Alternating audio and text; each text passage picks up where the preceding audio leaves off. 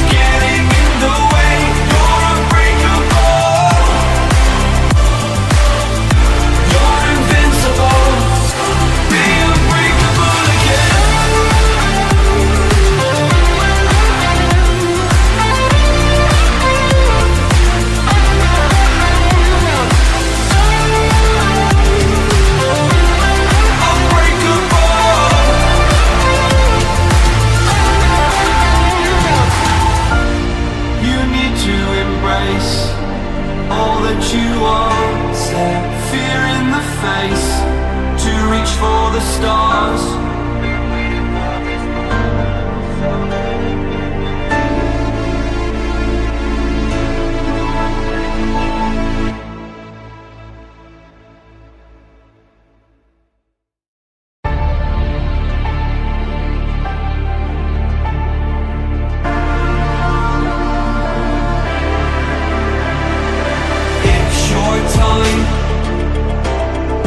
Don't be held back again.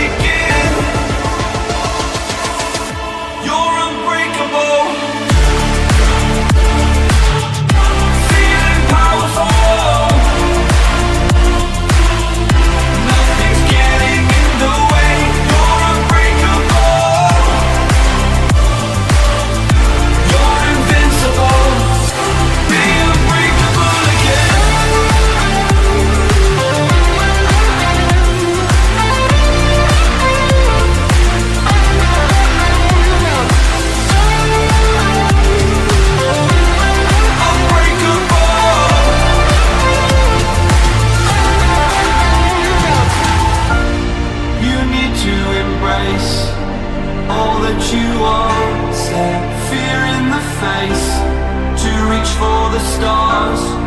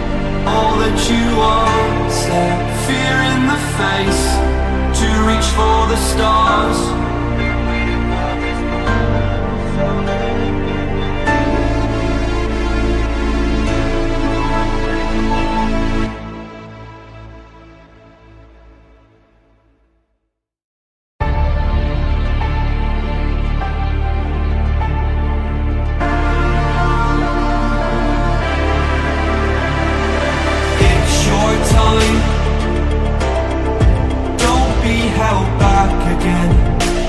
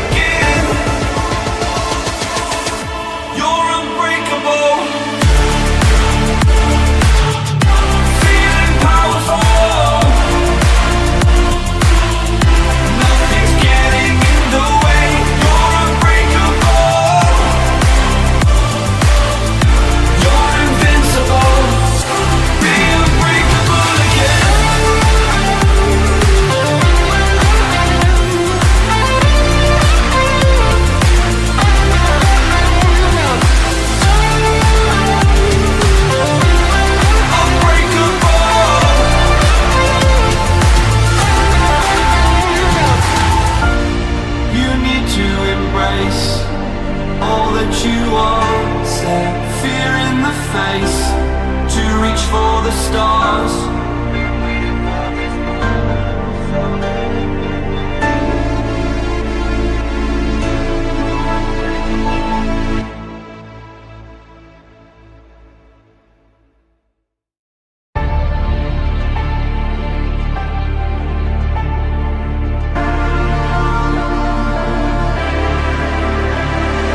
It's your time. Don't be held back again. You need to resist. You're on limits. This fire is burning. You need to embrace all that you are. Step fear in the face to reach for the stars. Been waiting for this moment, so let it begin. You're unbreakable. Feeling powerful. Nothing's getting in the way. You're unbreakable. You're invincible. Be unbreakable again. Unbreakable.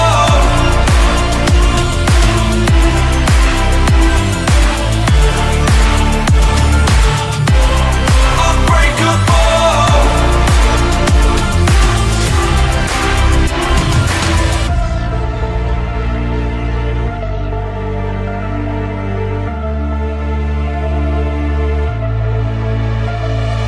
Make your name. Let go of yesterday. If dreams can exist in a world like this, don't abandon them.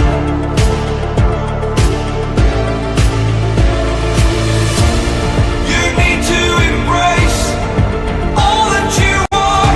Step fear in the face to reach for the stars. Been waiting for this moment, so let it begin. You're unbreakable. Feeling powerful. Nothing's getting in the way. You're unbreakable. You're invincible. Be unbreakable again.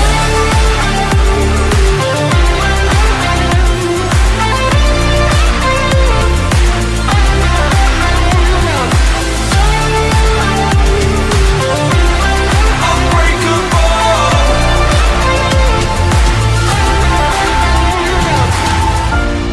You need to embrace all that you are. Step fear in the face to reach for the stars.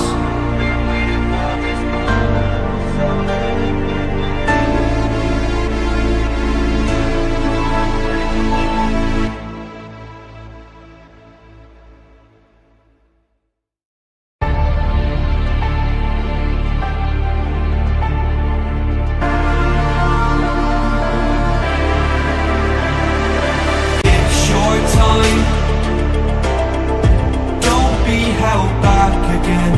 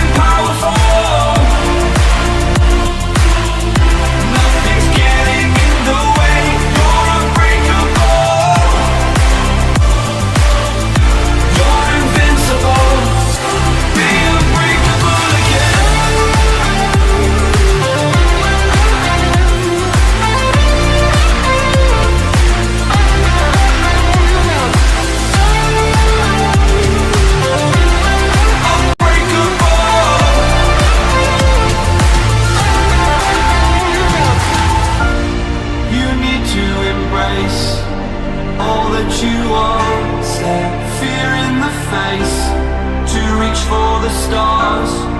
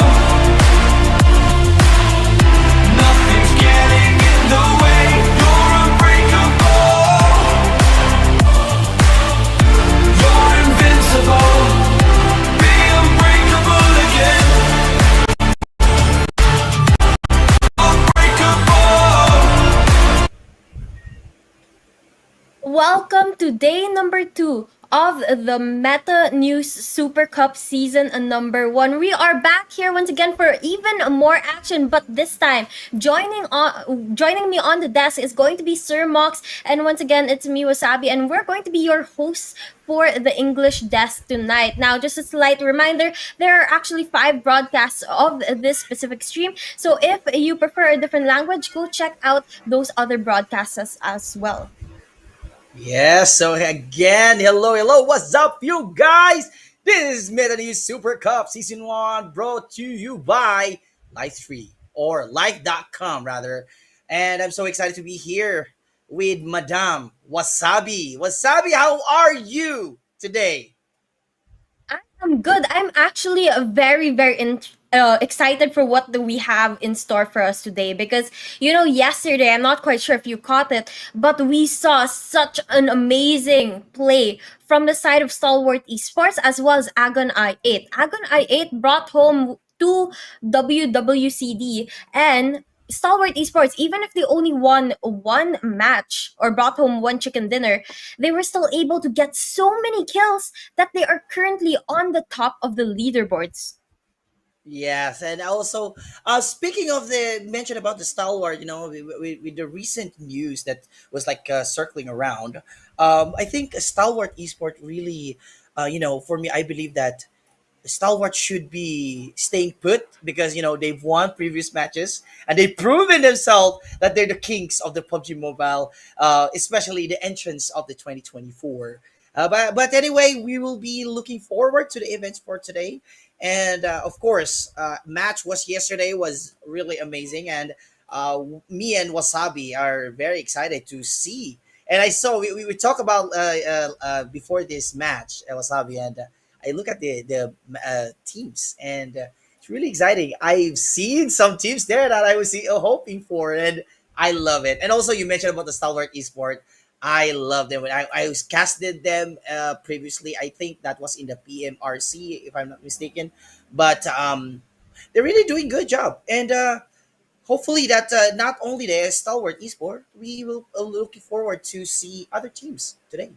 Do you think who will be the teams that will be playing today, Wasabi?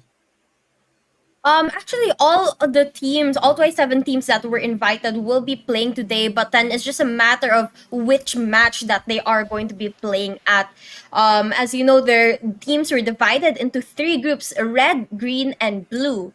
And game number Mm-hmm. 1 is going to be red versus green, and followed by that green versus blue, and so on and so forth. So you just have to wait for whichever team you're excited to see. But going back to your point, now you were talking about Stalwart Esports. Now, actually, I'm not quite sure if you're aware of this, but Mm-hmm. Stalwart Esports, or at least the players that were in the team last year, they Uh-huh. are currently free agents right now, and they are Yes, playing in yes. this tournament under the name of Skyforce. Wow. Yes. So Hmm. they are actually Skyforce. But the players who are actually in Stalwart UAE, they were Uh-huh. formerly known as For Miracle Vibes. And this team is also a very, very big team and very known team. And that's the reason why you can see that they are so aggressive.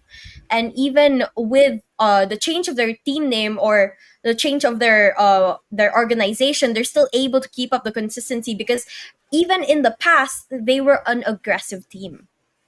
Yes, and I've been also meet up with these four miracle vibes. I know them from 4MV, and if they are the ones who will take that league or the Skyforce, I think that would be a good possibility that they would take another, and I think they would get another winner chicken dinner. And we're looking at right now the overall rankings. So, Wasabi, anything that you might want to add about our overall rankings on our day one?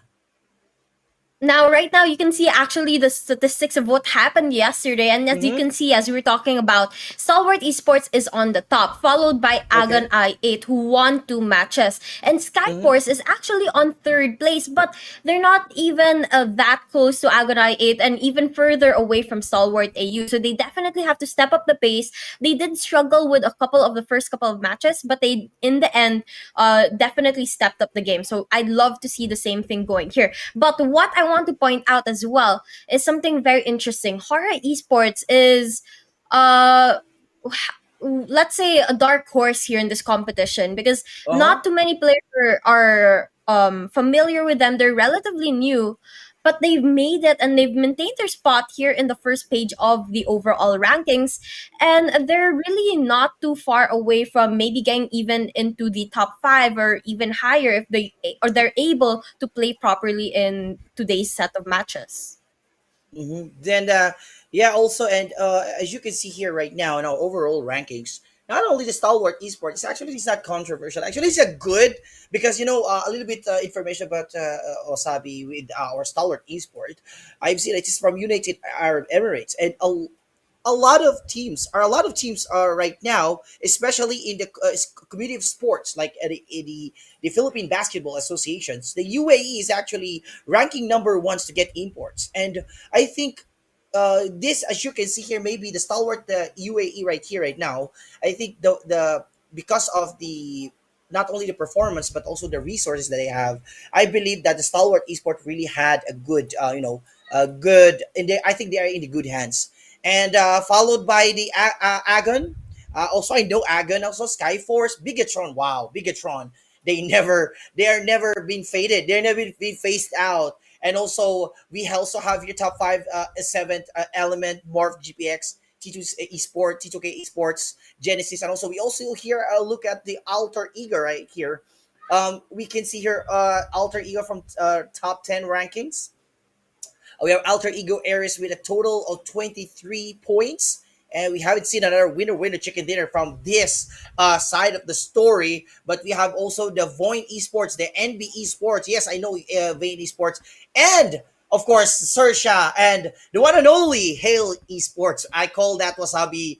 What the hell? And now they're right here playing for the top 14. Leo Esports, R9 Esports, just like all like 20 points. 18 total points for R9 Esports. Now Sem9, I know also Sem9 from other like in the PMRC, Talon Esports. So they have both have a 1 point difference, 16-15. Top 19 Astra Esports 15 points, and the rest of the teams. Now as for as you can see, never been a Stalwart Esports is, I think hopefully or maybe Stalwart Esport would be this 2024, maybe the Stalwart Esport era. So as you can see here, Apex and East got the power teams, the power players, and the next one is just top. We know top already, right? So night elimination points and 70 Goku bot. So this only shows that these teams are not that easy. They don't play easy. They play it hard with all the skills and the practice that they have. And of course, we always have to look them at the back. Now you mentioned Wasabi, correct me if I'm wrong, that the Stalwart Esport right here, Apex and East, are from For Miracle Vibes, correct? Yep. So we also have the Skyforce top from this he's the former Stalwart Esport, right? Yep. So we have also Sevi Gokubot, and we'll look forward if we would see another face, because seeing these teams are makes me very very excited.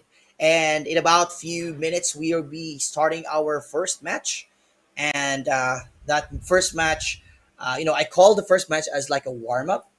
That will depend. That will be the benchmark for the teams to up their scale. So for those who are going to get the winner chicken dinner, and for those who will get the last or get too soon back to the lobbyist at the earliest, that will be their benchmark. They will feel like we have to do something about it. But before we also will proceed, Wasabi, how many games do we have right now? We actually have 6 games prepared for tonight, and that gives a lot of opportunities for our teams to, as you said, warm up and then later on bring more action to all of us and really step up their game. Now, we did see a while ago the post game breakdown and our overall ranking so far, and I just want to ask if you noticed something. Now, I'm not quite sure if you caught it, but IHC, who were the champions of PMGC, they were actually on the lower half of that third page. And for some reason, this is a point that I really want them to step up. For some reason, right now, they are in the bottom, but we've seen it in past competitions as well, where IHC, maybe a first day or first 2 days, they start out slow, but somehow they're always able to climb up higher. So I think, considering that this tournament is relatively short, only 4 days long, they should definitely start turning those gears right now onto full push, so that they can try and climb their way back into that first page, or maybe even overtake Stalwart UAE. Yes, and also noticing the teams. What I believe always about playing in these like AAA tournaments, like the Meta New Super Cup, is that um, it's okay. It's still okay because we still starting, so they can still do something about it. What I'm pointing out is that on if you can remember the previous PUBG Mobile National Cup here in the Philippines, it was like a record breaking for us, especially in the land of Pearl of the Orient or the Philippines, getting Federales from Harame Bro to get a 43 kills. Now, my point here is that if our teams, especially those teams from PMGC, not only also the ones that rankings IHC, if they would get more kills, I'm saying this more kills, they would be having more chances to get on top. They could get back on top immediately. Of course, we know that winner chicken dinner really depends, right? So zoning depends on how they hide. It depends on how they can gatekeep the teams. If you have lots of kills. Now that would be a very different story. It will take them to the next level. And for me, of course, we see the Stalwart Esport right now on the top. They need to maintain that, or else whoever is on the second, third, fourth will be catching them up. Because even though the scores are a little bit different from the rest of the teams, still this game is still fresh. We can still decide. Of course, we can say that maybe the lineups are strong, but hey, different story, different times, different luck. We also talk about how lucky they have, especially in the zonings. So we probably also will witness teams for different maps, as what Wasabi was saying. 6 matches on the line, on the plate, guys. So if you feel like your team is on the losing ground, we need moral support. Or, I mean, they need moral support, or they need molar support, whatever you want to call it. So chat there your favorite teams so that we could reheat here on our live, and maybe we also receive some shout out there. But again, thank you so much again for Meta News Super Cup for this wonderful event. Seeing all our favorite teams playing today, this event, especially today, January 2024, the first month of the year, and also brought to you by life.com or life3.com. Okay.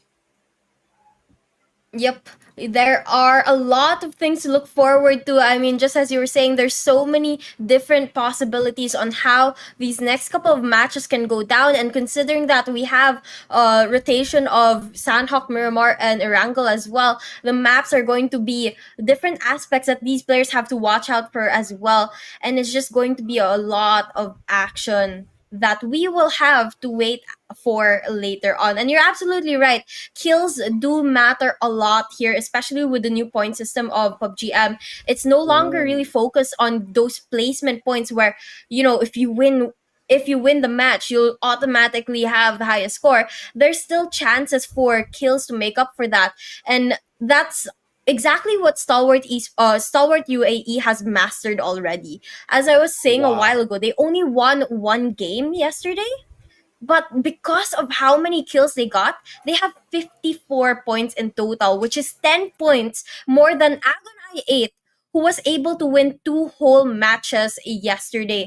And that means Agon 8, even if they won two matches, they weren't really able to get as many eliminations than Stalwart UAE. Stalwart UAE, they were able to rack up a total of 40 eliminations, well, Agon I8 was is just at about 24 eliminations in total for the whole day of day one.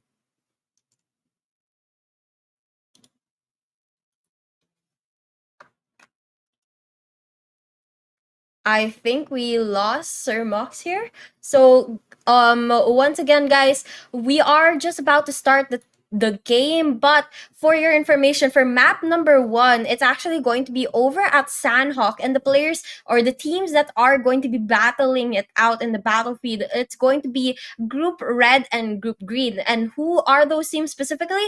It's going to be the players from the side of Bigetron Red Villains, Boom Esports, Voin Esports, DRS Gaming Nepal, Team Flash, Genesis Esports, XERXIA, IHC, Seventh Element, Talon Esports, Vampire Esports, Sem9, HORAA Esports, Astra Esports, Stalwart UAE, Leo Esports, MORPH GPX, and Hale Esports. Now, there's a lot of big names there. So, again, it is going to be quite interesting to see how this one goes. And guys, if you are in the comment section down below, don't forget to go drop a comment on which team you guys are rooting for so that we can give them some highlights as well. Give some information about those teams and talk about them more so that we know that we are talking about some information that is relative to you or relevant to you guys as well. Yes, and apologize for how it happened, but anyway, we're still starting for the game, so I think this that was just a little bit break. Internet issues around the world is having suffering, but anyway, thank you so much again for having me on board again. Also, Wasabi and with me here. Super. Meta New Super Cup is really on the stage, and that's what I'm saying. So again, thank you, and this is a good start for us for the 2024. And also, like what mentioned Wasabi was saying, the Stalwart Esport really got the skills that they need. Wasabi, I also noticed that because of lots of trends and on previous esports in PUBG Mobile, especially the start of COVID era, that was also the rise of the esport community, and we also have these so much more metas. And last year, the meta was a DBS and M416. And right now, I'm looking for what will be the new meta. And before that, M416 and the DBS, the meta was like the Onyx. Onyx won a Grand Slam champion by sitting inside the zone and stacking 20 medkits on their back, gatekeeping and getting that champion. So that is like a good transitions from being from a stationary positions, changing the guns. And you mentioned also that the elimination, and in addition to what Wasabi was saying, I also asked one of our analysts, and he said that the new changes also for the PUBG Mobile, especially they're more focused on live actions. So when we talk about live action, zone is faster. The zone is much more painful, and now the real game starts for today, ladies and gentlemen. Sanhok game one for today. Lots of teams just dropping down, and teams from right here, right now. Teams from bootcamp just dropped there. We have here Bigetron Red Aliens. We have here coming in for our team member Lapar. Team Lapar. And also we have here Satarles. So we have with the M762 and QBZ running here, trying to they have to loot. And Wasabi playing in Sanhok is like a crunch time. you have no time to stay on. You need to prepare and get some zone, or else you will feel the feels of the teams that we are in the team DRS. And I think they also have somebody inside on the top of Sami. Ladies and gentlemen, DRS Delta here coming in. Also, Killer just dropped down with a DBS. A DBS side by side DBS, putting down them to back to sleep. DRS teams are still alive, ladies and gentlemen. What are you gonna do? MRP. Oh my goodness, MRP was actually suffering, and I see only one player from MRP living alive, and now DRS was down. And I think it's one player on the MRP, and I think the team, oh my goodness, MRP was already out, and they are now back to the lobby. That's what he called too soon. Yup, MORPH GPX sent out of the game, and DRS is going to be the one to stay alive here. But you know, I also noticed that there were other teams as well in a couple of engagements. So we'll have to wait for the scoreboard to come back so that we can find out which among those teams stayed alive. Because I saw there was an engagement with Vampire Esports, some SEM9, and some other teams as well. And I think we've lost a couple of teams very early into the game. But then again, you know, it's Sanhok. This is really something that we expect when this is the map that you're in, because of how small and constrained the land is. It's one of the smallest maps here in PUBG, and it just makes it even more filled with action because of how tight it is and how little areas there are for you to hide from your opponents. Yes, and we can, in Sanhok, even the under the bridge is so important to hide. And right now, as what Sosabe was saying, we can see here already, MRPX was already down from Team 18. They're already back in the lobby, and two players from 7-9 and Vampire Esports, two players just right here still alive. DRS and the Team FL still alive, but the rest of here are so still cool. Sam9 is going to fight the Team FL. Sam9 Phoenix with a DBS. Use DBS on top. Advantage from the side. Sam9 Rays coming in. Going to back up Sam9 with a Phoenix. Coming in, DBS still waiting while Race is coming there for a backup. He said, I'm going to use my S12K and be prepared. A shotgun for the teams. Team FL, what are you going to do? And now Sam9 Phoenix spinning around is just waiting, like coming in for the more. Okay, where are you going? Sam9 Race S12K waiting. This is a good close quarter combat, especially when you are using a DBS, but it's a Kobe SM9. Sam9 player was down with a grenade cook there, and Phoenix was also down. Sam9 was eliminated. The second too soon for our day 2 match 1. But this time around, looking at Astra Esports, it seems that they are very close to Bigetron Red Villains as well. But it seems that they haven't spotted each other out, and it's just a matter of time before they do so. They're starting to pull out those scopes already, but not really able to see those vehicles that have been circling around them. And we'll have to wait for those engagements. But for now, silence in Sanhok. None of the teams in an engagement, despite losing so many already. But look at this, one of the players of IHC, Demo, right across Fearless, but he's not spotted. Demo decides to peek out. Fearless running for his life, not able to get a couple shots landed on IHC just yet, but IHC decides to swarm him. Fearless is going to get knocked down, and the rest of the players on the side of Astra Esports has to go in and find a solution to this. But it seems that it's going to be a little bit difficult because they are going to be down to 2 players left. Oh my goodness, we have here Astra Esports coming in, only one player alive. Kurita is just running to a 0-4-3. I don't think he has more time to heal or rest his brethren. And right here to a Krita, I think he would be able to survive, and he would take this by getting more ranks instead of trying to sacrifice his own life and taking out the team 2A, the team Astra. So we have here looking at the Bigetron. Lapar was down. Team Voin Esports, DBS, and QBZ looking down, just so close for the Bigetron. Now Voin Maxius has QBZ, a perfect shot, a perfect weapon for an elevations. Voin Maxius, the problem right now for Voin Maxius is he has only a holographic sight which is not, doesn't have a zoom of specifics. And now we have your Bigetron Foss going to explode, going to smash this beautiful car, and now they are really back against the wall.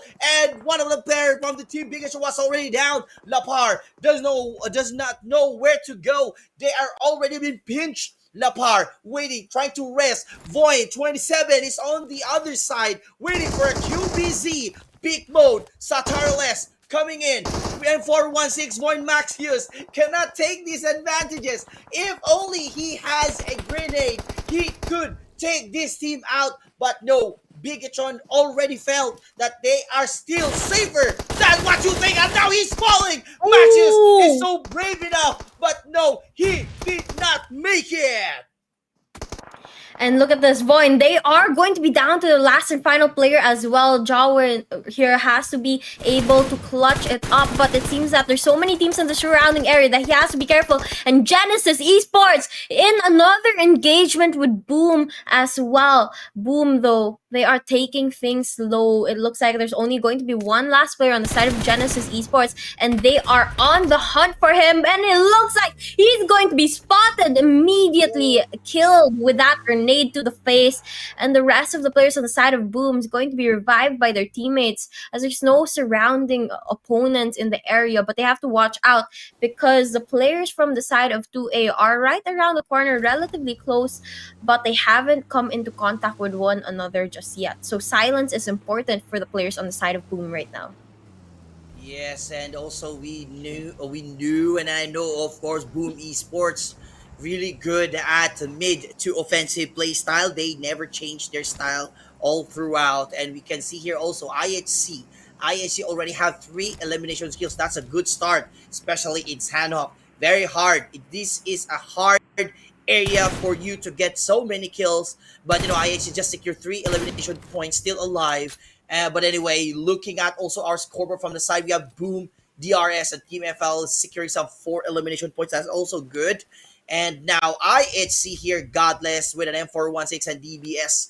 Let's see. I think he just want to make sure that he wouldn't be peeked out by any mortal enemies. And now one of the members from 2A, XERXIA, is just hiding on the side. He just want to secure.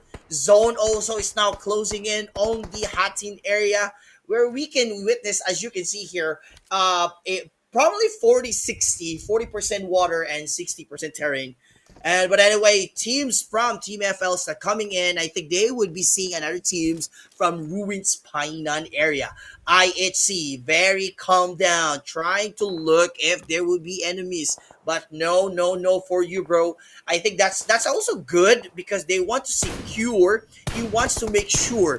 Because, in this team, it's very, very important to study and analyze and make a tactical position, tactical awareness, tactical mindset before you take one step to the other.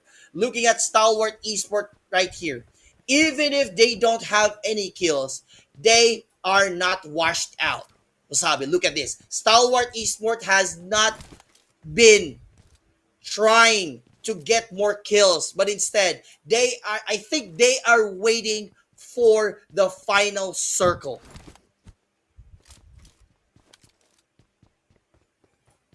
They are definitely playing a little bit of a waiting game here, not going in for a very aggressive position. But I do think they're not necessarily waiting for the final circle, but definitely till a time wherein the opponents are close enough that they're more sure of the exact locations of where their opponents might be, that to the point that it's not risky when they do decide to go out for aggressive plays. But for now, seventh element, they are trying to get the high grounds here, trying to spot out the area here in Camp Alpha, but not too many teams on the surrounding areas. Of course, there's going to be Voin as well as Leo Esports, but it's only one player on the side of Voin, and it's going to be a little bit more difficult to spot him out, as well as he's hiding in the higher grounds by the rocks and just making sure that he gets an angle on his opponent without risking it too much. Now, I think this is something that a lot of teams would find pretty difficult. Voin and Astra, they're down to their last and final player in this match, and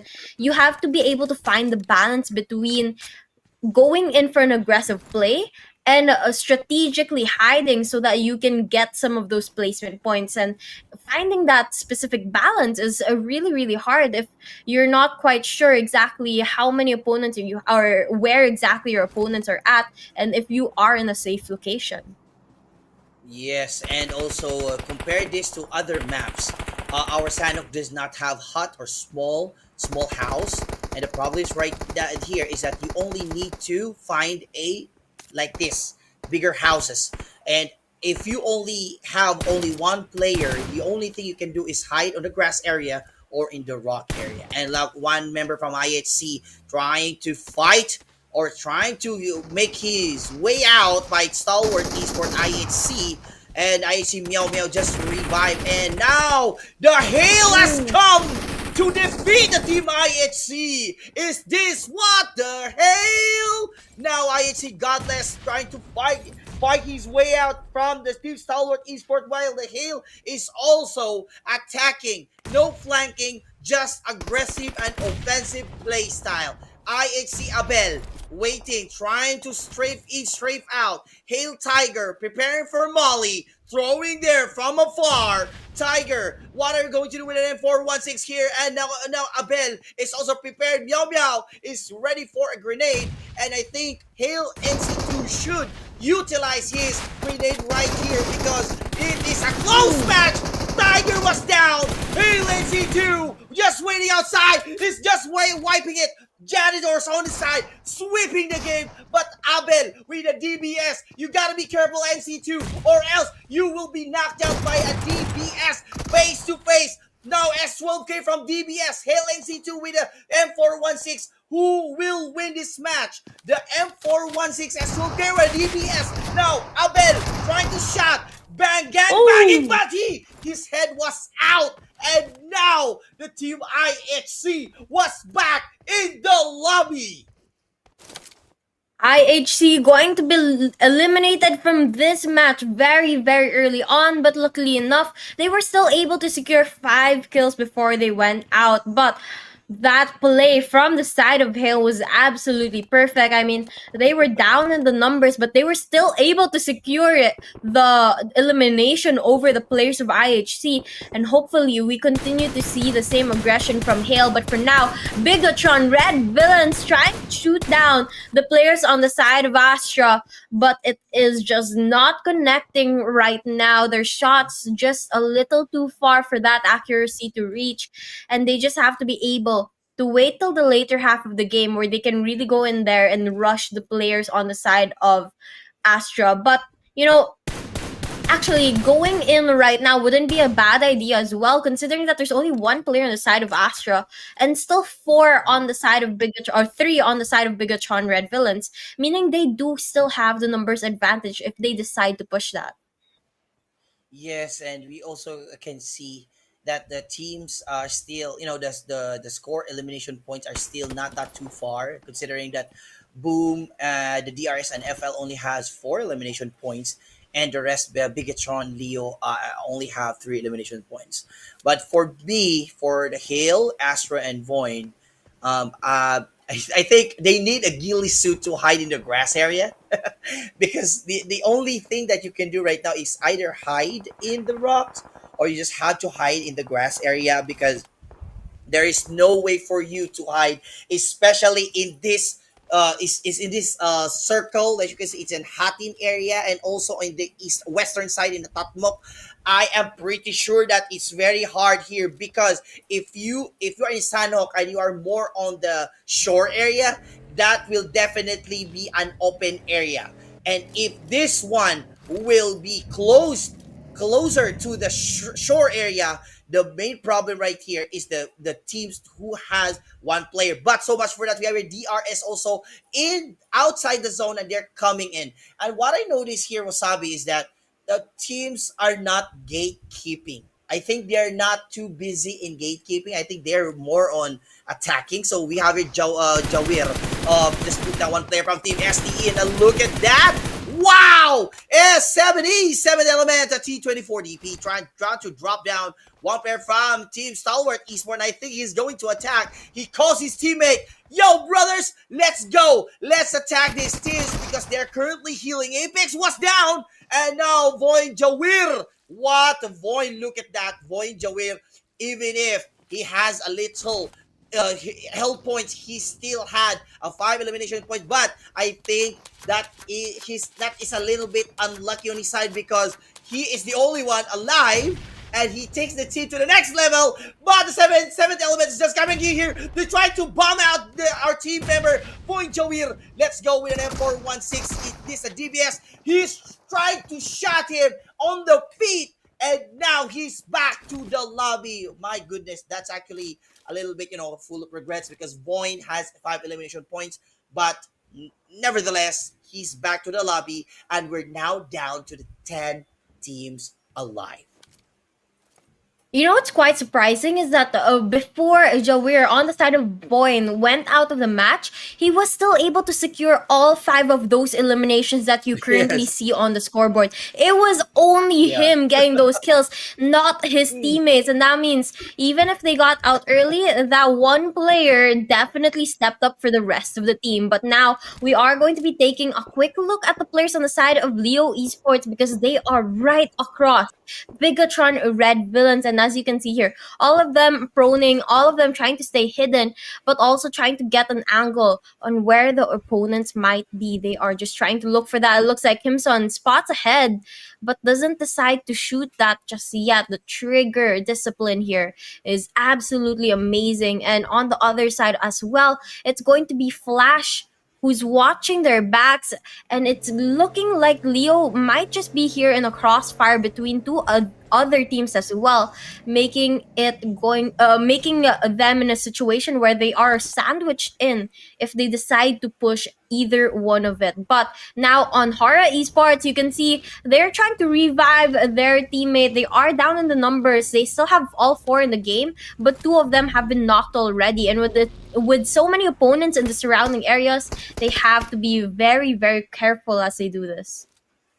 Yes, and DRS, I think, just spotted the Team HORAA from the outside skirt. They felt that they can be gatekeep. Although Team HORAA already revived their teammate, but the problem is they are vulnerable for gatekeeping. Leo here from Leo Esports High Dummy trying to shot Team FL from Team Flash was down. What a shot there, Leo! What Leo High Dummy? Nevertheless, give up by shooting one member Flash, but one member, yes. Fortunately, his shot was accurate and was down while that guy was riding his own bicycle.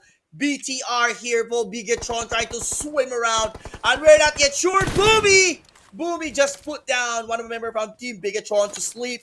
Boom, right here has 5 elimination points. They're currently seeking, actually ranking ranking the first because ranking with regards to elimination because they have 5 elimination points right here. Now look at Leo Height Dummy. What are you going to do after all those flashy moves? Height Dummy with an M41 is trying to run, regrouping. This is good. That is actually a good idea for them to secure some vehicles. And you can see here, DRS is out on the zoning, and we have here the team Talon and Team Z. Ladies and gentlemen, going to fight from the southeast area to a Krita is now hiding in this area, and Flash will be gatekeeped by the Team BTR. Leo and the Team 7th element is also going to fight with each other. Shia, or the XERXIA, the Team XERXIA right here, I think they will be having a little best right here. Talon Esports for Team Leo. That's a 2 versus 1 situation. They will be attacking that guy. Oh, what a match! Oh, I thought that he was about to go down, but the 2 versus 1. But Yanto take it down. Yanto take it down to the next level. 2 players from Leo was down, and now Leo Liquid was kind of like shocked. What happened, bro? What happened? Talon, one member from Kot Gitku was also outside. Go back to the lobby, brother. But still, there's still our members. The XERXIA here, as I think they're rising. The team XERXIA are currently aggressive right now, considering they still have 4 players. But you can see here, Wasabi, HORAA still do not have 1 or 2 or any elimination points as here this last minute circle. Yeah, it's not looking very good for them. However, they do have the high grounds right now, so maybe they can use that to their advantage.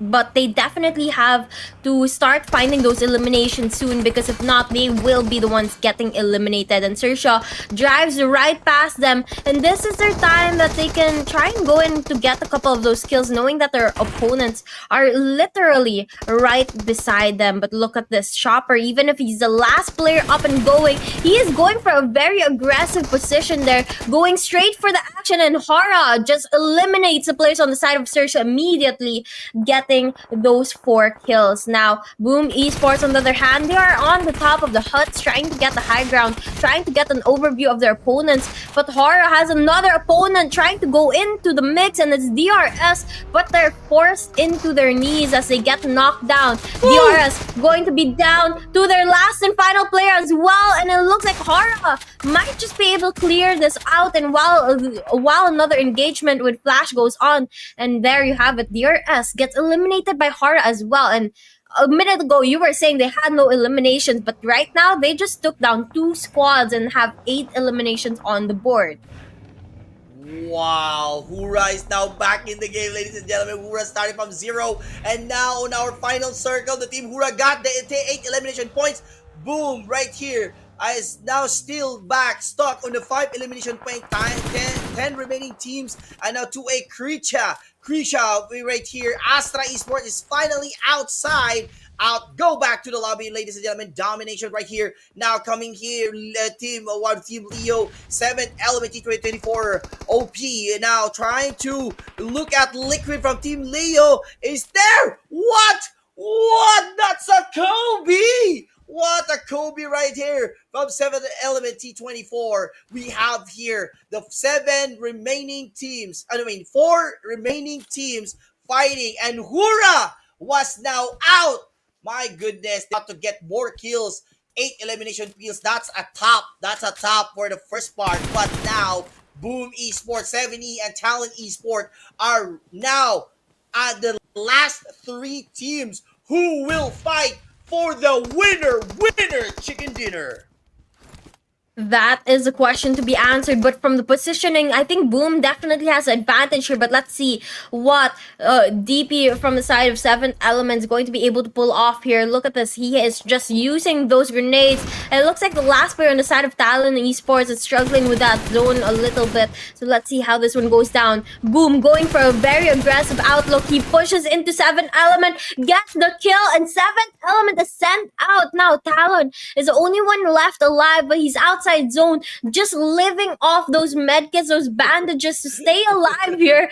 I'm not quite sure for how long he can do it. He still has about 4 more left, a couple energy drinks as well. But Boom is absolutely clueless on where this last Talon player is, and it's quite an interesting play that he's going for here. Yeah, and I feel bad about the team Talon Esports, because although you can see how progressive and how he doesn't give up, how aggressive, how committed and motivated our guy, but he has no choice but to accept the reality that he will be gone. And the winner chicken dinner is back to Voin Esports. What a way to start the night with a big win for the side of Boom and a lot of kills to go with it as well. And it's just a very, very good way to make up for yesterday. You know, we didn't see too much action from them yesterday, but this Uh-huh. time around, they are definitely stepping up right now. Now, the thing is, again, consistency is so important here. You have to be able to play like that time and time again if you want to climb up the leaderboards. And unfortunately, yesterday they didn't make that big of an impact. So today is a day that they'll have to do a lot of catching up to be able to put themselves in the running for that prize pool that we have for this tournament, which again is a total of $70,000, which is absolutely crazy. And of course, knowing that, you will put your best foot forward, all your effort to be able to get even just a slight taste of that prize pool of for this tournament. Yes, and Sabi, um, I was actually having a little bit hopeful with the team HORAA because you mentioned about they start from 0 points, and I was stand corrected. Like this, the team HORAA heard my name and say, "No, we don't Yeah. want to be eliminated without elimination points," and they're now back. You know what a sudden shift! But after that sudden shift, they were already eliminated. Like, oh my goodness, Hura was supposed to show us more showcase, but hey, that 8 points is actually an amazing shift, you know.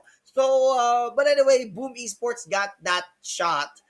With regards to the zoning, the consistency. What Wasabi was saying is that the consistency.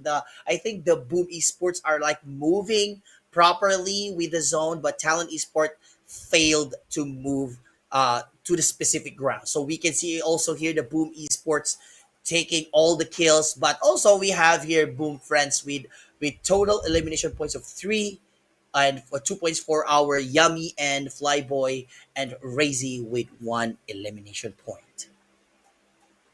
Yeah, you know, you can see these players. They definitely know how to back each other up. I mean, if they weren't able to secure the kills, they definitely went for those damage dealt so that they can assist their teammates. But for the overall match summary, you can see here that there were a total of 65 eliminations. Longest elimination distance is 400 meters. And the total number of throwables used in the match is 121. Now, that's kind of low, Wow. actually. Usually we see Mm-hmm. about 150 even in Sanhok. Okay. So it's quite interesting that we didn't really see that much here. Yes, and I believe when we are looking at the Sanhok side, more teams are actually aggressive on the lookouts. And on the first wave, a lot of teams was actually back to one player only. But anyway, looking at right here, Wasabi, Boom Esports would took down that 8 elimination point with a winner chicken dinner, and HORAA Esports from 0 to 8 elimination points that took them to the next level. They were like shifted. This is what we are saying, that killing or eliminating a team member or an enemy would really give you a big progress. Talon Esports was lost because of the zones. Seventh Element, we seen Seventh Element put down the team Leo from the water with a grenade. DRS Gaming was actually they actually came from the northern east side, and Leo Esports stock from the water. Astra Esports, one player was actually remaining. Bigetron Red Aliens, they're actually one of their moves is actually when they were stuck in that rock area, but again, Wasabi, that is actually good from Boom Esports to side by side. For me, HORAA got the good elimination points. And I think this is still a good progress initials evaluations for our teams, considering that we still have 5 matches today. Yeah, we still have a lot of opportunities for these teams, but right now, as you can see, Boom Esports and Hara both at 8 points, which is going to be added to their overall ranking. And now it stands that Stalwart Esports and Agon I 8, they keep their spots there on the top 7th element as well. But we see HORAA actually move up a little bit from their placement last time, which was at 9th place, from 9th place to 5th place now, and pushing the rest of the teams down. But aside from that, not too many changes when it comes to the scoreboard overall, and hopefully we'll be able to see the rest of the team step up. But I'm definitely liking what I'm seeing from Boom Esports and HORAA today. Yes, the HORAA Esports, that was actually amazing. We thought that they would be wiped out in Sanhok without getting kills, but that's really good. I think for me, that's a good highlights. And now we also looking at right now from 10 to 27th place. Liu Esports still 27. They are actually on match, almost match with the T2K, but T2K Esports and Genesis are 26 points. The Talon Esports, I think that's good, Wasabi, that they got at least that the second place, although they lost. Because, if I would be a pro player, of course, in my dreams, um, if I would rather kill myself drowning in the water or died in the zone rather than be killed and be added my corpse or crates to the score of the other team. So I think Talon Esports, I know that he's trying to survive just to make sure that they will be the second, and trying their best to at least to crunch the time. But for me, I think that Talon Esports decisions is good, because yeah, what I was saying is rather than die in zone, rather than die and be added your corpse to an elimination points by the other pro teams. Yeah, exactly. I mean, you're just preventing your opponent from scoring a point out of your kill. You might as well just die outside the circle there and not give that additional point to them. That is exactly what was going on my head as well. I think it was a very smart move from them. But either way, that is game number 1 done and dealt with. We still have game number 2 coming up later on, and it's going to be a little bit different. I think our map is going to actually be Miramar later on. So I'm definitely looking forward for that. But for now, we are going to be taking a very short break, and we'll be right back.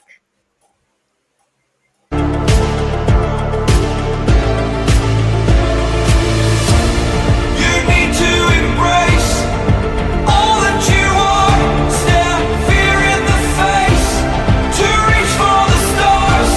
Been waiting for this moment, so let it begin. You're unbreakable, feeling powerful.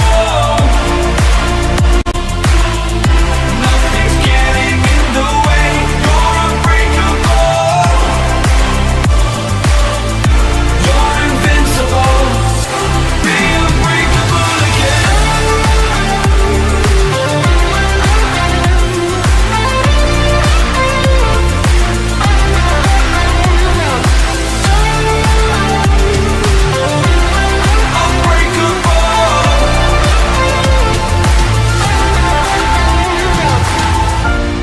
You need to embrace all that you are. Stare fear in the face to reach for the stars.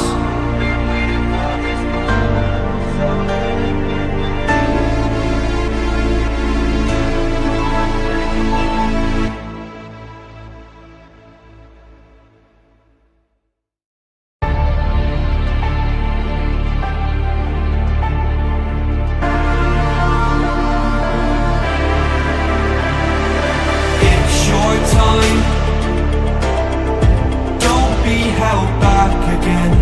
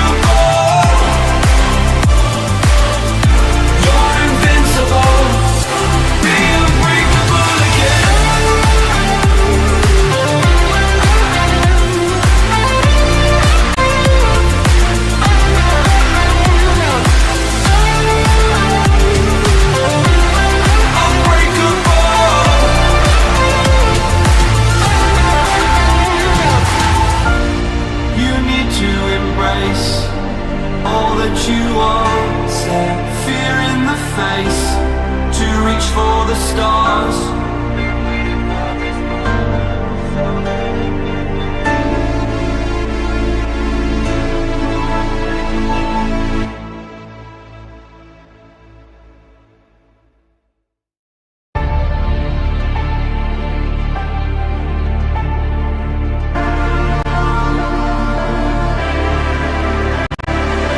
It's your time. Don't be held back again. You need to resist. You're on limits. This fire is burning. You need to embrace all that you are. Stare fear in the face, to reach for the stars. Been waiting for this moment, so let it begin. You're unbreakable. Feeling powerful. Nothing's getting in the way. You're unbreakable. You're invincible. Be unbreakable again. Unbreakable.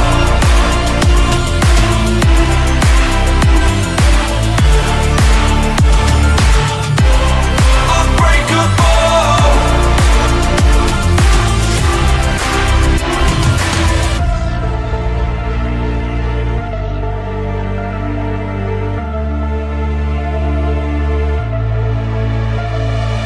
Make your name. Let go of yesterday. If dreams can exist in a world like this, don't abandon them.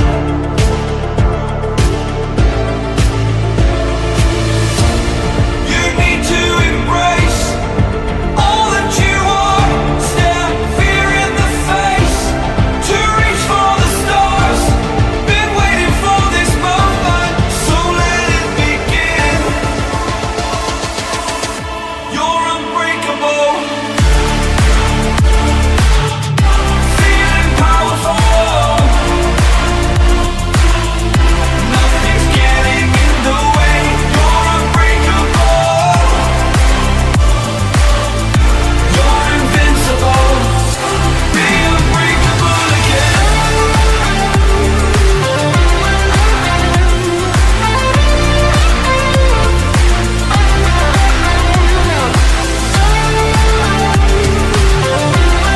Unbreakable.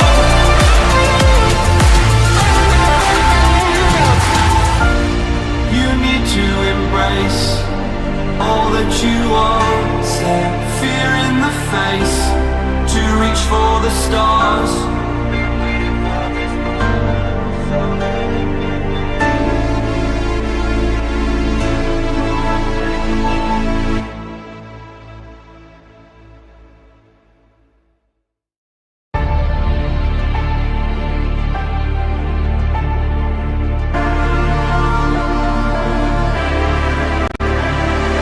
It's your time. Don't be held back again. Hello, what's up, you guys? Again, back to our Meta News Super Cup, Day 2. Me, Sir Box, and our beautiful shoutcaster, my dual caster, Wasabi. Yep, we are back here once again for even more action. Game number 1 done and dealt with. Now we're moving into game number 2, which is going to be over at Miramar. And we're going to be actually having a different set of teams here because Group Red is going to be taken out of the mix and replaced with Group Green.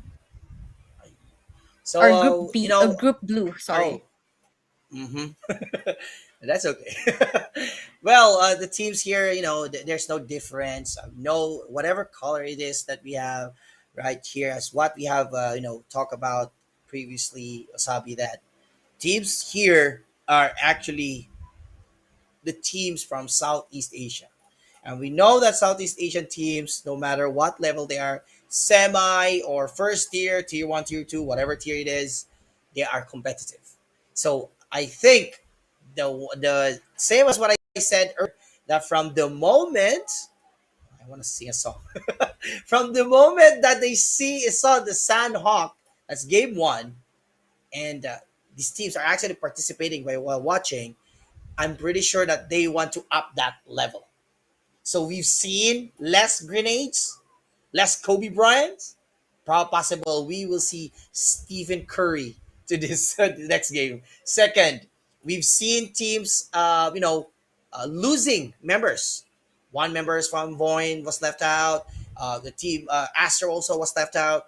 But I think right now the teams will take this game to the next level. We will see more action packed, and I'm really excited to see the teams who will take the lead and who will take more kills above else. Yeah, I'm definitely very excited to see that as well. And the best part about it is that here in PUBG M, even if you know who are the big names, who are the top dogs of the competition, like the big brands, the people who are the players or teams who usually win out the tournament, it's always a different game or a different story each game that we see. And you can't really predict exactly what would happen. I mean, I'm pretty sure that no one predict would have predicted that Boom Esports would win that game number one so cleanly that they don't even have to kill off the last player because he died to zone. And that is just something that sometimes it really catches you off guard, and it's what keeps PUBG M interesting. Yes, and also again, HORAA Esports, they because of their kills, they managed to step up the game and they put their lines, they put their game to the next level, and put them their ranks on to the next level. So, still we are still looking forward. There will be a lot of action packed because that this as what Wasabi was saying, different teams will be playing for today. So I think that's it. What would be the map, Wasabi? What would be like possible map that will be these teams will be playing today for the next game too? Yeah, so for game number two, it's actually going to be Miramar, and the teams playing Ooh. is going to be Talon Esports, Vampire Esports, Sem9, HORAA Esports, Astra Esports, Stalwart UAE, Leo Esports, MORPH GPX, Hill Esports, Skyforce, Agon I8, FaZe Clan, A1, NB Esports, Alter Egos Aries, NB Esports, T2K Esports, R9 Esports, Yoodo Alliance. Now, as you notice, the second half of those of that list is actually the players from Group B, which we weren't able to see in game number one. So it's going to be a bit more interesting as we head here. Once again, our flight path is going to be from the top left of the map down through the center to the bottom. Now, this is going to give us a relatively even spread, but the question is where exactly is going to be our first couple of engagements and which is going to be the hot spot for where the players are going to drop. Now, usually it's Los Leones, but it's a little further away. They'll have to wait a longer on that flight path if they want to drop at that area.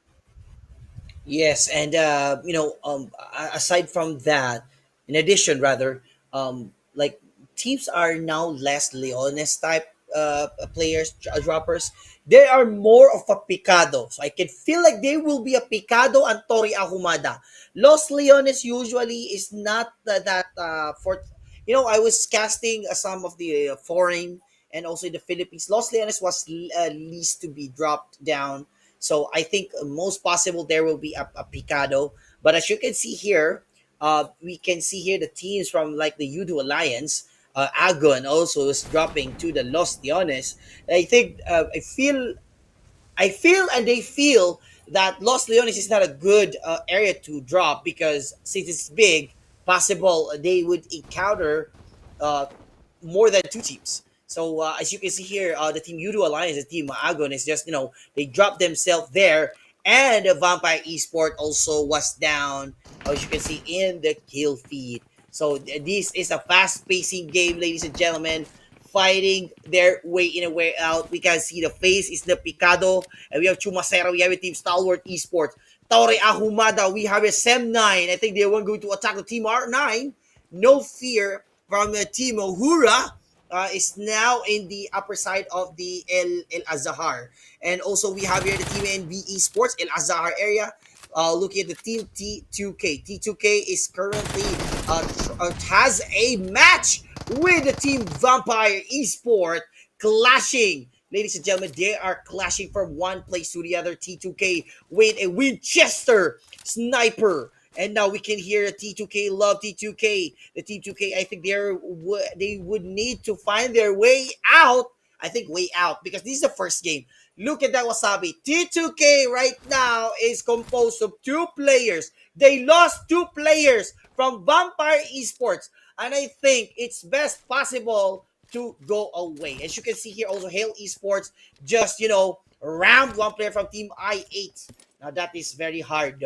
They would be committing, frustrated homicide because of, ramming some cars with their enemies. But anyway, Vampire Esports, Morpheus here with a UMP9 and AK-47 trying to heal.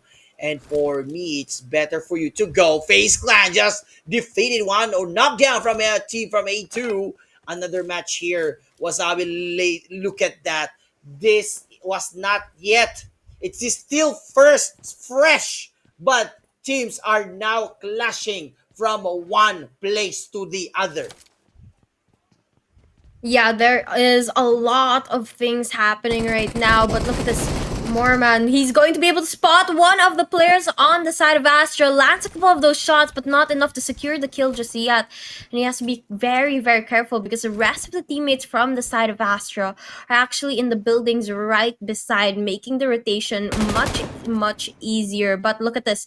More shots going to be landed there as they try to revive their teammate. That doesn't look like the players on the side of Astra is going to be able to get that player back up as they've already lost one and one is currently down. Now, FaZe Clan, on their other hand, they have decided to reposition here, going for a more aggressive push as they go outside to get a better angle of their opponent. But little did they realize that one is actually right above them and can attack them from that angle. But for now, going to take a look at Vampire Esports as well as they go up against T2K right around the corner. They're just about to peek it. They pop his head out, but it gets chopped off and looks like Vampire Esports is going to be able to make a good shot out of that one, but they have to be careful because the backup comes right in time. Tony K going to be able to secure that kill for the team, and he eliminates the players on the side of T2K out of the game. And as we know him,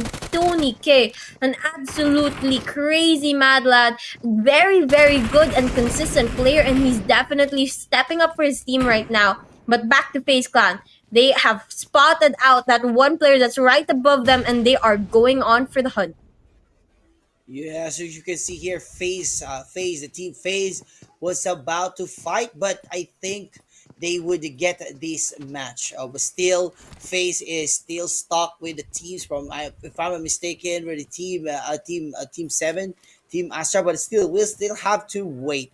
Ladies and gentlemen, Team 2A, ladies and gentlemen, what are you going to do, my friend? FaZe is currently a full force. And I believe that Team 2A is a little bit struggling.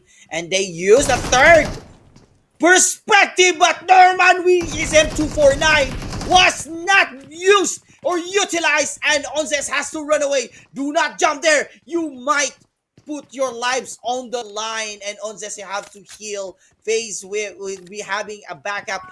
2A is about to get this game. Ladies and gentlemen, coming in, FaZe, look at that 2A04 is so aggressive. They're going to use the bait. While one player from the team FaZe Clan is knocked down. The team Astra Esports, Kirita and 043 is looking. I think he thought that the players are trying to heal them. And I look at that. Krita with no stealth mode. He's so aggressive, looking from one place to the other. He wants to use that third eye perspective, but there's a grenade there. But no, It was exploded, but still he is safer than we thought. Imagine that, Wasabi. A level 1 armor saved him. So, of course, even if that's actually a good miracle right there, face Norman right here. We have here Vinzimwa. Vinzimwa with, looking at Mormon. Mormon with M249 getting ready. Going to face to face with the enemy or their opponent. Now FaZe trying to look at that. Two players from Team 2A. They're still struggling. FaZe is very, very careful.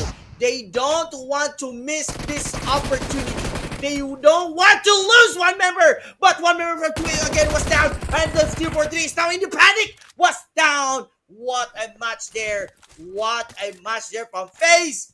Astra was second to go back in the lobby. And out of the competition they'd go. I mean, it was just a matter of timing. That engagement between them and Vampire was just so long that it was already seeming like they would be sent out. But for now, taking a look at Skyforce, I see trying to look for those opponents, not able to spot anyone just yet. But Leo Esports deals some shots onto them, and that's information that it's time for a sniper battle between these two teams.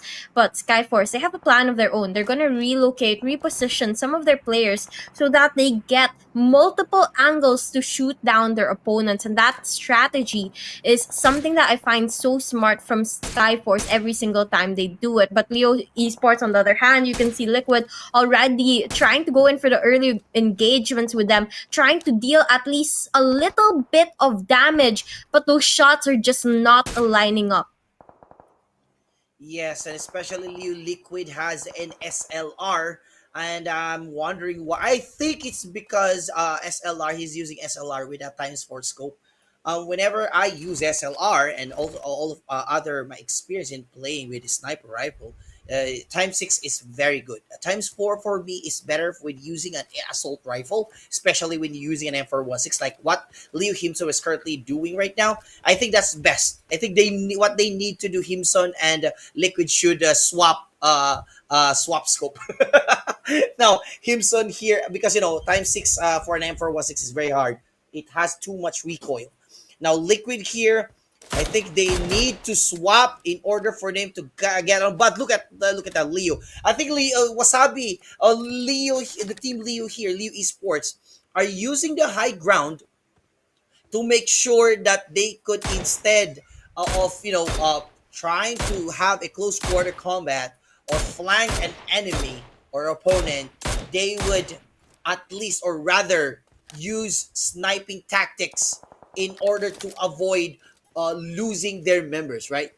Because in the Sanhok area, you can see one of the members from Leo was stuck in the water, and the team seventh element just pulverized them with a grenade. So I think the team Leo Esports right here are too much careful of losing one member, and at the same time to have a clash with their enemies. As you can see also in the map, it's very generic, guys. All things in the zones.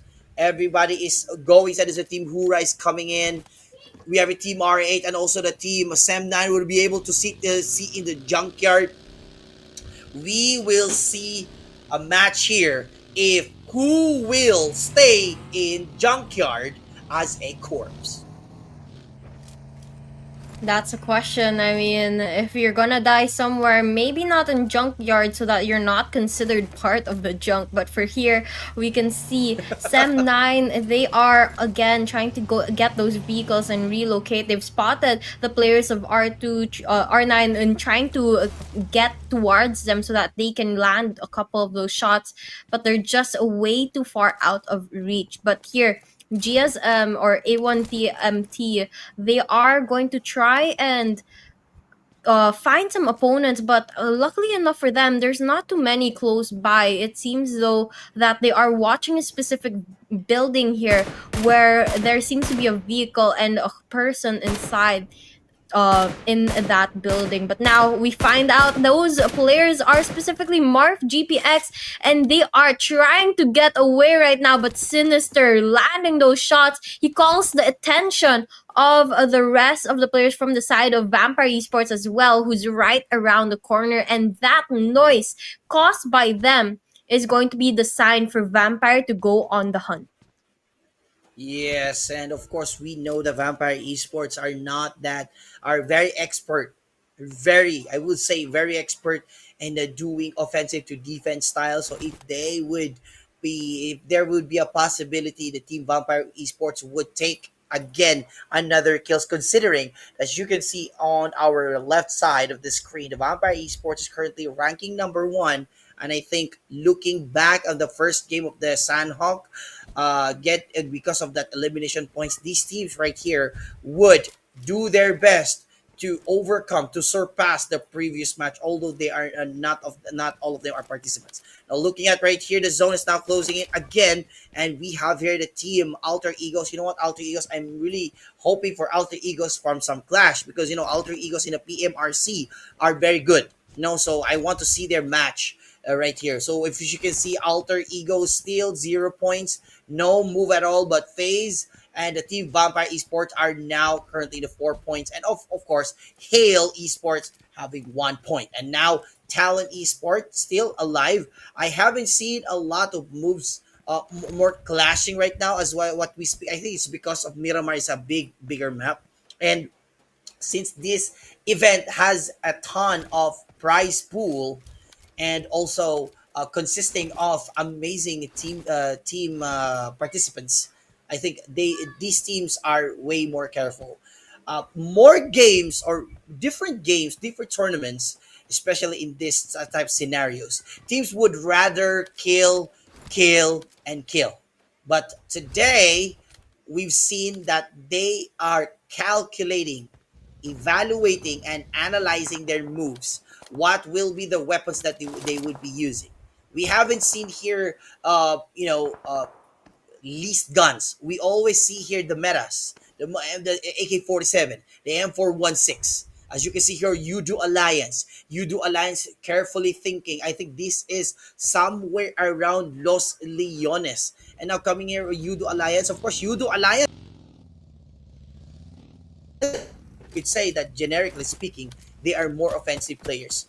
Yoodo Alliance with enemy, we can see here Moss G with an Mini 14 and 8 M416, and they are very close to Hail Esports. As you can see also in the lower in our map, small map on our right side, we can see the one of the members from Team Hail Esports are just as close in the Hail Esports. So we are going to look if they would feel the presence of these teams. Nothing actually still works, like they're still not moving at all. But right now, teams from Team Hail Esport would eventually meet teams from the side. But of course, Talon Esport is also coming, and can see the Tiger doesn't feel the presence of the team Yoodo All, and possible that he might be took down, or maybe taken down from those teams from Yoodo Alliance who are staying on the top of the building. Yeah, definitely have to watch out for that. But actually, contrary to what you were saying, Yoodo Alliance is a team that loves to camp. They are known for doing that in several tournaments, and they just wait it out for their opponents to kill one another. And when it's the final circle or close to the final circle, that's when they start to strike and get a couple kills, or just wait it out for those placement points. They're not really known for going into engagements. As much as possible, they try to stay hidden. But here we are going to be taking a quick look at Talon Esports as they get surrounded by two teams. I think that was FaZe as well as one other team.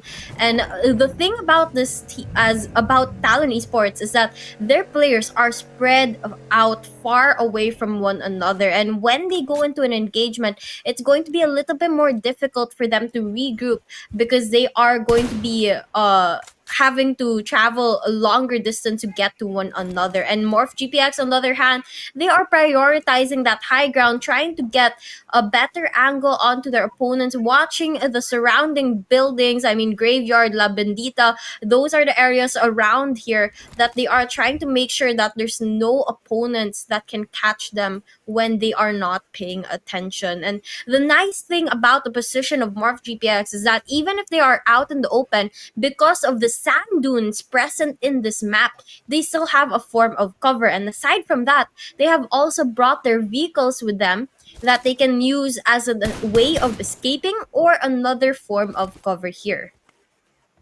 Yes, and of course, we definitely need a vehicle for us to run because when the zone start to shrink, you need to find a way to not only to get out to get inside the zone, but as much as you can get away from these teams because if the zones closer in to the much more perspective or trajectory of impressions of these teams, tendencies there's a big chance for them to gatekeep. Gatekeeping is real here, guys. Gatekeeping is real.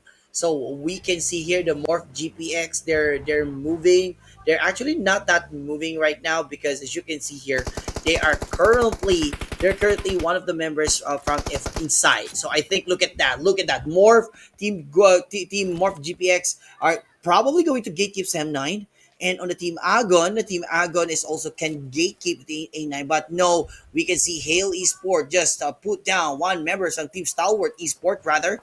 So yeah, Hale from no, it's not Stalwart. It's actually from R9.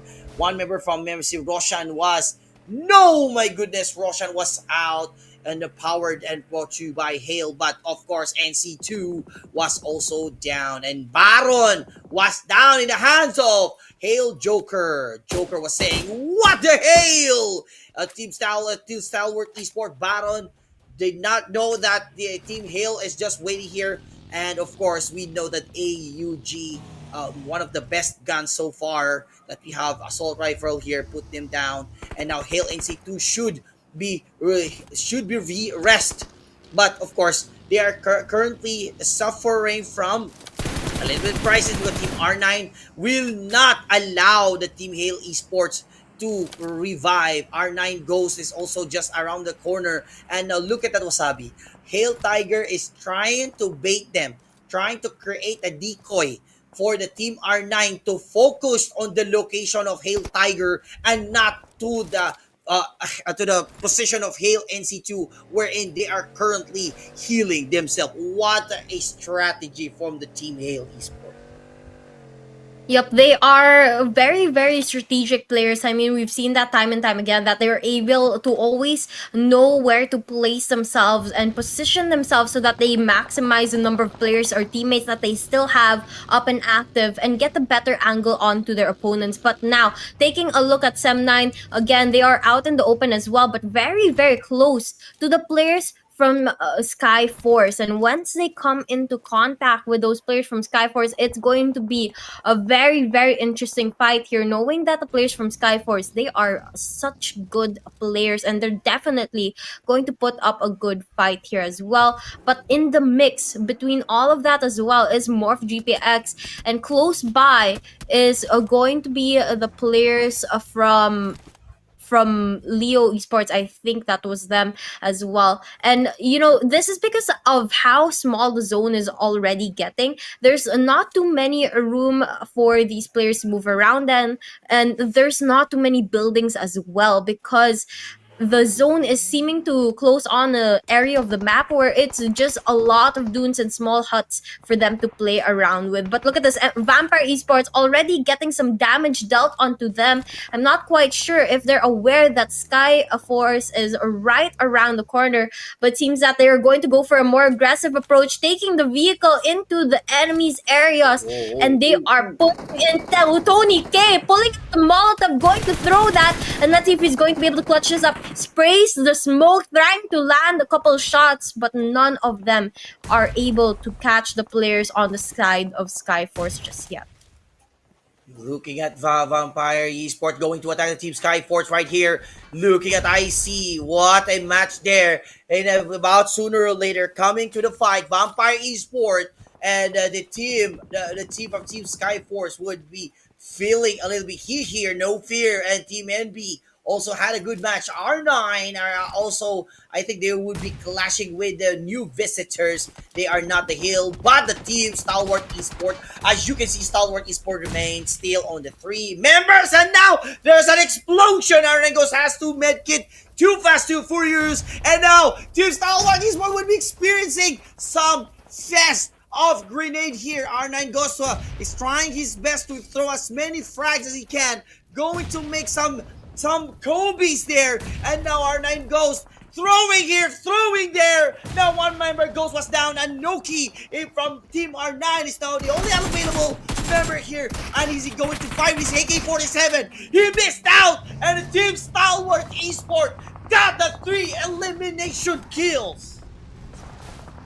And they get the players of R9 sent back into the lobby, but going into NB Esports right now, it seems that they are deciding to just hide back. But look at this hail in another engagement as well with Stalwart Esports. They're going to get a couple shots landed, but Apex just deadly with that grenade, but unfortunately gets killed in the making, and Stalwart UAE gets eliminated. Going into FaZe, they're in a battle of their own with MORPH here, and it looks like MORPH is actually going to be down in the numbers and soon eliminated. FaZe Clan is going to be the ones who make it out of that, but still stuck in a situation with Sem9 and their last and final player. They have to be very strategic on how to play this and find that last player to be able to secure the team elimination. But luckily enough, that last player is going to be very, very far out of reach. Yes, and now we can see the zone is now closing in. It's in the southern side of the Picado. This, Wasabi, this is an open field. I am pretty sure this is an open field. And the problem right now is Agon and Team Vampire Esports. Vampire Esports coming in, while Team Agon is also on the other side. We have here the Team Alter Egos, 0 kills. They still have 4 players alive. FaZe Esports took down a FaZe Clan rather with an 8 elimination points. Vampire Esports with 7 elimination points, and Hail Esports with 5 elimination points. What a match there. Still, Team Vampire Esports still alive with Team A1 TMT Esports. They want to try something out. The Team A1 TMT want to try something out for this match. They trying to shot the Team Stalwart Esports, but hey, you gotta be careful, because even if you're trying to target the Vampire Esports, you still have the Team Alter Egos. Now Alter Egos was down in the hands of the teams, and now we have Sinister trying to shot again. One player from Yoodo Alliance. What a mix there. They're just shooting random teams from one place to the other. And now Leo Esports was down, I believe. The shrinking zone is also one of the accused teams. Ah, now he's down again. Oh my goodness. A1 TM team is doing a good job, but oh my goodness, they are actually just been suffering from these painful zones. And as you can see, nobody knew that today's zone is stage 5, and now A1 TMT Death Storm with a smoke and trying to revive one of the players, and now Yoodo Alliance would be able to fight. What a match there. Alter Egos was down. What Yoodo Alliance and Alter Egos first match, but Yoodo Alliance took this place. Jimmy crashed landing on one of the members from Alter Egos, taking them down, and Yoodo Alliance took this game. Looks like we're going to now be down to 9 teams in the mix, and it's just a matter of time before we find out which among them is gonna stay alive here, because a lot of them are stacked up in one specific area, which is where our players of Vampire Esports are at right now. If they decide to peek out, they're going to see Yoodo Alliance outside camping, but right around the corner is also going to be Talon Esports. They are going to be able to kill off the last player on the side of Yoodo Alliance, bringing it down to 8 teams remaining. And they continue to go on for the rampage. They spot the players on the side of FaZe, gets one eliminated, looking for that last 2 players now, but the smoke just covering their view, not giving them an angle of where they might be. They'll have to slow down. Ooh. Tony K gets knocked, and Vampire Esports are down to their last 2 players. And the question is, will they be able to revive their star player Tony K as well as the rest of their teammates, or will they be eliminated by the surrounding teams here? Right now, we can see here Team HORAA Esports now making another miracle here. Look at this. HORAA with a grenade here. HORAA here still now 5 points. And now he will introduce will introduce one of the members of Sem9 to go back to the lobby. And now, no fear, HORAA, what are you going to do? Are you going to end the Sem9's streaks to this match wherein we only have 7 teams alive? We have here for Tony from Team Vampire Esports, 3 elimination members still alive by a Ravenclaw. What is suffering from the zone and the shots from the team. Sem9, look at that. Sem9 is introducing a lot of shots there, but also he's also suffering from zone. But look at that, Sem9 keep on killing the teams. But of course, Sem9 with 4 elimination points and he's suffering from the zone, trying to stay alive. With Team NBE is also fighting with the Team HORAA. HORAA is currently on the top place. Ladies and gentlemen, we have 6 teams. Alright, NBE Esports. NBE Esports, what you're going to do? Akaz, KO, trying to have a chill bubbles. What a shot there. Grenade there. It's a Kobe Bryant there. Now, Son from Team NBA Esports. What are you going to do with your Star L? Talon Esports from afar. And one player of Team NBA Esports was down. He's been shot again from this side of the team. What the hell? Hale is now in the 5 points, but sad to say, Wasabi 10. But the team FaZe the Team Vampire Esports, who has a lot of elimination points, are now out. And we are now down to 5 teams who are the Team HORAA Esports, Hale Esports, A1 TMT Esports, Talon Esports, and NB Esports. Yep, it's going to be up to them on whether or not they're going to be able to take home that winner chicken dinner. But Talon Esports, they are in such a good position here. Now, I know they don't have that many eliminations. They are definitely not the team with the most skills here, but they have the numbers advantage in their favor, and that's something that's always able to help a team out if you know how to allocate your players and how to position yourselves well. But speaking of position, the team with the better one is going to definitely be the players from the side of HORAA Esports here. They have the high grounds and they have the zone with them as well. They can just gatekeep that, stay with it as it moves in closer, and they don't necessarily have to go for a very aggressive play. But then again, knowing the teams that are here in the top 5, they are definitely the more aggressive ones of the bunch, and this is something that we will see very soon. Right now, you can already see Talon Esports going in towards HORAA. They land a couple shots, knocks one down, but goes in towards NB Esports as well, and it's a 3-way battle here. Both of these teams down to 1 player left. HORAA gets eliminated as well as the players on A1 TMT. They get out of the mix. Hale down to 2 players left. MB Esports with 2 as well, and Talon, they still have all 4 here. Though 1 is knocked, they definitely have the opportunity to get that player back and fight for the winner chicken dinner here. So we can see here Team Hale and Team Talon, Team NB Esports. We currently have Hale with a 5 elimination points, and Talon Esports with 4 elimination points, and now Hale trying to stagger down the Team Talon Esports. Savage, what are you going to do with an preparing for M416? Talon Yanto coming in for the kill. Now looking at Son and NB Esports Furious. There is a lot of throw grenades here compared to the Sanhok area, ladies and gentlemen. Talon Manulayu, looking at Talon Manulayu, what they're going to do with a shotgun. It's better for you to prepare for the M416 NBA Sport Furious with the preparation for the cooking for the grenade. Let's see, ladies and gentlemen. They're trying to shot. Talon Mangilayu looking at that this game. One player from Team Hale Esports is suffering now knockdown. And Talon, look at that. Talon Yanto has a lot of grenade. You need to utilize that. And now Hale Esports was down in the hands of the Team Talon Esports. And we have here 2 teams alive. 4 versus 2 situation. Talon Esports with 4 players and NB Esports with 2 remaining players. Now he's suffering from a low ground, and now he's been shot from outside his zone. And now we can see here the winner chicken dinner. Talon Esports.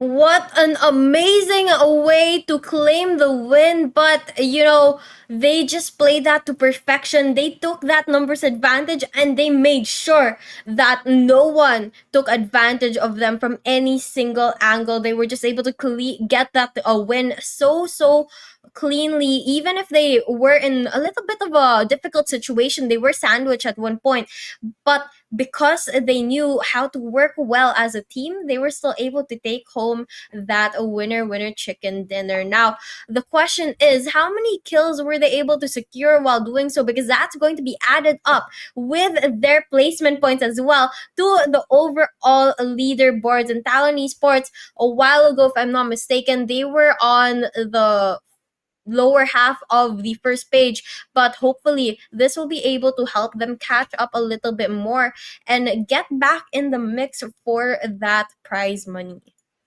Yes, and also we have again we have talked about the Sanhok game, and we've seen lesser cookings of grenades and Kobe's and Stephen Curry's.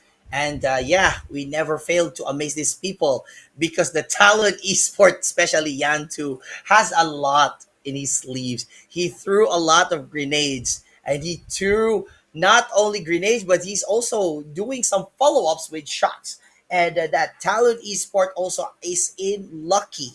I mean, it's actually lucky because they are also in the higher ground, and yeah, there's no chance for for them to to be wiped out because the only members that are still alive there are only two members. So the Talon Esports really did an amazing job there. And what I see there is that they prepared so much prepared compared to the first game. The usage of utilities, especially using of grenades.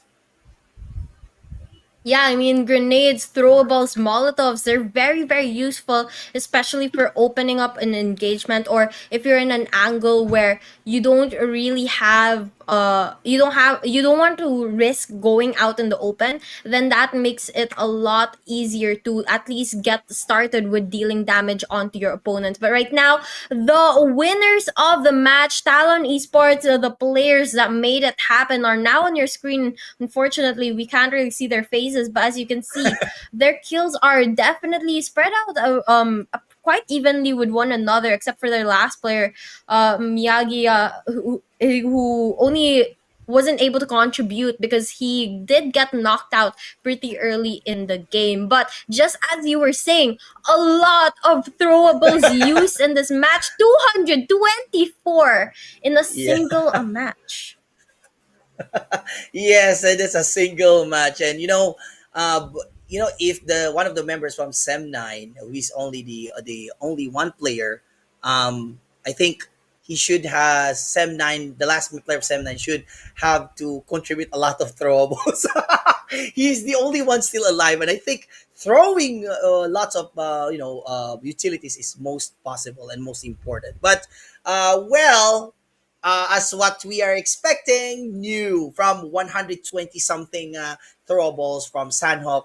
Ladies and gentlemen, we have here the 224 throwables used. And also we have here total headshots, and also our airdrops that's looted. We see previously healings and eliminations and total rescue. But you know what, Wasabi, compared to Sanhok, we really noticed the match is like full of using of all the resources, especially the moldies and the grenades. And now we can see here our match rankings, really, ladies and gentlemen. We have a Talon Esports getting the total of 18 elimination points for this game. Okay, getting the winner chicken dinner. Vampire Esports with a lots of kills, 13 points. FaZe Clan. These two players, Vampire and FaZe Clan, they're actually the first starters, well, the first starter teams who has a lot of kills. Hale Esports was actually like a late bloomers. They took the game to the next level up until the last minute circles. HORAA Esports. Now I realize, Wasabi, HORAA Esports are late bloomers. Like you don't really see them acting good performance in the first games, but in around fifth circle or the sixth circle up to the end, HORAA Esports is taking down the game to the next level. Yeah, the nice thing about horror esports, they're always able to secure at least a couple of kills before they go. Now, they're not the best team out there getting 10, 12, 20 kills like the others, but they are definitely putting up enough damage and getting enough placement points to stay in the competition. And right now, you can see the eliminations and damage stats between the top teams of that last match. And of course, Talon Esports, they are going to be the winners over there. Despite winning, they didn't really deal that much damage nor get too many kills. It's going to actually be the players on the side of Vampire Esports doing majority of the work in that match. But now to the overall ranking, Stalwart Esports remain on top despite their bad game. This match, they only got 5 points, and yet they are still way above any of the other teams. But HORAA Esports now has pushed their way all the way Wow. into top 2. Wow. Yeah, I also see the HORAA Esports is getting more, more standout right here. But my take for the team Stalwart Esport is that, of course, they have a lot of kills. The more that the game is progressing, they also have kills. But if they felt short for the next upcoming games, they might be surpassed by other teams like HORAA Esports. HORAA Esports, we've seen them even though they cannot get the winner chicken dinner, but look at their kills, right? Talon Esports, look at that. They're moving. Look at that. Agon, no, they're dissenting. Seventh Element, dissenting. Bigetron, dissent. Skyforce coming up. Hail Esports coming and the Boom Esports. There's so many things that's happening right now that's really making us exciting. We also can see here the NB Esports, right? The team MORPH. We've seen MORPH Esports like doing really really good match right there. But of course, seeing the team Flash that they are still on the last place and the Yoodo Alliance. I know the Yoodo Alliance as M9. They're actually good. They're good. They're good teams that as far as I know, the FaZe Clan. But we haven't seen. But of course, um, again, just the way that I mentioned earlier that if that is the heat or level of performance that we see for game 2, big possibility is the big possibility is that the game 3 will be even more intense. Yeah, it is definitely be going to be a very very intense one, and this time around it's another map once again. Erangle is going to be the one in the mix for match number 3, but of course we'll have to wait out for that one because we are going to be taking a short break very soon before we see match number 3. But guys, if you are enjoying the stream, don't forget to follow Super Cup Esports for hosting this tournament and having us here on the deck. And we will be right back in a couple minutes for match number 3. Nothing's getting in the way. You're unbreakable. You're invincible.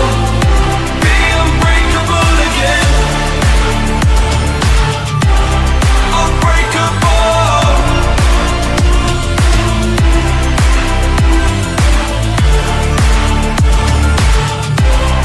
Unbreakable.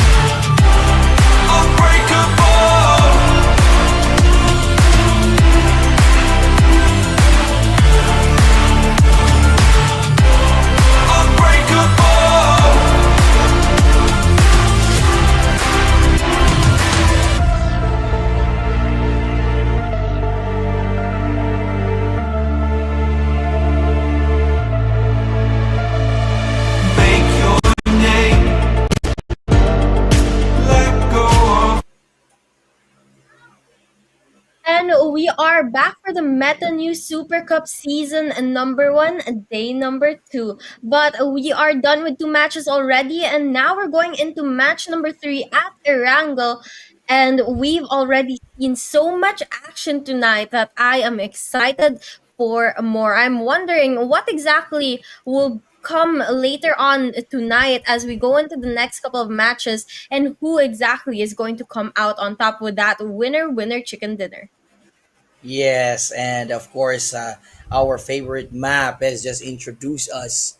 The next map will be our classic map, the generic of all the generic, and still the favorite of all the Erangel. And I believe that pro teams were born from this map. So the action pack would be more so intense than the previous Miramar and Sanhok. And since we've seen that there are lots of you know, consumptions and more use of their resources, what will be the next thing that this team would do in Erangel? Considering that right now in Erangel, there's a possibility that they would be using possible maybe a Georgia pool. I'm not really sure for what the Stalber area, but there's probably a Georgia pool and possible at Team Sosnovka. So we'll see our teams. We'll see each other on our next on our live. So while we are waiting, who do you think, guys, will win for our game three? Wasabi. What will be the teams that will be participating for our game three?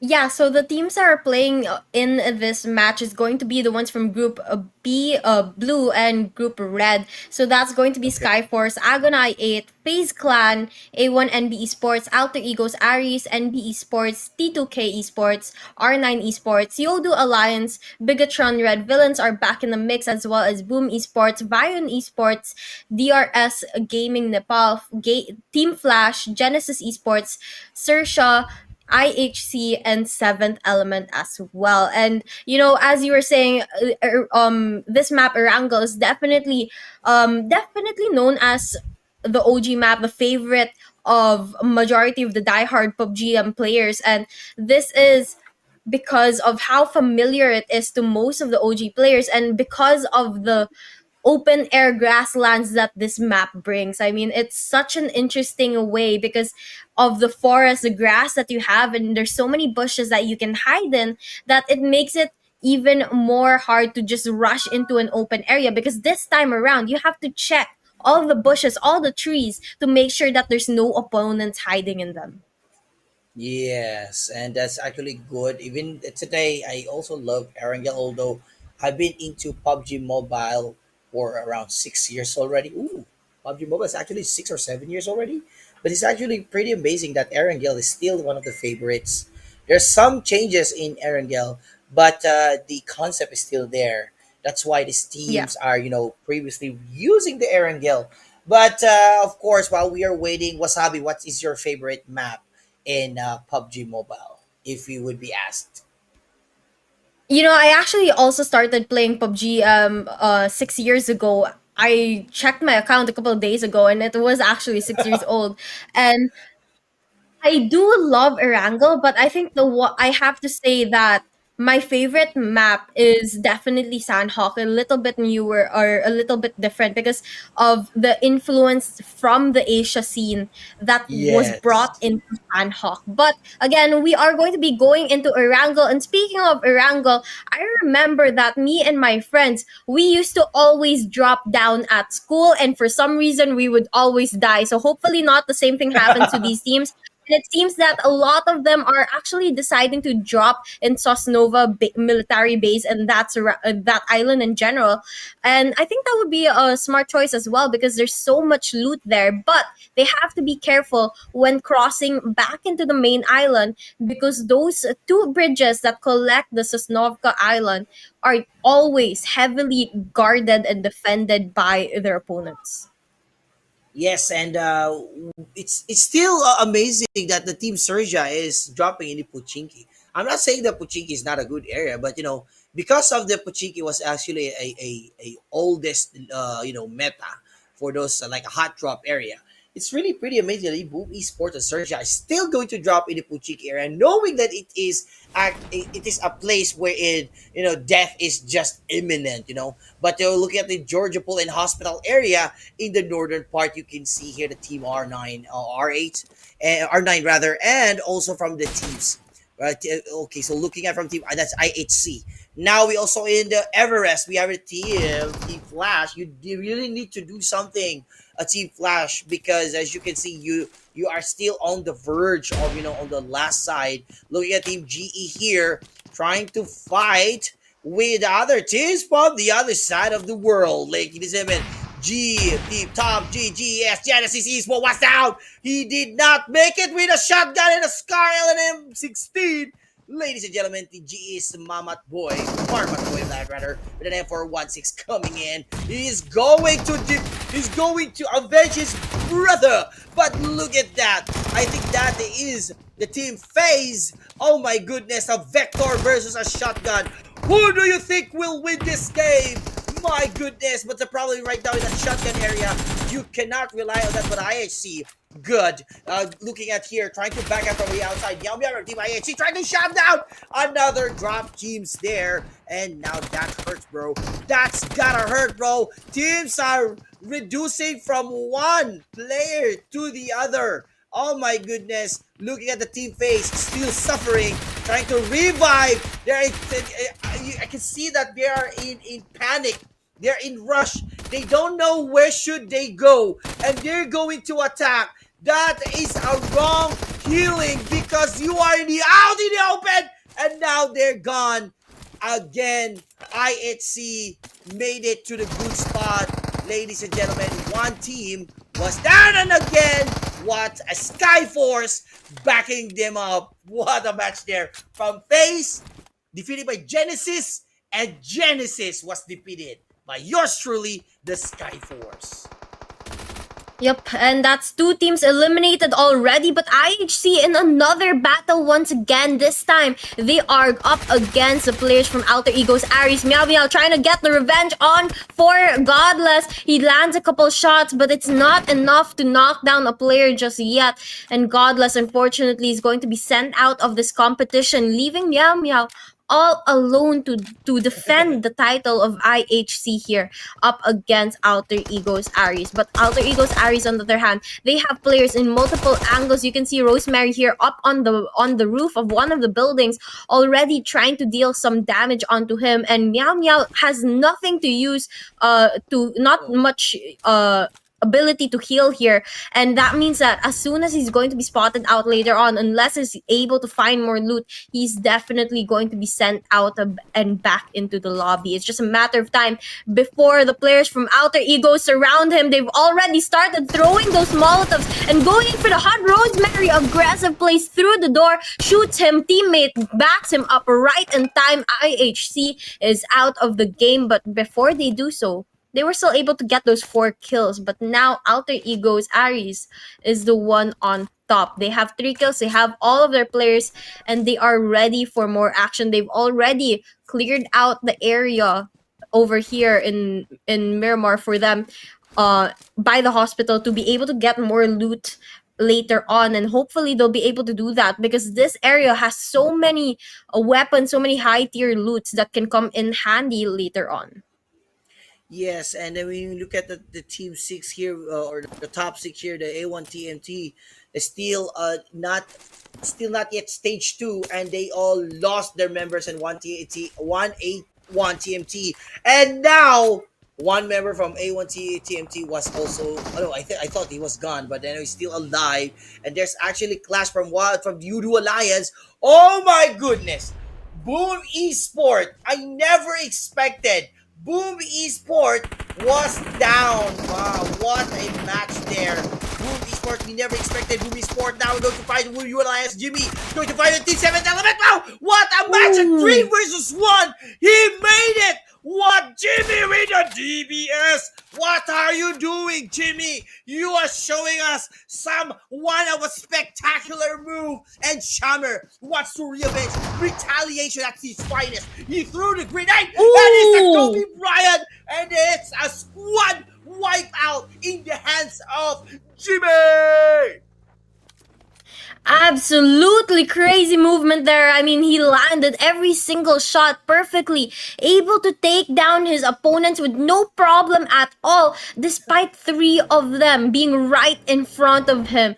And now I think he's going to go in for that revive on his teammate, try to get some backup, but definitely such a good start of the match for Yoodo Alliance, already getting 8 eliminations to their name, and hopefully they'll be able to continue with that aggression that we've seen so far and get a couple more kills to raise up their points. But now taking a look at R9 Esports, looks like Goose here is going to go in for the rotation as well as the rest of the teams, trying to look for a better position, trying to look for some opponents, and it seems that they haven't really spotted out anyone just yet.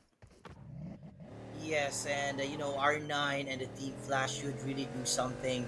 But as a collateral damage for Yoodo Alliance, although Yoodo Alliance got their 8 elimination points, you can see that as a bargain, they also lost 2 members, and that would take them a little bit 50-50 situation because of course, in a situation of a two remaining players, one may heal and one may be a lookout or a like an engaged player, but or they could cover the fire. But of course, 2 players is a little bit 50-50 for me. But anyway, they have 8 elimination points at the first start, and can you imagine? Wasabi, stage 1 only. Still 4 minutes left on the clock before we move to the stage 2. But Yoodo Alliance already secured an 8 elimination points. That's a good head start. But of course, I also want to commend the A1 TMT because no matter what happened, he stood there alive. And if you remember, the seventh element was been defeated by yet Yoodo Alliance. For me, it would be preservation of your life rather than engaging is a good tactics. Especially that's the first. This is the first stage, first zone. Zona hasn't even moved, so he should did not move at all because that is at stake. His team is at stake. But we are now looking at the team Flash here. They are currently did not secure good placements in the overall rankings, but still they did not lose hope. Looking at here, Flash Young with and UMP9 and M416. But anyway, of course, M416 and UMP9 is the best combination of all. And Voin here Esports was shot by Skyforce, IC with an AUG and DBS threw down and I think that is a smoke. I believe that is not a grenade. But anyway, looking at the Voin star by using this area, Void would be able to see Skyforce in a little minute, in a minute rather. Now looking at the star by, you gotta be careful, you might fall down, but I see here Skyforce. We don't want to fight Skyforce that easily, but of course Void is in a good advantage. What a good pick there, shot, but I see even if he has an AUG, but he cannot fight backwards. Now Voin, a little bit problem with Voin here is that although he has an AUG versus IC, he doesn't have a scope. He only have a iron sight. And looking at I think he's down. He's down in the hands of top. And now Skyforce IC preparation. Star by stock in the upper side of this bridge. What are you doing, my friend? Now Skyforce has to push this. Maxius was shot, not by a gun, not by a bullet, but a fragment and Kobe from the team Skyforce. Voin Esports is also down and out. Back to the lobby. If you saw the positioning from the side of Skyforce, just impeccable in comparison to the positioning that the players on the side of Voin was able to pull off. I mean, it was really not a smart choice, though it gave them the height advantage to go up on the top of that bridge. It didn't give them a chance of having a form of cover, and there was no way to revive Starby. Even if they could find cover, there was no way of reviving him because the teammates couldn't get up there in time either way. And I think, it's just a lack of judgment there on their side on how they position themselves in comparison comparison to Skyforce, where they knew they could have some people on the bridge and some people at an angle to shoot down the players who are on the bridge Yeah. as well. And that strategy right there is something that other teams should be able to learn from as well, because it will definitely help them in the long run. But now going on into the side of DRS, they're able to spot Agonai 8 up in the mountains, but the shot's not lining up. XMPL getting a lot of damage dealt onto him, and now forced to heal, trying to hide behind a tree here. I'm not quite sure if that's going to be quite enough cover, knowing that there are multiple opponents in multiple angles who has spotted him out, especially with the smoke that he's placed down right now, calling even more attention towards his name. Looking at the Agon here, I think he or she has a scope, because he perfectly and accurately shot DRS XEMPL, which make XEMPL from the team DRS hesitant to attack. And we can see also the team Alter Eagles with 3 elimination points. What are they going to do? They're still full members. Of course, it adds for moral support, especially when the teams are still all are alive. And now they're currently like moving here in the Puchinki area. And I believe Puchinki area, yes, it's a hot drop area, but as far as my experience is concerned, Puchinki is only a place where it's a hot drop for first games, but later on it will be left behind. So maybe the Alter Egos would arrive in Puchinki with no enemy on site. But looking at right now, Badru with 0 points, elimination points, but he is still in preparation with an M416 and also the UMP9 coming in, also preparation for his frags. In our previous Miramar, we seen from Yoodo Alliance Yanto for getting that lots of team Talon Esports Yanto for getting that multiple utilities grenade. And looking at it here, team Bigetron Lapar, we haven't seen the Bigetron making some highlights here, and I believe this game 3 they would be showing us some really amazing performance, because of course anybody, I mean everybody knew how Bigetron works. So we can see here starless, but now considering of the zone is now closing in, I mean all the members are here. But look at that Wasabi on the northern side. One player, A1 TMT Sinister, is so alone in Yasnaya Poliana. It's so sad losing your 3 members. Yeah, he definitely went into depression mode right there, just trying to stay secluded from the rest of the teams and, away from the gunfights as well. But taking a look back at Bigetron Red Villains, you were talking about how they've been a little bit slow for today's matches. And yeah, I definitely agree with that. But that's also due to the fact that Lapar and Satarles, they are the duo here in Bigetron. And for some reason, they've been knocked down pretty early in the last couple of games. And I'm not quite sure what's going on, but they definitely have to bring back that power duo and step up their game now to be able to make up for it. And it looks like they've spotted out the players on the side of Agonai 8, and they are looking to get that kill pretty soon. As soon as those players on the side of Agon I8 decide to exit their area or exit that building that they're in, the players on the side of Bigetron Red Villains are going to go on for the hunt. But aside from there, those there are also the players from the side of Yoodo Alliance on the opposite side that Bigetron Red Villains seem to be taking a look at, and it seems that they'll just be holding down these set of houses here until the zone closes up for now at least. Yes, and we were looking at the team Bigetron is they're currently using an M416 and a DBS, ladies and gentlemen. Look at that. The teams are using the old the 2023 meta guns that we see right now. Now, with that being said, I believe that the Bigetron would make a formation which is possible a fragger mode, seeing things that they haven't got more points, elimination points from the previous games. And we can see that Bigetron is slowly descending from top 10. So from top 5 they're really moving down. So I think the Bigetron would need to push a little bit, especially at this game, wherein we are now currently in the third game, and we are halfway through to the end of our day two, which is the match three today. And looking at Skyforce with 8 elimination points and Yoodo Alliance. Skyforce still alive, three elimination points.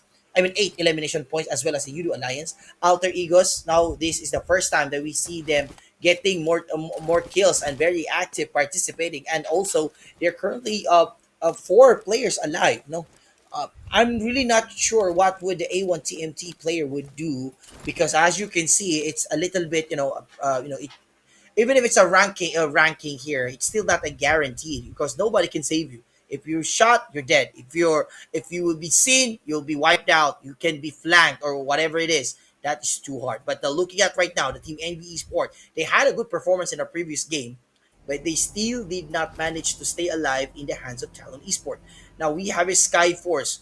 Of course, not only they are from previous former stalwart esport, but of course their response rate and their activities are still a top notch. Even if they moved out to the free agencies and they moved to the new teams, still the Skyforce, the team members of Skyforce are really amazing.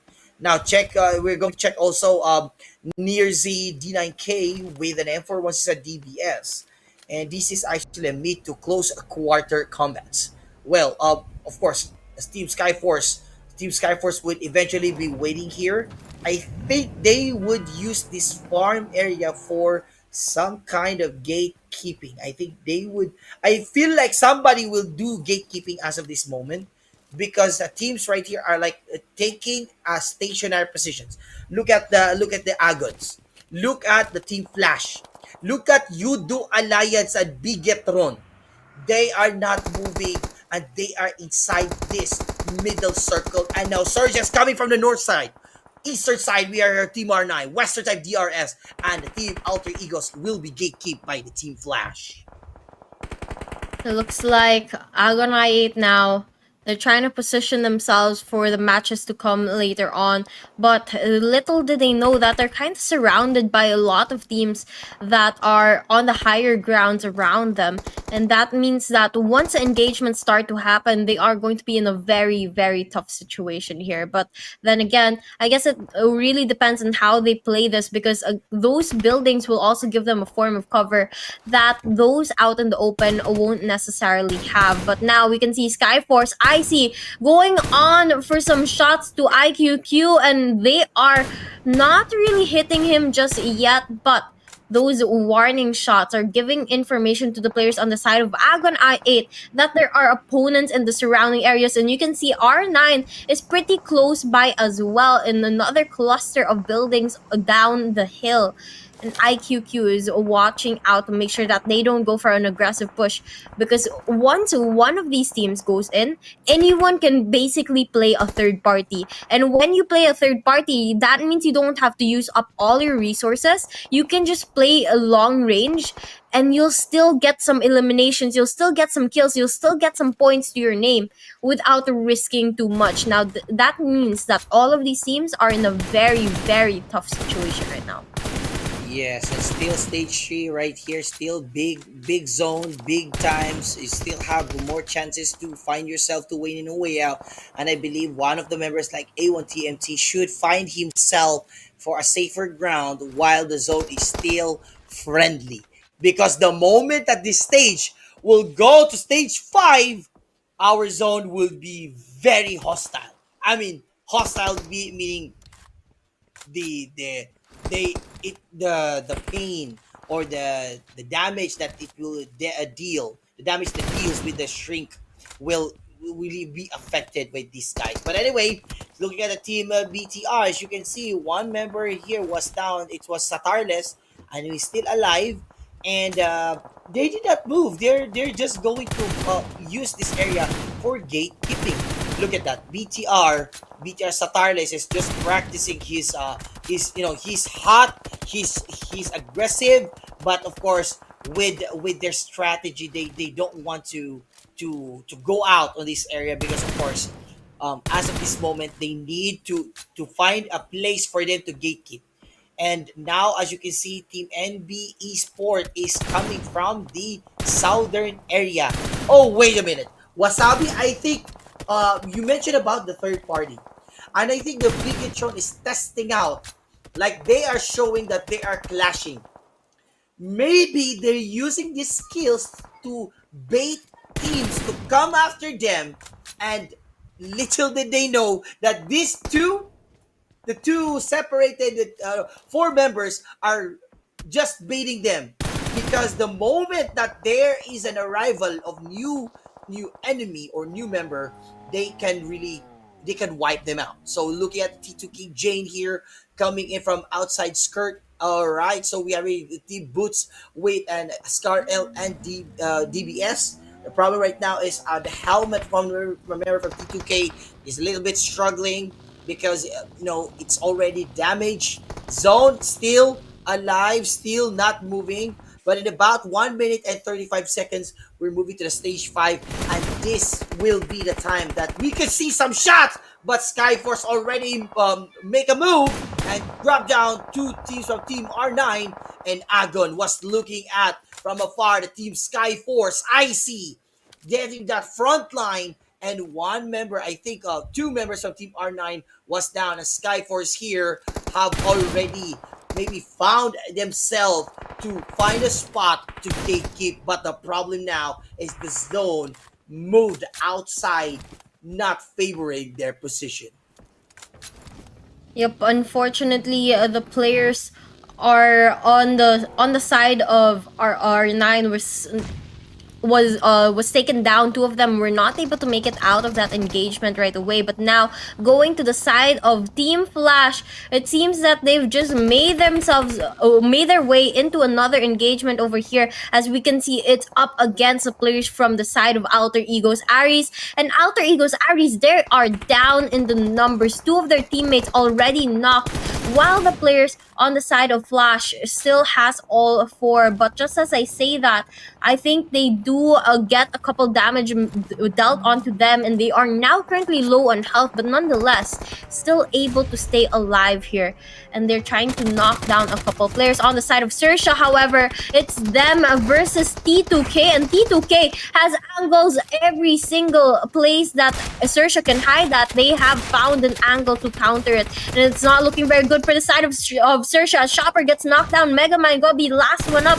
Earth going to be the last one up. But unfortunately, it seems that Earth is going to get eliminated as well, and XERXIA is sent out of this competition. T2K gonna have some time to revive Rig now, though they've lost Jane already.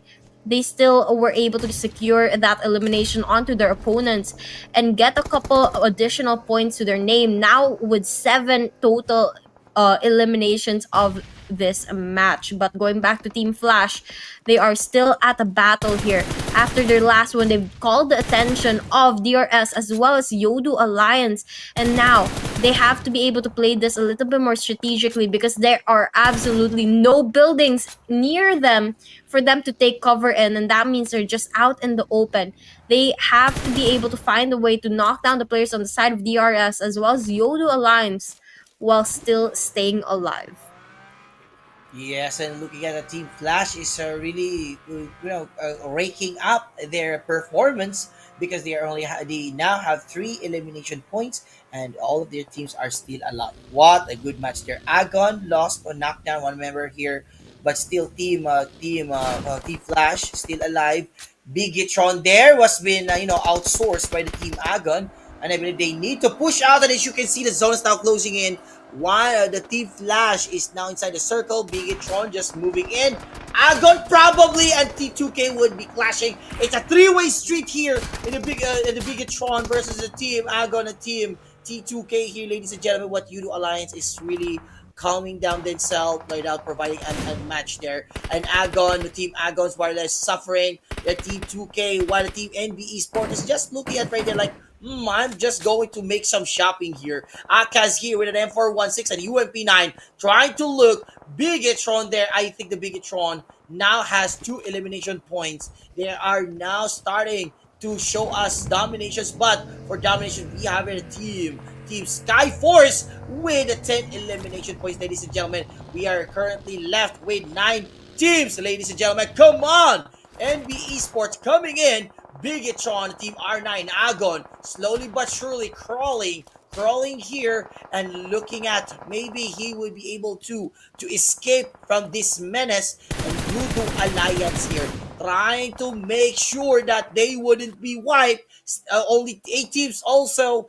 We are looking forward for this team, especially Yoodo Alliance Jimmy with his DBS and M416 staying here, trying to gatekeep, but DRS Delta. Ladies and gentlemen, DRS still 4 players, 1 elimination point. Crawling here and trying to look at Team Flash. We know that Team Flash is actually part of the teams who are in the last overall rankings, and they need to survive this to get up for some pace. And now Lapar shuts down one from NB Sports. R9 Superman will be suffering from zone, and oh my goodness, the zone is killing them softly while Satarles here trying to make some smoke. And now Team Flash needs to get inside. And I'm wondering, Wasabi, what is the current status of one player from A1 TMT, Sinister?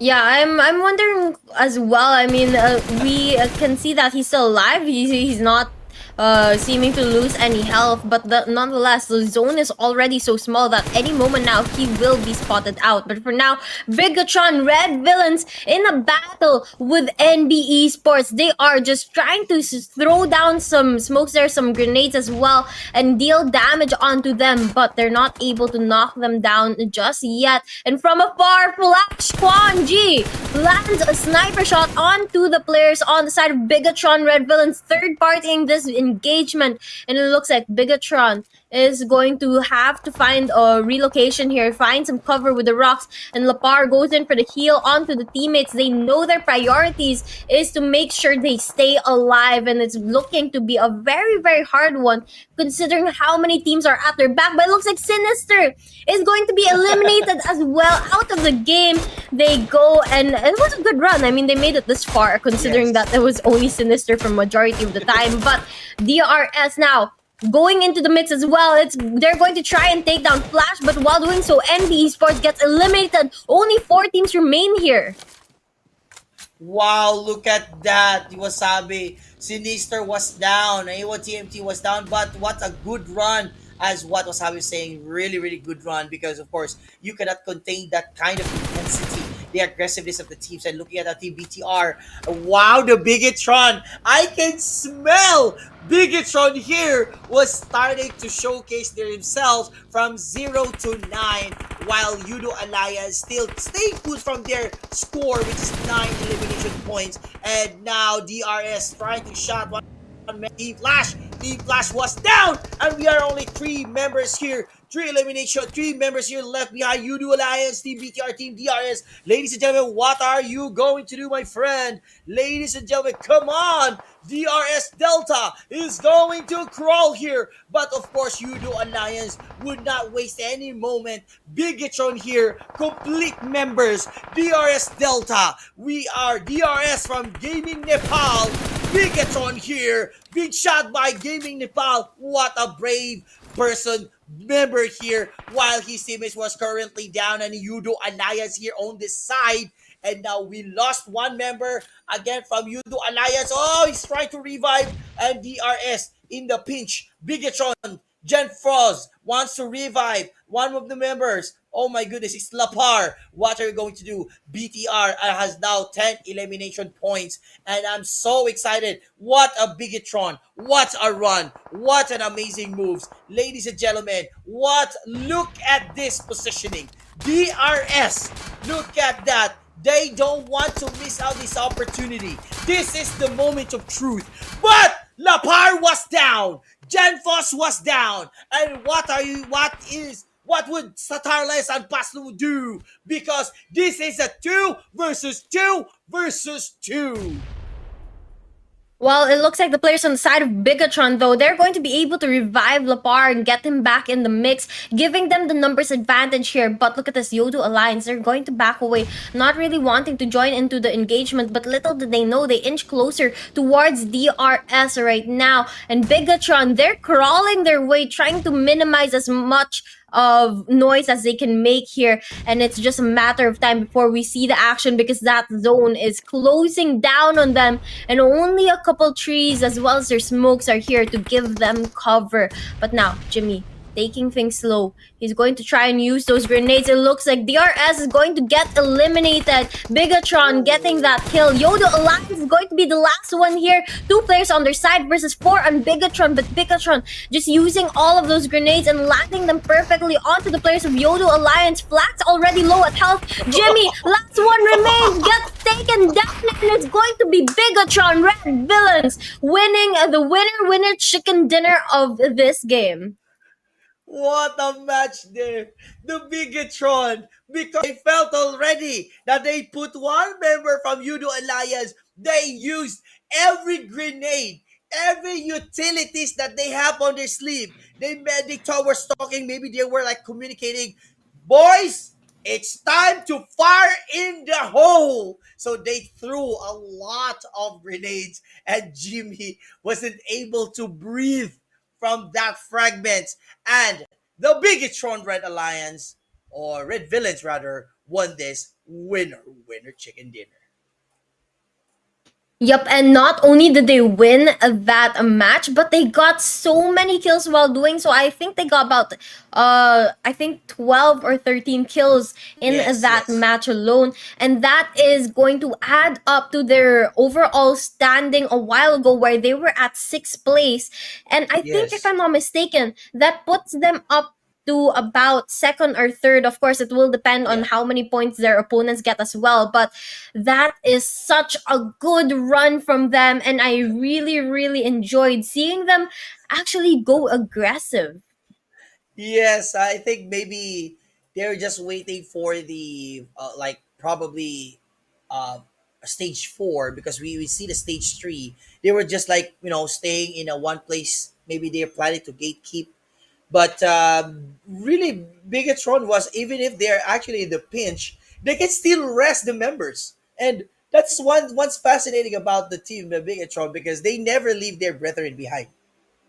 What they do instead is that once their member was down, they immediately put some smoke there. They try to arrest them as much as they can, and the rest of the teams will be on the lookout, covering themselves, and that sealed them for the games. But of course, Yoodo Alliance, especially Jimmy. Jimmy took down that game to the next level, because with his power, the seventh element was down. He really wiped them in the first stage of the game, and what a match there. Sad to say, the third teams and to the last team did not make it. But of course, they really did it. Well, DRS Gaming Nepal would be able to find their way in, but the problem is they are actually in the hands of the team Yoodo Alliance. That makes them a little bit aggressive. And also, I want to commend one member from A1TMT Sinister, because at in this game match, especially this like our new Super Cup, one player is a little bit on the pitch, and we thought that he would be out at the earliest stage, but they ended up on the spot of rank 5. And right now, we are going to be seeing the statistics of the players from the side of Bigetron Red Villains. And it's pretty even here between Satarlas and Lapar. And as I said, they are the deadly duo of Bigetron Red Villains. But of course, the rest of the team getting 2 and 3 kills respectively, really carrying their own weight in this tournament. And you can already see that last couple of seconds where all the throwables were used, it brought up the total amount to 215 there for this match alone. And of course, you can also see that 4 airdrops were looted, which is quite surprising now that usually in the past couple of games that we've seen in day number 1, it's usually only 1 or 2 that are opened. It looks like a lot of the teams have decided to go in towards that airdrop for this match at least. Yes, and we can see here also there are a lot of knockouts there and rescues that happen also, which leave us to have more healings than we expected. And of course, it's still average for 65 eliminations. But what I also was surprised is that the airdrop loots was actually four, so that's actually too many. Of course, it's good to have a loot, but previously in our PUBG Mobile, they just gave us the discount. Instead, you can only loot for in the red in the air flare crew or airdrop looted for a ghillie suit, probably the AMR. But I think that's actually surprising. But what I like about here Wasabi was that the knockouts there that was we witnessed from the Bigetron was actually there's too many multiple knockdowns with the Bigetron, and I was thinking that possibly they might lose because of too many knockouts. But we it's really amazing that they still got the winner chicken dinner. However, I also want to commend the Yoodo Alliance because the Bigetron had a problem with attacking them. Now we're looking at also our match ranking for the game, okay, for the game, not yet the overall ranking. Wasabi would be the one to take that. But look at Bigetron Red Villains, all right? Red Villains took the total points of 23. But as Wasabi was saying, Wasabi, you're correct. 13 elimination points sealed on their pocket. And Yoodo Alliance and Skyforce take them for the 10 elimination points, and the rest are only one single digits. Yeah, and if you are one of those teams where you've only got a single digit, you'd hope at least that you got additional placement points to make it at least a little bit higher added into the overall rankings. But this is what we were talking about a while ago: eliminations and damage statistics. As you can see, Bigatron Red Villains, they were able to get way more kills than the amount of damage that they dealt. That means like some of them already they third partied some engagements, allowing them to get the kills without really dealing that much damage. But right now, overall rankings of the game, Bigatron Red Villains actually overtakes the players from Stalwart Esports, and Yeah. only by a slim 2 points here. Now that's not much, but then again, it is way more than what they need. I mean, getting to that first place from their sixth spot a while ago is already a huge jump that they just need to learn to maintain later on. And after that, Stalwart Esports, of course, at 60 points, Agon I8 at 49 points, and right below is Skyforce at 47. Now, the teams in this first page, they're relatively close together. I mean, Agon I8, Yes. Skyforce, HORAA, the 1 point difference between them, and Bigatron and Stalwart is 2 points. It's very close. Anyone can really snatch that win still, as long as they step up their game. But going into page number 2 and page number 3, as you can see, these are the teams where on page number 2, it's the teams that are more or less not consistent. They sometimes get the wins like T2K and Yes. Boom Esports as well as Genesis Esports, but they're not consistent. Yes. And then when you go into the third page, XERXIA, Team Flash, IHC, FaZe, they are the ones struggling. And I'm still, again, so surprised to see IHC there on the bottom. I'm not quite sure what is going on and the reason why they're not really able to step up the game. I'm used to seeing them at least part Mm-hmm. of the top 10, sometimes even part of the top 5 and higher. Mm-hmm. But for this tournament, it's not looking very good for them. Yes, and also we are also looking at the Team Flash. The Team Flash was actually also in the bottom. I'm also rooting for them that maybe they could do something about it. But of course, one thing for sure is that Bigetron really made a performance that I was saying previously that we haven't seen the Bigetron playing for was not playing well for the game 1 and game 2, but they have proven themselves that they are the OGs, not only for the OGs as a Bigetron's BTRs, but they are also the OGs for Erangel. Yep, but that will wrap up match number 3. We will be right back for game number 4.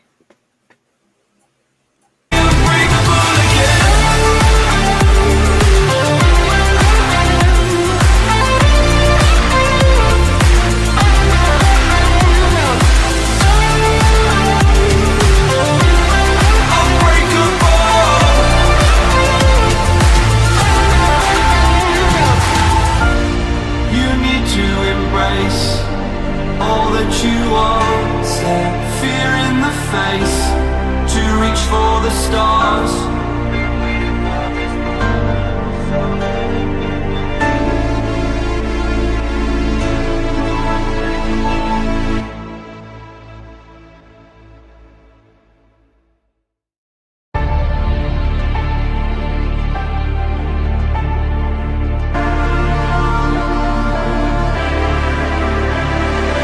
It's your time. Don't be held back again. You need to resist. You're on limits. This fire is burning. You need to embrace all that you are. Step fear in the face to reach for the stars. Been waiting for this moment, so let it begin. You're unbreakable. Feeling powerful. Nothing's getting in the way. You're unbreakable. You're invincible. Be unbreakable again.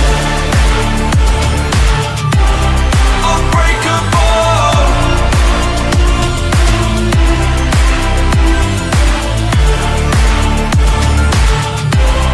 Unbreakable.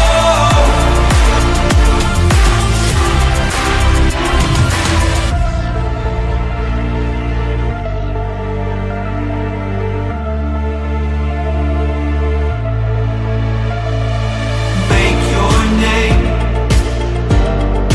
Let go of yesterday. If dreams can exist in a world like this, don't abandon them.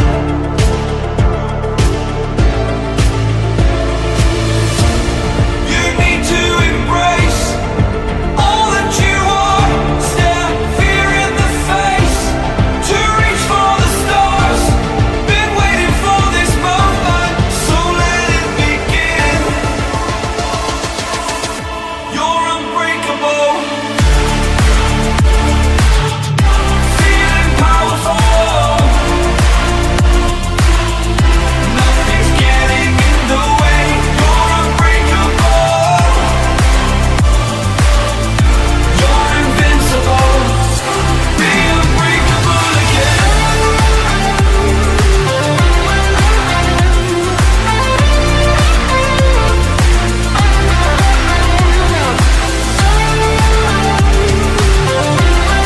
Unbreakable.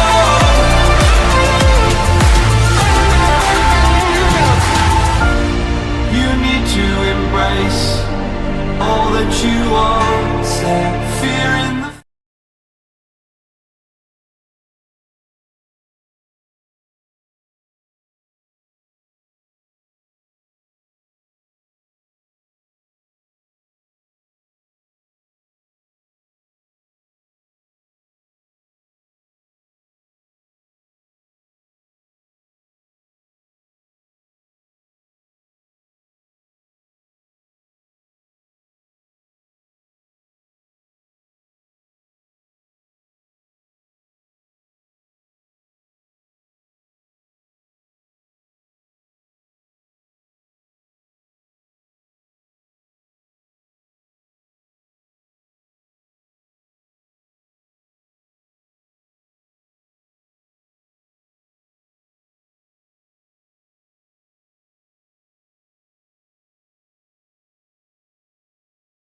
Party access, excluding logistics. Second place earns $1,500 in life tokens. And third, $1,000 in life tokens. Fans, rally behind your team with your unique referral link from Gleam. Top fans win $500 in cash and $2,000 in life tokens. Second place gets $300 and $1,500 in life tokens. Third place, $200 and $1,000 in life tokens. And fans from 4th to 10th place get $100 in cash and $300 in life tokens. Those from 11th to 40th win a Royale Pass and $100 in life tokens each. And those from 41st to 248th win $50 in life tokens each. The countdown is on. Get ready for edge of your seat excitement and gaming glory. Don't miss the chance to grab your share from the massive Hello, hello, what's up, you guys? We're now back again for our Meta News Super Cup brought to you by Life.com or Life3.com. So, we are excited and we are now preparing for our game 4. A lot of things happening. We started from Sanhok with a little bit aggressive right there. And now, second game, we have a lot of grenades and mollies and utilities. And now for the third game, those teams are actually in the idle positions are now ranking up, trying to elevate themselves and put themselves at the top of the game. And ladies and gentlemen, what will be the move and performance for our game 4? That is the question that is yet to be answered. We just have to wait and find out for ourselves because there's really no way of predicting what is going to happen in that match. But again, we were talking about a while ago how Sinister from the side of A1 was able to stay alive for very, very long, and it was quite surprising that he was able to stay alive for that long, that the team was able to get a couple of placement points before they went down. And I think, sometimes that strategy definitely works out. So that's something the other teams has to look out for. But again, our winners from the last match, if you did not see it, if you did not catch it, was the players from the side of Bigetron Red Villains. And they were absolutely crazy. They got 13 kills to their name. And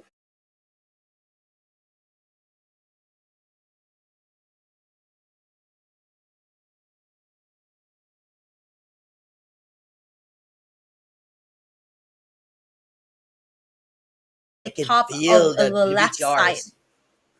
BTRs. Yes, and we definitely want to see some live action here. That's just what at the beginning sighting. But you can see also the zone. The flight path was just crisscrossing from Kampong to Tatmok, and of course Sanhok, the place where we will be gaining some awards. And some teams from Sem9 was down. This is a little bit problem for our teams because Team Flash is trying to flush out the team Sem9. Ladies and gentlemen, Sanhok, wherein what Wasabi was saying, there is no need for you to stay. There is no need for you to wait. All kills will be made to glory. Yeah, this game, this map specifically is such a fast game, fast paced, a lot of engagements, and you can already see one happening with Sem9 here as they take down one of the players from the side of Flash, but Woon gets his revenge, and Young gets one as well. Sem9 is going to be down to the last player. Phoenix gets spotted, eliminated, and Sem9 is out of this game. It looks like Flash is going to be the ones getting that 3 or 4 kills to their team here early on in the match. They just landed, but they were still able to secure a whole elimination onto their opposing team. And now we move on to the side of Boom Esports because right around the corner is going to be MORPH GPX. Now, MORPH hasn't spotted them out, but Boom has their eyes on them. Yes, and while we are looking at also there, we have Vampire Esports, who are currently leading for the previous game, is actually fighting with Team Leo, where Leo is currently now in the crisis, losing him son, knocking down. But of course, a team of Vampire Esports are looking forward. What are you going to do, my friend?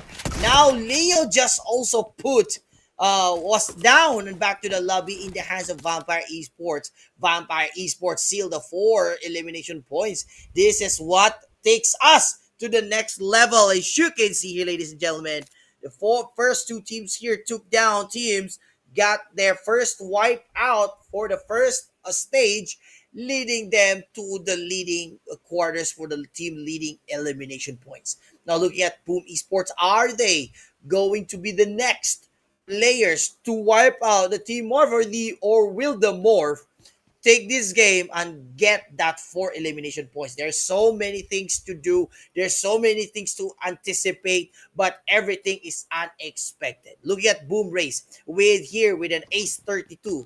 As you can see, Ace 32 for me is a good gun, good weapon for me in replacement for our AK-47. Oh, sad to say, AK-47 with a high recoil can be replaced by Ace-32, and I think Ace-32 is good gun, but of course, because of its nuke facing, still it's not that been used. But you can see Team Flash already put Yanto. Oh my goodness, Yanto was down, and you know that Talon Esports Yanto is one of the aggressive MVP for Team Talon Esports, but he was been killed or been eliminated by Team Flash with the use of Honey Badger.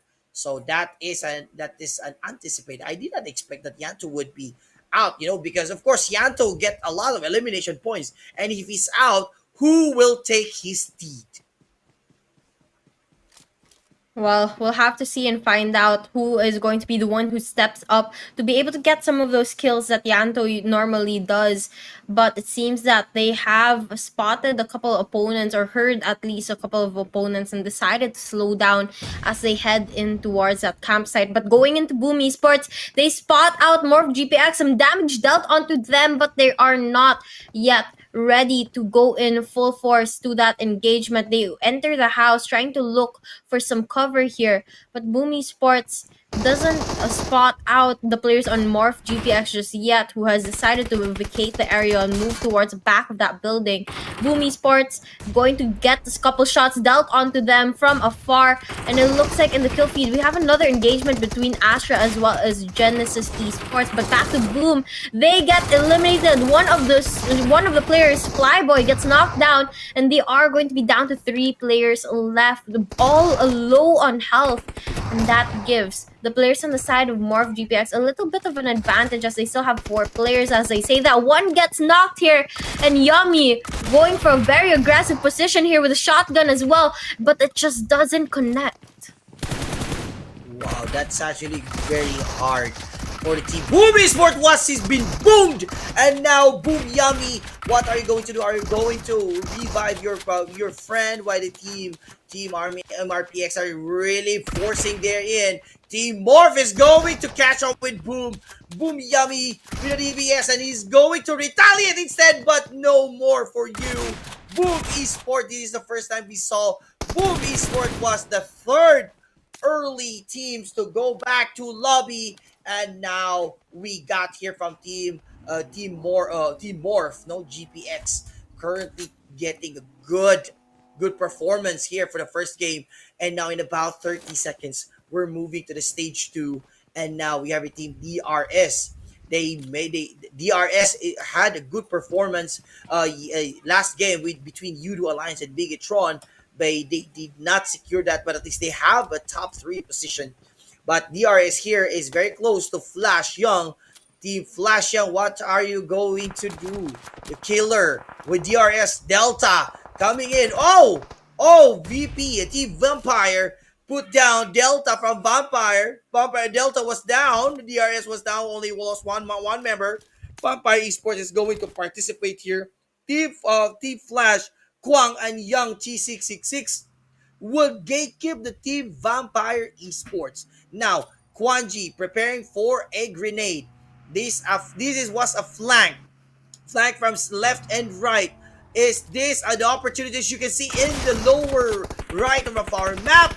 They are going to attack some of the teams, while FL Young or Flash Young trying to kill things. Stem up. Vampire Sport was down, and Uzi trying to back him up. DRXXFPL really good at hiding, and Uzi was been shot. It's almost killed, but XEMPL needs to run because he is the only player. Stone was down. Actually, Stone was eliminated, right? And Tony Key, Uzi is the only 2 players alive for the Vampire Esports. That is a problem. That is a little bit crisis on their part. Now IHC Abel here with 2 elimination points. But look at the score elimination points here. Vampire Esports has 7 elimination points, while Flash, although has 6 elimination points, all left with none other than 1 member from Team Flash. And now Vampire Esports, took down another team from Team DRS, and we are left with 14 teams with still a 14 teams alive, and we're now currently staying at the stage 1. Who will take this game to stage 2? Because Sanhok is not that same as that of Miramar and the team in the Erangle. And now we can see here, Flash shut down Uzi, and Tony Key is the only player who is going to save his. Oh no, no more saving for you, brother. Are you going to retaliate, or are you going to run away? Flash Young T66, 4 elimination points. And now Tony Key preparing for his DVS. This will be a battle of Flash and Vampire Esports, who are currently securing the top 1 and top 2 in terms of elimination points. And now we are going to have only one player remaining on the side of Flash. It's going to be Young. And again, there's still 14 teams here in the mix. But a lot of engagements have happened already. As you saw a while ago, Vampire Esports lost a lot of players and DRS took some damage as well. But Young got spotted by Talon Esports, eliminated, and out of this match he goes as the players on the side of Talon take him down. But that gunshot fired, those gunshots fired, is going to call the attention of the surrounding teams, and it seems that they are now aware of the people that are around him. But here, last player on the side of Vampire Esports, Tony K. This guy is an incredible player, especially in day 1. We saw him clutch a 4v1 situation right in the face, all 4 players, but he was still able to secure it. And then he almost did it again, a 3v1, all in the same game. And he's an absolute beast of a player who can definitely clutch this up for the team if needed. But on the side of Bigetron Red Villains, Lapar here is going to be the last player up and running. He has to find a way to revive Jen Frost, who's in the other side of the building, but it's going to be a little difficult because East, he is right there, very close by, and he wants to get that kill. Yes, and looking at here, the team Vampire Esports is now in the pinch with the team Talon Esports. Talon Esports Yantu was down. Mangilayo, we saw Mangilayo who defeated or eliminated Team Flash Young. And now Bigetron here. It's kind of sad that Team Bigetron here, Lapar is the only member, while the team Stalwart Esports are going to be here. And now that was a main match. A Kobe Bryant from Team Stalwart Esports. Now Vampire Esports trying to shot. Shamir was down. 7th element is now down to 1 player standing up. Goku Bot. Oh no, I mean three players from Team 7th element, and they can already smell the Vampire Esports. Tony Key with an EBS. Are you going to fight, brother? Tony Key going to wait, but he's been shot from afar. And the 7th element put down Vampire Esports back to sleep. And now we're going to see if a 7th element is going to be able to find the other opponents that are around the area. It seems that they're going to try to find some medicine here, some ways to heal up, because they did take a lot of damage from those opponents that they were up against earlier. But taking a look at the overview of the map, as you can see here, we're mostly focused on the area of Paradise Resort as well as Boot Camp and Quarry. And the teams that are still outside of the zone is going to be Talon as well. 7th element trying to make their way into that area and cross the bridges that are needed, which I think they will be able to do that without getting too much intention called towards their way, as there's not too many teams gatekeeping the area. But the team to watch out for is Stalwart Esports, because right around the corner is going to be IHC up in the mountains. They have the high ground advantage over Stalwart Esports, which is going to make it a little bit more difficult for Stalwart to win this engagement if ever they decide to go for it. But look at this, Meow Meow from the side of IHC. He's also down in the ground. He is taking a different position, taking a different angle from the rest of the opponent, and he is just trying to gather information. Now, I'm not quite sure if Apex is aware that Meow Meow is there, but he is aware that there are opponents on the mountain that's right in front of them. Yes, and still Stalwart Esports. We can see here 2 elimination points. They're silent, but they're deadly. IHC Abel throws down a molly here. and I believe the East was not being affected, but he still was down. And if IHC Abel would see that, he would definitely would put down. As of course, it's a plus points. Meow Meow put down a Stalwart Esport East, and now we have here IHC. I think they are on the upper hand. Stalwart Esport, back down with two players, and IHC is still now they are currently ranking first, as well as the team Morphs GPX, because they have 4 elimination points. Again, it's kind of sad that our overall team ranking, teams top fives, are suffering from a little bit too slow descending their rankings. And now we can see here Baron here with preparing with cooking for grenade, and Abel is looking for Apex. This is a good. I have a good impression here, because one member was actually backing out one from Team Stalwart Esport, and the other one is at the back. So that is a good positioning right there. Now we can see here Baron. I think Baron would use a wide flank in order to avoid a match. Now you can see here IHC Demo OG with an M416 and UMP9.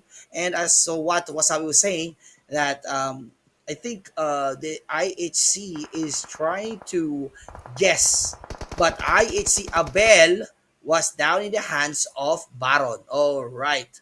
So we are now left with two players, Demo OG and Meow Meow, and I never expected, because Abel is good at spotting enemies, but I think it was surprising. A Stalwart Esport Baron, and we can see here the zone just shifted a little bit, and it's very close, but it's not that. It's actually in the middle between Bootcamp and Quarry and Paradise Resort. Teams IHC, Stalwart Esport 2A, Team Gem, Team Voin, Team Sergia are now inside the zone, and I believe there would be a gatekeeping. All right, so ladies and gentlemen, Hale here, and Sergia is still 0 points, zero elimination points, and still, you know what, Sabi, compared to the first game, I think this is a little. I think this pacing, the Sanhok pacing for our game four is quite slower than the game one. Yeah. Yeah, it definitely is a little bit slower. In game number one, we saw a lot of teams go down and get eliminated Yeah. very, very early in the game. But this time, we did see quite a lot as well. But it seems that it's more spread out, and the teams are Yes. a little bit more spread out throughout the map as well. And that means there's not that much crossfire or third partying when it comes to the engagements, Yes. meaning things are definitely a lot slower here. Yes, and we can see here the Team Genesis Esports, with an M416 and DBS. And I think they would be staying here in this area, gatekeeping as just what like the Bigetron was or did in the previous match. While the Team Morph, look at that, it's quite spread out. Yes, Team Genesis is quite spread out. This is why Team Morph GPX would have to slowly eliminate them one by one. And we have here Dua Del 2 coming in, and I think that he would be able to meet one member from the other side. And we haven't seen also Voin to get extra kills. As you can see, also the points, they have 0 points, unlike the team IHC and Stalwart Esport. Compared to our previous games, right now it's amazing that IHC and Stalwart Esport are now getting the leads. While those teams that we expected or seen them perform well in our previous three games was actually out. Look at that. VPE out. Team Flash out. Team DRS out. Team BTR out. Team Boom out. What? This is a game changer for me, Wasabi. This is a game changer. Well, honestly, I don't really think that it's too much difference. I mean, IHC is definitely a surprise after their bad performance the past couple of days, Yes. but Stalwart Esports has always been on top. Yesterday, they were maintaining that number one spot the whole time, and now they're maintaining within the top three. Um, Yes. as you were mentioning, like Boom and Morph GPX as well, Sam9. They have also been having a hard time in this competition, so it's kind of expected that they were eliminated pretty early on here. We'd like to see more action from them, but then again, based on their performance so far, it's not really looking good. But right now, back into the action, we are going to take a quick look at the overall map once again, and you can see that the zone is actually closing up towards that quarry area, or right above quarry area, and that is where majority of our teams are heading towards now that the zone has been released. But of course, a lot of them are still trying to hold down their respective positions and not draw too much attention towards their way, because they don't want to go in towards those engagements. And if you take a look at the screen as well on the overall leaderboards, you can see that STALWART Esports, they're down to their last player, and that's actually going to be Apex. But Apex was able to position himself inside one of the buildings within zone, so he's going to be able to wait that out till later. But for now, Hail Esports with an engagement in with the players on the side of XERXIA Esports, and they're trying to land a couple of their shots, but it's just not connecting. Same goes with Genesis here, as they try to throw grenades toward Earth. Earth gets some damage dealt onto him. Player 3 goes in for more aggressive in front, upfront engagement here, but instead it looks like XERXIA is going to be the ones landing the shots and getting that knockdown onto the opponent. But backup comes in right in time, and it seems that Earth isn't ready for the action just yet, but nonetheless the spray comes through, and Marinat Boy is going to be the ones winning this one, getting the revenge onto his opponent XERXIA here and getting them eliminated from the match. Yes, what a good match there. And we are now down to the last 10 teams. And we're looking at here in about a minute, stage 4. We're moving to the stage 5 wherein the clash starts to begin. But anyway, with regard to begin, they already a big, they are now starting to give us good performance like Voin. Voin here, they start from 0, and what we are expecting, I will be expecting that Voin would have kills as well as Team HORAA. But IHC is still on the top of this game, 6 elimination points. Team Stalwart Esports still 4 points, and now we're looking at Key 27 PRMN or Key Voin Key with a UMP9 and QBZ, and I think they are really meeting up with Genesis Esports and also the A2 on the mountain or hills. And now still they're running inside the zone. Genesis has to wait while the team MORPH and GPX is also waiting. So there's actually a spot there. Genesis, Marinat Boy tried to shot, and Void was out. All right, it's out. And now Genesis Yunzai is waiting for one member of the team MORPH to go out. And looking at the Marinat Boy, I think he has to run inside the zone immediately, while looking at Eduardo 2 versus Yunzai. I think it's not good for our brother, because look at that, he only has 2 medkits available, while Duador 2 is also healing himself. But look at Talon Esports was down again. It's really I was shocked. I'm shocked. Like, all of our teams from previous 3 games are actually out for this 4th game. So we can see here a Hail Esports Joker with an M416 and DBS and No Fear HORAA. DBS and M416 right to shot 7th element, and luckily they have escaped. And now HORAA Esports are about to attack. I think they're going to use this avenue to go away instead of attacking, and they would probably meet the Stalwart Esports Apex on the other side, while he's just providing himself from a cover like that. Apex is on the prone side. HORAA here is trying to look for more enemies, considering that they only have 0 elimination points. Hail Esports has 2 elimination points, and now Genesis Esports in a bit crisis, and IHC just eliminated the Genesis Esports. They're out of the mix now, and IHC remains on top with those 7 eliminations. 2 players left to their team, but MORPH GPX are playing catch up here with 7 kills as well.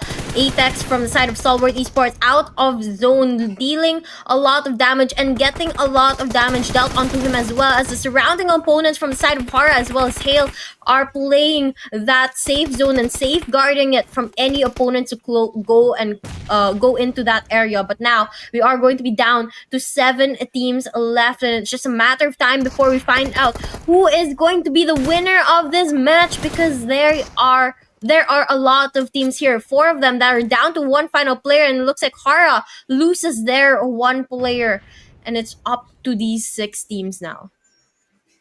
You can see here Stalwart Esport Apex is, I think he's outside the zone.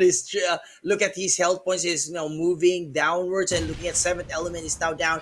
5 teams are still alive. GPX Morph GPX has only 1 member, and now look at that. Still IHC for Hale Esport got this kills. No, got this elimination kills. Apex crawling here with his M416 and DBS, and IHC Demo OG with an M416 and UMP9. Now come.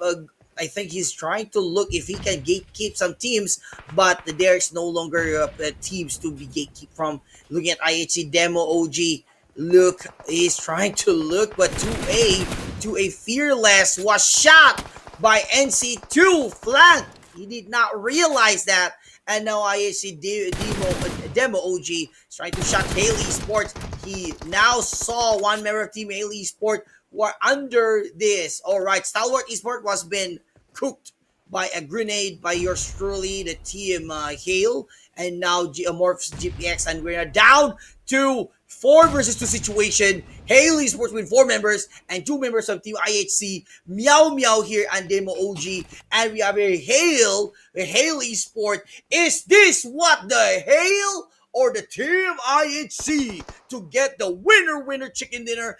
But the zone is not favoring the IHC, considering that they only have 2 members, and the Team Hale Esport would only need to gatekeep them. Hale Esport waiting here, trying to think, are they going to attack, or are they just going to wait? Because look at that on the lower right, zone is in their utmost favor, and Hale would use this activity to look out, going in strong. Hale NC2 going to a little bit sneak peek from that.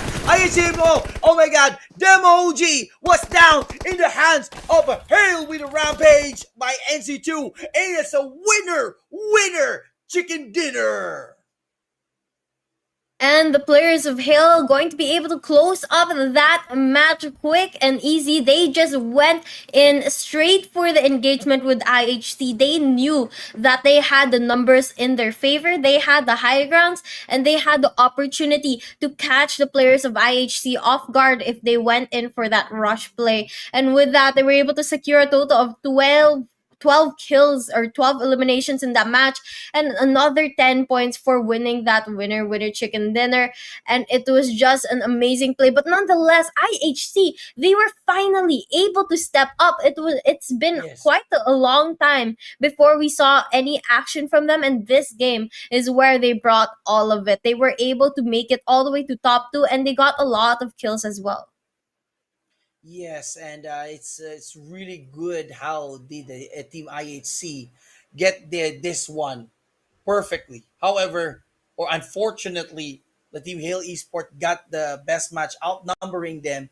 Not only from the zone, but also they have outnumbered with regards to the full set of the squad members.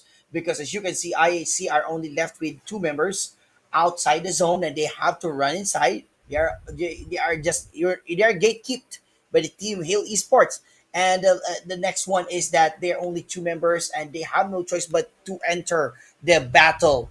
No choice. They need to fight their way to the end. But of course, Hale Esport took down the game, and they got the winner chicken dinner. And as what Wasabi was saying, this time around it will affect again the overall rankings. We seen the Hale Esports are, they're not top 1, top 2, top 3, but this time there will be a big changes considering that Wasabi said that, and our statistics, 12 elimination points means a lot, plus the winner chicken dinner ranking points. Yup, it definitely is a lot. But then again, just as you said a while ago, it's not always about getting that winner chicken dinner. You have to also get those eliminations, and you have to be able to play consistently while doing so. But before we get into that, the statistics of the team who won that chicken dinner, it's going to be Hail Esports up on your screen, and you can already see how many kills they got. Is going to be a total of 12, and their overall ranking now is going to be third place as they dealt a total damage of 1,980 points onto their opponents here. Wow. So looking at Hale, NC2 got the six total elimination points, a 50% contribution there. And also you can see here throwables was less. I yeah, actually it's Wasabi, two Sanhoks that we're witnessing right now, they are not really that using the grenades. I think why is Sanhoks is not a place for them to throw grenades or utilities, unlike the Erangel and the Miramar that we witnessed before. I think that's because of the fact that in Sanhok, it's much smaller, meaning you'll see your opponents much quicker. And instead of just playing the Mm-hmm. long game by using some throwables to check if there's anyone there, or throwing a grenade to see if there's anyone hiding behind the rock, you just rush into it, or you can spot them from afar and see and start shooting them down, playing those longer range engagements. But right now, the match rankings only for this match that we saw over at Sanhok, it's going to be Hale again on top with that 12 eliminations, followed by IHC stepping up their game and getting a total of 8 kills, 14 points. Morph GPX with 7 kills, 12 points. Vampire Esports with 9 kills and no placement points, but nonetheless still able to secure that fourth rank for the match. Stalwart Esports, this is surprising. They only got 4 kills and they only got a total of 8 points, which is quite disappointing after their amazing performance yesterday. Hopefully, it's just a fluke, and hopefully, they'll bounce right back up. Yes, and you can see here how Hale Esports matching up from side by side. Hale Esports with a perfect with the total eliminations and also the damage that they cause, right? And while the IHC has also a good control of the damage, as I mentioned, IHC was outnumbered by the team Hale Esports because they're only half of the members are still alive. Look at the overall rankings again. Look at that Wasabi Stalwart Esport was go back into the game, but Hale Esport comes into play, and now from farther south they are now elevated to Hale Esports top three, meeting up with the greatest team, the Stalwart Esport, the Bigetron, and the Agon XI8. This is exactly what I love about PUBG because you cannot expect anything. I mean, imagine Hale Esports, because they won one match from ninth place, they are all the way up to third place. And that means as long as you are Yes. close enough to your opponents, as long as you're within the top, maybe top 10, you can really change up the game at any moment. Even if it's the last match, let's say it's a final day and the last match, as long as you do well there, then there's still a chance to climb your way up the ladder. But now going on to the second and third page of the ranks, you can already see Vampire Esports 35 points, but the rest of the players on the side of second page is not far off as well, as they differ only about 1-2 points. And the same thing goes for the players on all the way to the third page. But some of them really having a hard time, like R9 Esports, they only have 18 points here. Majority of them coming in from kills, but unfortunately, they're not really able to stay alive long enough to get those placement points, which of course helps when you add it all up together. Yes, and also I noticed, Sabi, that the FaZe Clan is descending their rankings, like going to the end of that page. So the first one is actually the Team Flash, but right now Team Flash is slowly but surely, putting their rankings on top while the FaZe Clan is descending. That's actually sad, because we know that FaZe Clan is also one of the top teams, OGs teams also from the PUBG Mobile, and while Hail Esport is actually really did amaze me, because from top nine, or possibly not amongst the top three, they are now currently lining up with the best. But one thing's for sure, Wasabi, is that the Agon was actually still strong, because they still have, it's still on the top five position. So I think if the Agon would not perform during their time, they would really been overtaken by other teams. Yeah, definitely. There is a chance for that to happen, but we'll have to see if that happens in match number 5 or match number 6. But for now, we are going to be taking a very, very short break. We will be right back. Top prizes in their groups. The leading team in each category wins $2,000 in cash, $2,500 in life tokens, and an F1 VIP yacht party access, excluding logistics. Second place earns $1,500 in life tokens, and third, $1,000 in life tokens. Fans, rally behind your team with your unique referral link from Gleam. Top fans win $500 in cash and $2,000 in life tokens. Second place gets $300 and $1,500 in life tokens. Third place, $200 and $1,000 in life tokens. And fans from 4th to 10th place get $100 in cash and $300 in life tokens. Those from 11th to 40th win a Royale Pass and $100 in life tokens each. And those from 41st to 248th win $50 in life tokens each. The countdown is on. Get ready for edge of your seat excitement and gaming glory.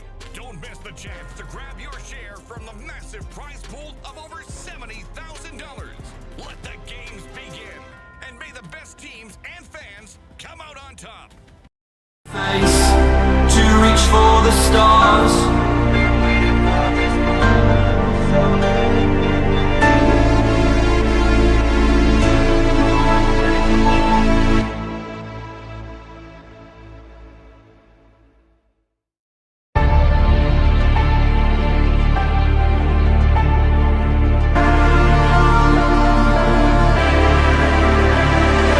It's your time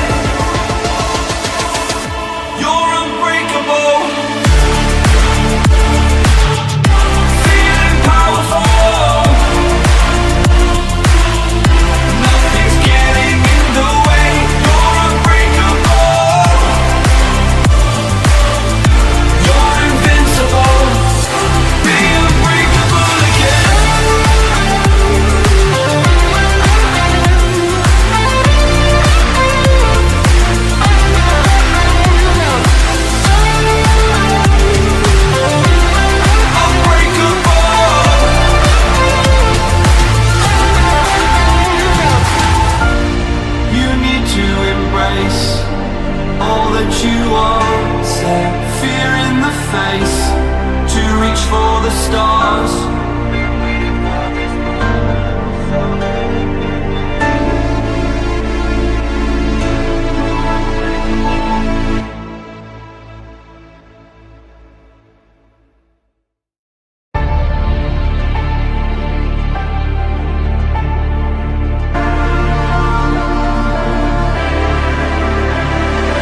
It's your time. Don't be held back again. You need to resist. You're on limits. This fire is burning. You need to embrace. Welcome back to the Meta News Super Cup Season number 1, brought to you by Live3.com. Once again, I'm going to be your caster tonight, Wasabi Gaming, and with me is going to be Sir Mox, and we're going to be bringing you the action for the next game, match number 5, which is going to be happening down at Miramar. Yes, and Miramar is one of the biggest map. But I never felt that too long in Miramar. This on our first Miramar match, and we're going to witness what will happen because Wasabi. I thought that Sanhok is the fast pacing game, but compared to that, Miramar is way so shorter when it comes when they drop, they just match up, they just fight with each other, and it's still so fast, the fast pacing. But anyway, we've seen a lot. I cannot really judge right now. I'm actually confused who will be the game changer because last game in our Sanhok, top teams were out immediately. Like uh, the Bigetron was out, the Voin Esports was out this day for this match. Like first game, second game, third game. I mean, they're really good. I mean, first game, second game, they're really doing good. Third game, and the fourth game, like, what happened? Like, I think maybe they're a bit relaxed, and yeah, the Hale Esport took down that opportunity, and they're now currently sealing the top three. And the question again is that what will be the Agon Esport do in order to secure themselves because they're slowly moving outside the top three positions. So as you can see, they're moving out. So that's a very alarming. It's not alarming. It's kind of scary. You out of the top five is really scary because the moment that you're out, it's really hard to go back in the top five position. I think that really depends on how big the point gaps are because in the recent matches, the point gaps between the teams have been so small that even if you're within top 10, as long as you stay within top 10, I think it's still possible for you to play that catch up game because the gaps are like, even if you're top 10, your difference with your, let's say, top number 2, top number 1 player is only about 10 points or let's say 15 points, which means you just need 5 kills and one winner chicken dinner to catch up. But of course, as the tournament progresses and we head in towards a in general, those gaps are going to become wider. And so you can't always bank on the fact that you can play catch up later on. You really have to step up your game while you can still do so. But right now, we are going into the game, and you can see the flight path from the left side of the screen all the way to the right, cuts right through the middle of the map, allowing our players to spread evenly throughout the area and find their favorite spots, go there, and get the loot needed for the engagements.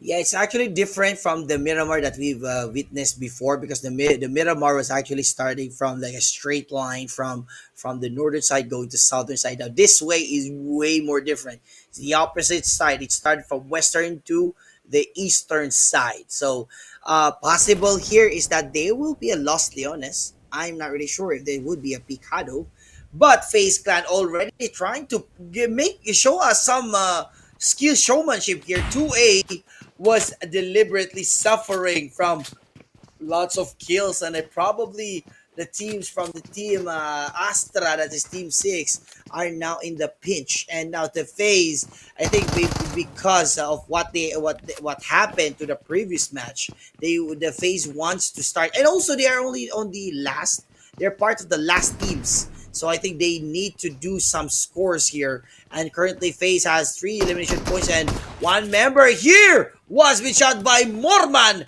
with a simple shotgun. And again, it's not yet stage 2, but Astra was back to the lobby. And again, this is the game 5 for today, Miramar.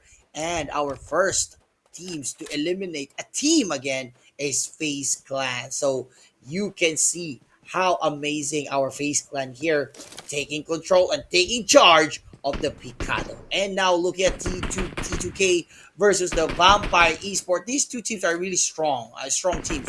But VPE Stone, or Vampire Esports Stone, removed one player. All right, removed one player from the team T2K Esports. T2K Jane here, preparing with a UMP9, and also T2K. Oh, Butts was down. Oh my goodness. And we have here Vampire Esports still alive. And they already have 2 elimination points. And what will our teams from Team T2K do, knowing that there are only 2 teams alive from this side? And now we can see Tony K is able to spot a couple of their opponents out, but the shots are not connecting, and the bullets are not able to penetrate through those walls, despite the opponent being very, very close by. But T2K are in a very tough situation, because not only is Vampire on their backs right now, but they are attacking from multiple angles, and Jane's going to be able to knock one of them down, but there's going to be another one, Ravenclaw, right across from where Jane is at right now. And Tony K has been trying to shoot Jane from afar since a while ago, so I'm not quite sure how this is going to play out, or if the rotations from the side of Vampire Esports is going to really aid in getting a Jane taken care of and taking down the rest of the players from T2K. But one thing's for sure, these players on the side of Vampire Esports, if they have something on their mind, they are going to try their best to get it done. But it looks like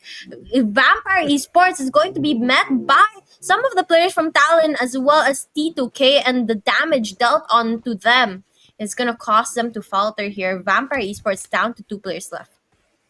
Yes, and now the team Talon Esports are in the pinch right here, and I thought that Team Vampire Esports would be able to secure this, knowing that Team T2K is a little bit suffering right now. As you can see here on the left pin of our scoreboard, T2K is only remain with 1 player, but of course, Talon Esports, we have here Mangilayo with the, all right, that's actually a shot there by MK12, and now VPE Morpheus here. Tony K from Vampire Esports. I think he would be revived on the side, and the team T2K only 1 member here. Ladies and gentlemen, what are you going to do, Vampire Esports? This took them too long for them to defeat the team 2K, and the team Talon Esports would take this advantage. I think they're trying to properly make a perimeter to the Vampire Esports, while Mangilayo here has a perfect weapon for that elevation, consider he is MK12.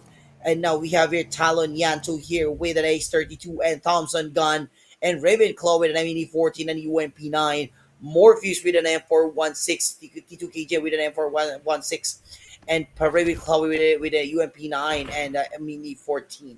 I think T2K here, Jane is not moving at all. He's not trying to do some sort of presence.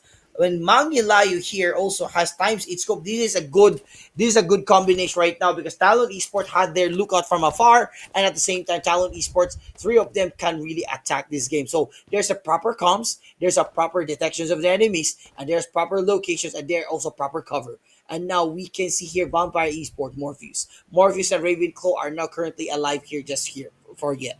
Now, looking at on this map, we have here the zone, which is the second zone, probably becoming the second zone, will be taking over whole of it, 100% on the northern side of our Miramar. No water will be involved, and it would be inclusive for Cruz del Val, Torre Ahumada, and looking at here, Talon Esports slowly but surely, and they came to the Vampire Esport, the Team Vampire Esports area, and T2K. We haven't seen T2K if the T2K is have arrived here or really hide his presence. Well, Talon Esport Yantu is trying to make sure that there's no enemy from above, and I think they missed out this. But I think T2K Jane, I think is on that area. If Talon Yantu would throw that, oh my goodness, that's already a presence here. Talon, Talon,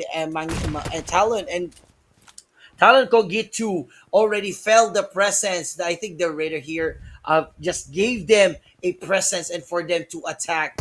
And now I think one member was down and he will be probably going to put down, but T2K Jane is now taking the opportunity. But Yanto, I think Yanto was out again from the game.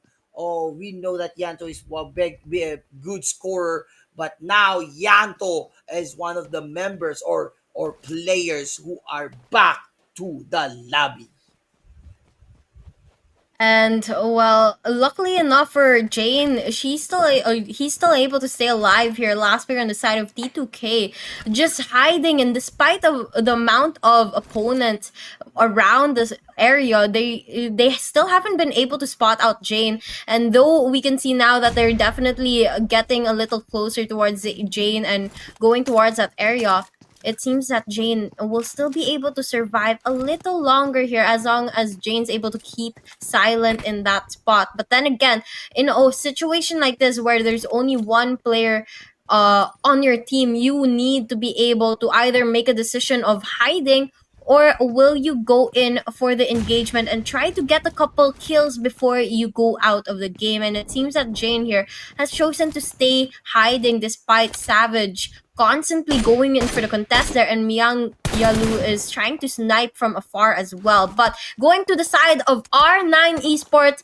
we can see here that we are having a sniper battle across from the other side of these dune hills here that we can see, and Vaz with this rifle here trying to land a couple shots a while ago, but wasn't able to connect it onto the players on the side of Leo Esports. It seems that Himson is going to be there on the other side. No teammates to back him up, unlike the players on the side of R9, where they definitely know how to stick together. But back to Talon Esports, because they are going full on aggression onto Jane, takes her down, and it's going to be T2K out of the competition. Talon Esports getting that last and final elimination to their name. 3 kills in total, but they did lose a player while doing so. Talon down to 3 players left. Yes, and we have here a Vampire Esport Morpheus is also hiding on that area. Well, he's only the last member, as just the same as T2K. And now, what are you going to do, Morpheus? With he's an M416 and a DBS, and the Talon Esport, I still not confident enough that this area is already fully cleared. But the problem right now is if one of the members of Talon Esports would be eventually coming there without noticing our Vampire Esports, he would be taking a lot of kills. Like what the T2K Jane did on Yanto, removing Yanto at the earliest point of the game.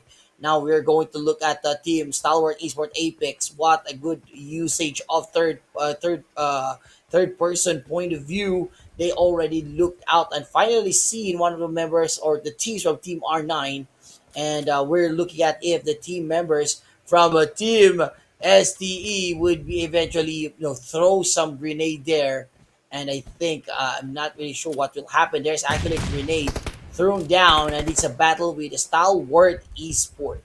Agon also we can see on the kill feed. They need a match up there.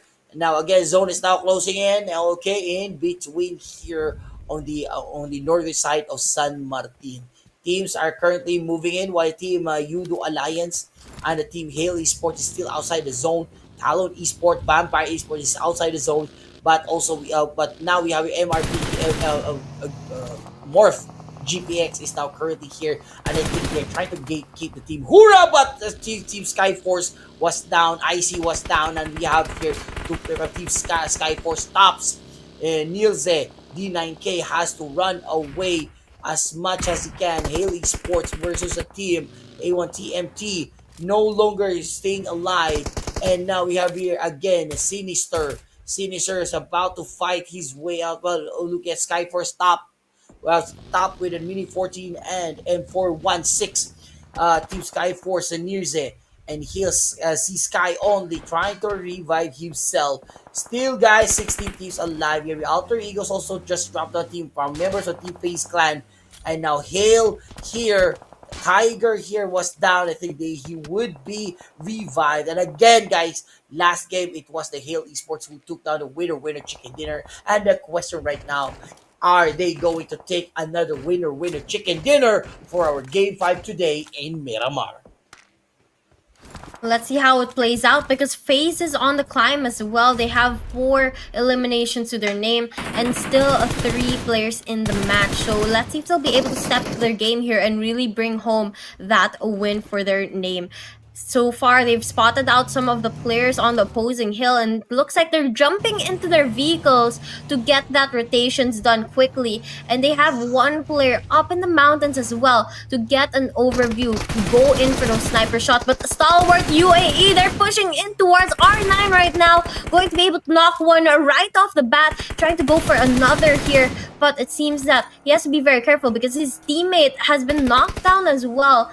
And there are only 3 of them in the team. So if they lose this player, it's going to be even more difficult. Backup comes in right in time.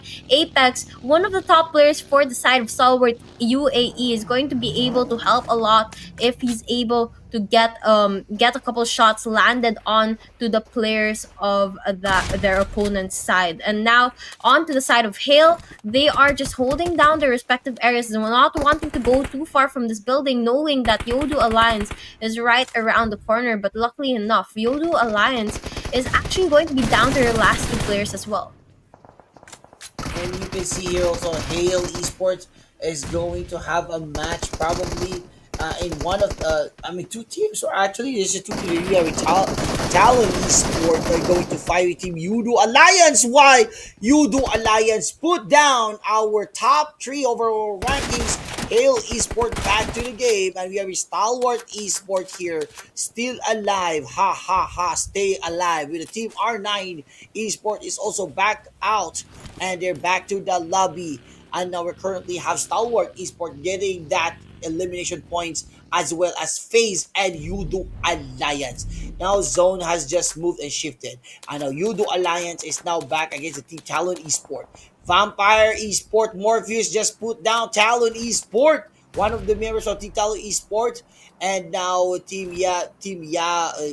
Yal Flax is currently looking where is that where would be a trajectory. Alter Egos right here. 1 point going to fight with Team FaZe Clan. Are you going to do something? Alter Egos Ares coming in with a buggy. He's going to attack. Oh my goodness, looking at right now, I think he's using his perspective, using a buggy, but of course there's a smoke there, and I think they're so far away, and no problem right now if that one member of Alter Ego, Badru, be hit down, it would be very very hard for him to come back with the rest. And now looking at MORPH GPX with a Mini 14 here and a Scar El Pharma Boboho, and Vampire Esports again put down Mangilayo. Although Vampire Esports is left with 1 play, that is more Vampire Esports Morpheus, he is still gaining a lot of attention. What is that attention? Getting kills. And now we can see here Talon Esports, Savage. I think he's still inside the zone, going to fight with Team Yoodo Alliance, and Yoodo Alliance just climbed up in this area. There's a match there. What a DBS in the face! Yoodo Alliance used a DBS, and now it was struck down. And now we can see here Alter Egos coming in, and I think he would finally find his way into his teammates. And on the other side, Alter Egos, or unfortunately Alter Egos has, or still has one elimination point. Yeah, they are definitely not getting too many eliminations, not too many action happening for their side, but they are still alive and there's still a lot of opportunities for them to do so, as there's still about 43 players in the match. But as you look in the kill feed, it seems that there's something going on with the players on the side of Vampire Esports and Yoodo Alliance, as well as FaZe Clan in the mix, and it seems that we are going to maybe miss that engagement, but we might see another one here as well, because Sem9 is going after the players of NB Esports, and they've dealt some damage, but from the back it looks like Sem9 is going to get one of the players from Sinister also going to be there at the back, trying to go in for the backstab that they have to get ready for. And it looks like Skyforce going to get eliminated off the game as well, and it's going to be all down to the last 11 teams here if they're going to be able to step up their game and win that winner chicken dinner. Now, what I find quite surprising is that majority of them, although not all, still have 4 players in the match. We don't often see this. We usually see a Yes. lot of teams with 1 or 2 players left, but in this one, most of them has kept their squad alive. Yes, and just want to ask you, Wasabi, how is ours looking at Sinister again? Look at Sinister again. Sinister, He's again from dudes A1TMT. alone. So Ooh, now he's unfortunate. eliminated. Yeah, very unfortunate. I was about to see that. But anyway, there's 4 players here. We have a Team Morph, GPX Buzzpo going to fight. Going to look at Team Stalwart Esports. And the Stalwart Esports is just around the corner.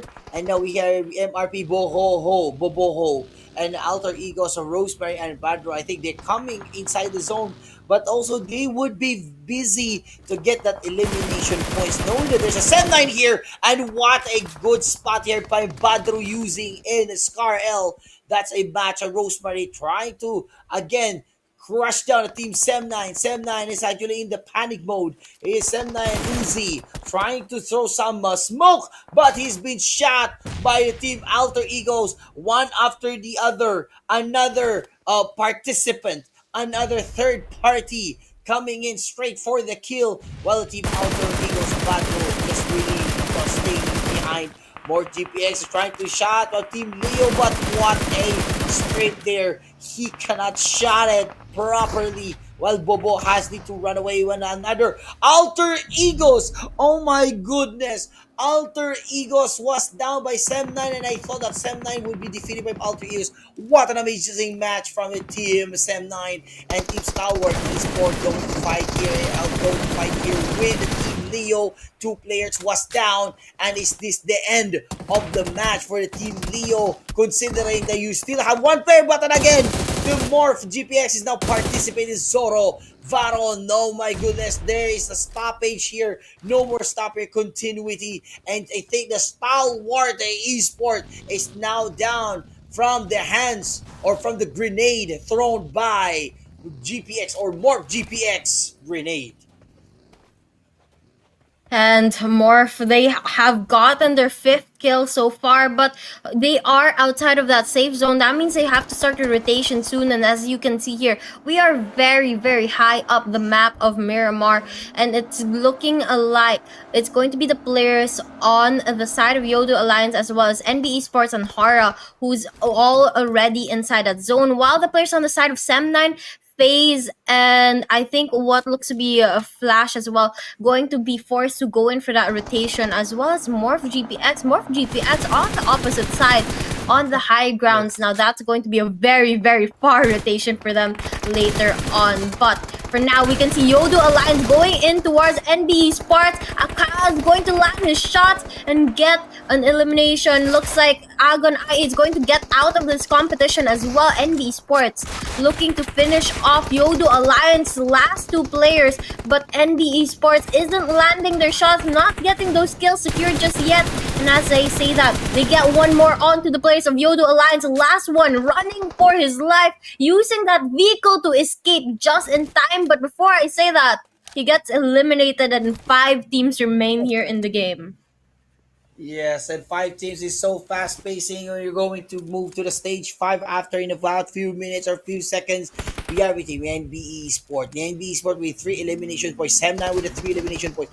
HORAA with four elimination points. And we have a team MORPH, GPX with 5 points. And FaZe Clan, who are currently in the last placements in the overall rankings, and they currently have nine elimination points, and they are now staying here in the top five. All right, so are they going to get the winner chicken dinner, because it will be a game changer for our FaZe Clan, knowing that they're actually in the rock bottom. NBE Sports Akas with a grenade trying to throw down in the HORAA Esports. HORAA now has four elimination points, but nonetheless, still FaZe Clan has nine elimination points. Almost there, 1 point kill, and they will be entering and be welcome to the two digits, which is 10 elimination points or more. And now we have here Son, NBE Sport, trying to think if they're going to go away. But speaking of gatekeeping, there's a lot of things to gatekeep in NBE Sport. Fish Boy was down in the hands of Morphs, GPX, Dua or two. No fear, Team HORAA. Team HORAA, I think he has to find, he has to heal, he has to match up. While the team NBE Sport Feast Boy, well, Feast Boy was actually down, and our team Akaz is trying to shot one of the intruders coming inside. Ladies and gentlemen, what are you going to do? What are these going to do? Match five, and now we can see looking at Buzz trying to shot him from Team Mukura, and now he makes a GPX Morphs or Morph GPX Zoro using an AUG trying to shot Sam 9. And now FaZe just put out Dua Ortu. We know that Dua Ortu is one of the OG, amazing players from a team Morph GPX, but he actually was knocked down, and we're left with Bobo Ho with 0 elimination points, and Zoro with 2 elimination points, and Buzz with 2 elimination points. And now we are going to see if Buzz is going to be able to get those shots landed onto the players that he spots down below FaZe Clan right around the corner.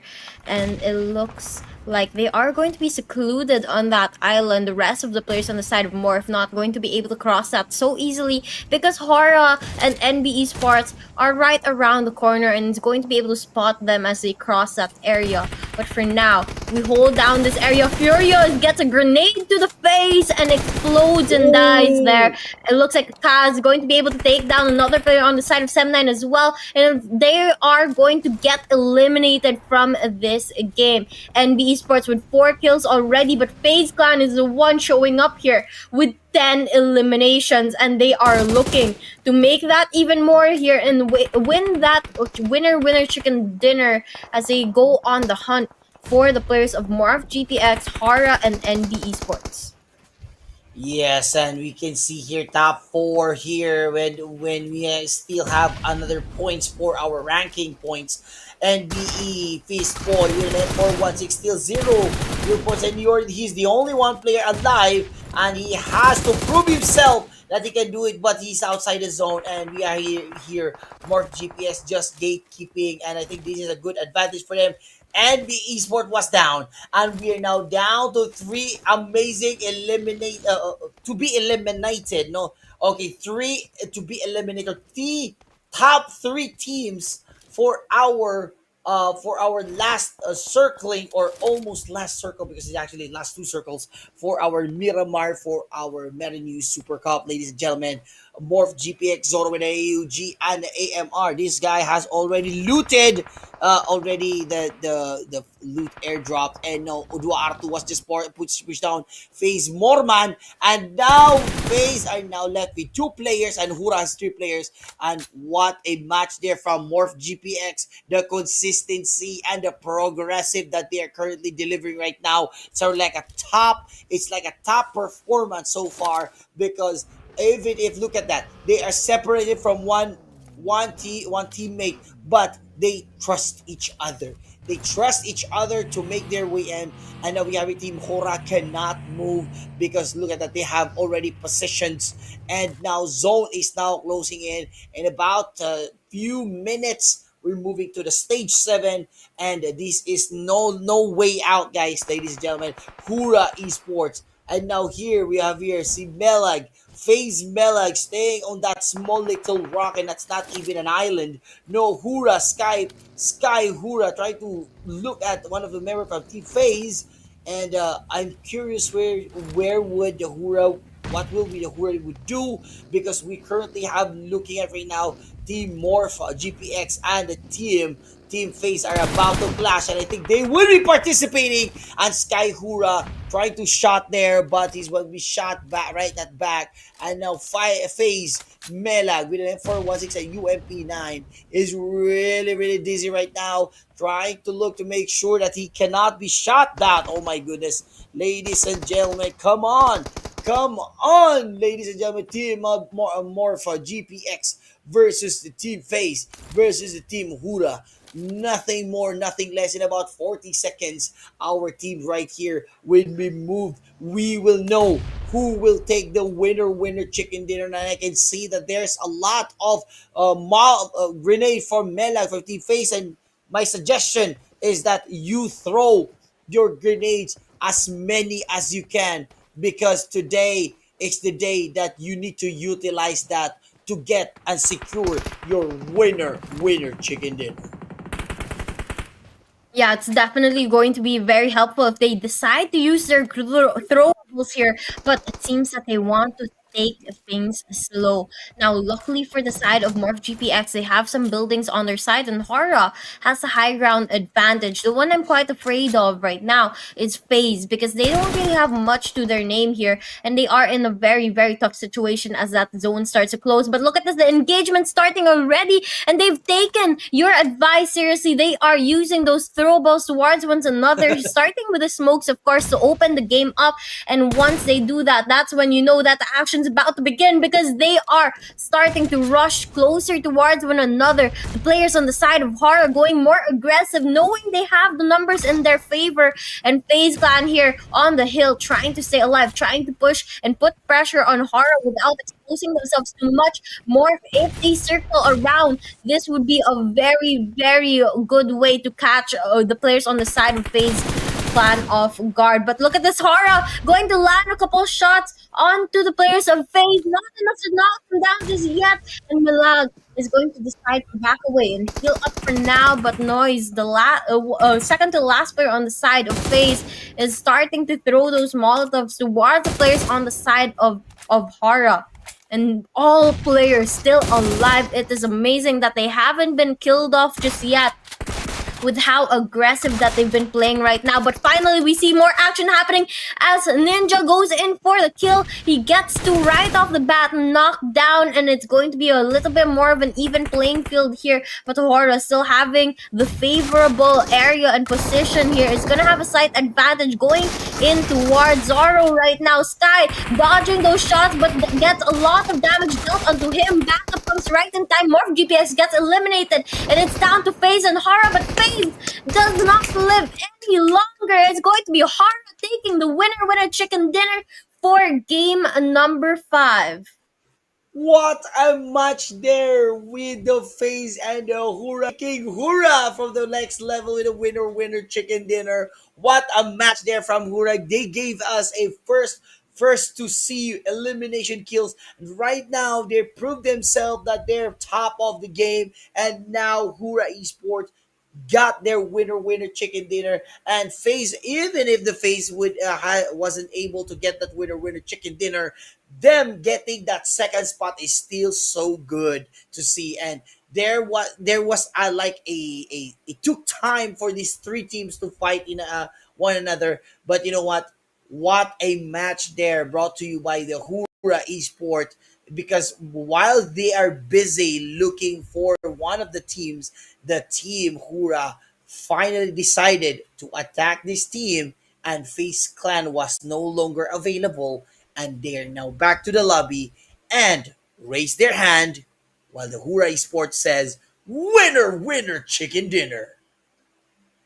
I think HORAA Esports said hooray. But yeah, Hooray! definitely, they get that winner chicken dinner, and it's definitely something that we should be celebrating right now, because that makes their score on that scoreboard even better. Now, if I'm not mistaken, they were about fifth place in the overall rankings a Yes. while ago. With that win and the amount of kills that they were able to gather, I think that it will be enough to hopefully put them at about third place, maybe fourth. But nonetheless, it is progress. And considering that these are the dark horses of the tournament, they are doing absolutely amazing so far. Yes, and yes, it's still early for us to decide who will take this game, but I think this final match would not be early. We can now decide at the end of our last game today. In about few minutes, we are going to start our last game, and after that, we will see who takes the lead for our day two on our Meta News Super Cup, brought to you by Live3.com. But anyway, still, I think from this day onward, I would expect a team because it's like fluctuating. The teams are like sometimes they're up, there's down, and it's really good that I see the FaZe Clan getting that top two position. That's really amazing because we know that they're actually from the last part was on the page three, and of course it's actually demoralizing to see your teams on the rock bottom. But look at them right now. They took it to the next level and they're now in the top two. Well, HORAA Esports is out of it's not out of the question, but actually they proved themselves to be the best among the rest. So will it be HORAA Esports taking today's overall rankings, or will the team Stalwart and team Agun will still control the top five, while the Hale Esports and the team Stalwart and other teams would still remain on their positions, because since that their teams are actually changing from one place to the other, the problem right now is that who will take the top one overall ranking for, again, for our Meta News Super Cup Day 2, brought to you by Life.com. Yep, we'll have to wait and see for the statistics of the game to show up here before we can find out exactly how our overall rankings have changed after that game number 5, which, as you were saying, is really, really interesting because we saw a lot of teams Yes. that we don't normally see pop Yeah. off in this one. I mean, you were already mentioning FaZe, and yeah, they were absolutely crazy. I was so happy with the amount of progress that they were able to make in that single match alone, Yes. and the amount of points that they were able to put up in the scoreboard. I think they got maybe 11, 12 kills there. I'm not quite sure Yes. how many, but it Mhm. was such a huge improvement. And the same thing goes for Yoodo Alliance. They got about 8 kills in that match as well, which is something that we don't normally see from them. And I think they got a total of 10 points when they were finally eliminated. But here we have the players from HORAA Esports, and you can see Sky is the one carrying the team with 5 eliminations, but No Fear is not too far behind, as he has 4 kills as well, and Mafia Ninja with 2. Now it's Malik that we didn't really get to see much of, but you can also see that he died pretty early on in the match, only surviving for about 19 minutes, while the rest reached that 27 minutes and almost even 28 in that final battle. Yes, and in about few minutes we will see how much they are. HORAA Esports really did a good job, but again, Wasabi, look at that. The two Sanhoks are actually just like 100 something throwables, but right now we have a 230 throwables. It's really crazy what they really did.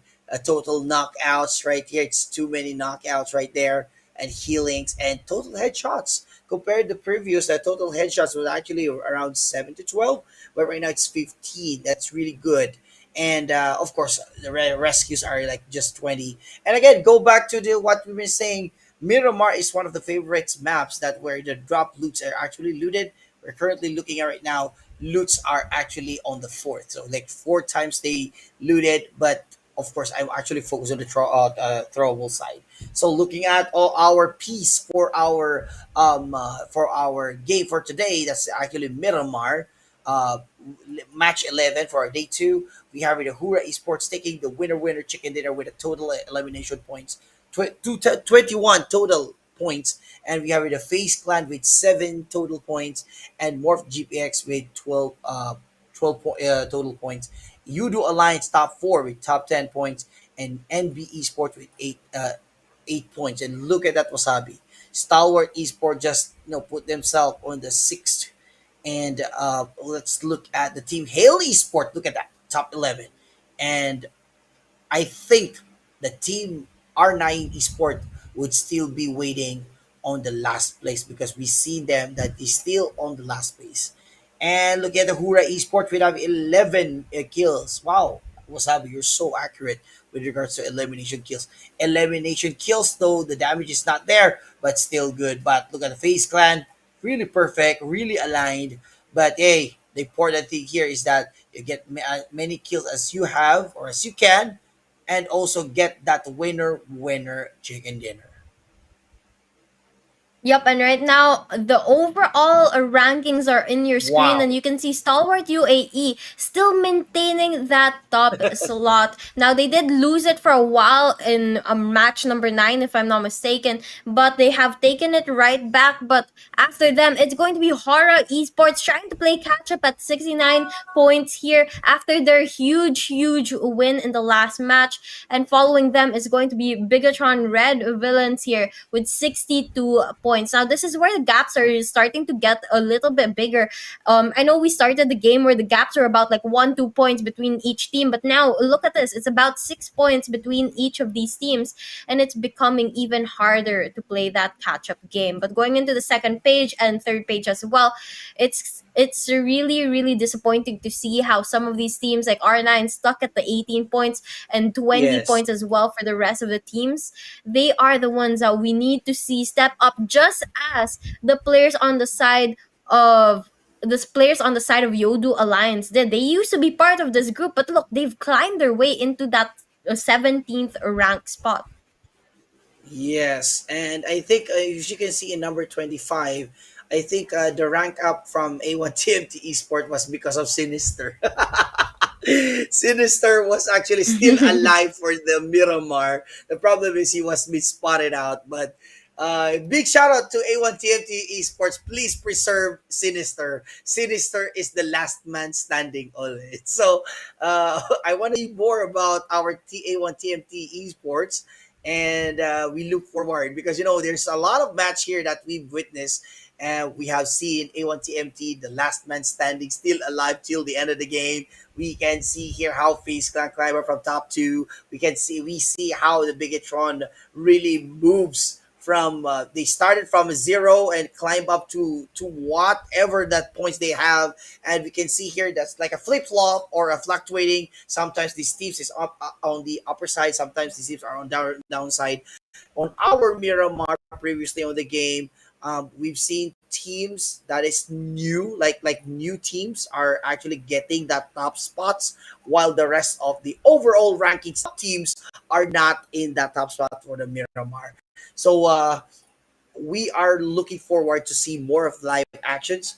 But anyway, guys, we will be back in a short couple minutes. Again, this is Sir Monks and my beautiful co-caster here, Wasabi. We'll be back in our short couple of break. Melody Super Cup. Here we go for this. Team using their unique code to be announced on social media. Teams divided based on follower counts are competing for top prizes in their groups. The leading team in each category wins $2,000 in cash, $2,500 in life tokens, and an F1 VIP yacht party access, excluding logistics. Second place earns $1,500 in life tokens, and third, $1,000 in life tokens. Fans, rally behind your team with your unique referral link from Gleam. Top fans win $500 in cash and $2,000 in life tokens. Second place gets $300 and $1,500 in life tokens. Third place, $200 and $1,000 in life tokens. And fans from 4th to 10th place get $100 in cash and $300 in life tokens. Those from 11th to 40th win a Royale Pass and $100 in life tokens each. And those from 41st to 248th win $50 in life tokens each. The countdown is on. Get ready for edge of your seat excitement and gaming glory. Don't miss the chance to grab your share from the massive prize pool of over $70,000. Let the games begin, and may the best teams and fans come out on top. To reach for the stars, been waiting for this moment, so let it begin. You're unbreakable, feeling powerful. Nothing's getting in the way. You're unbreakable. You're invincible. Be unbreakable again. Unbreakable.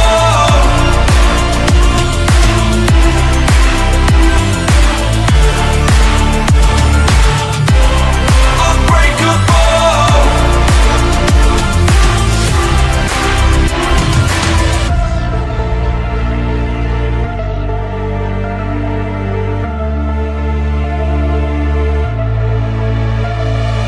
Make your name.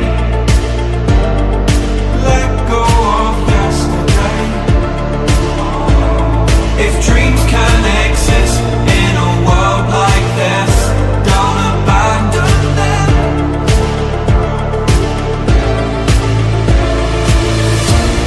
You need to embrace all that you are.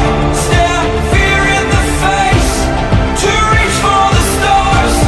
Been waiting for this moment, so let it begin. You're unbreakable. Feeling powerful. Nothing's getting in the way. You're unbreakable. You're invincible. Be unbreakable again.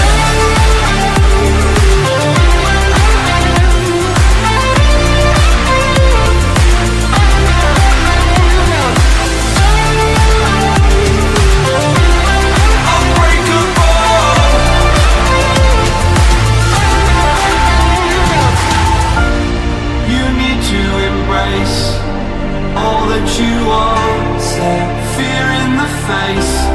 To reach for the stars.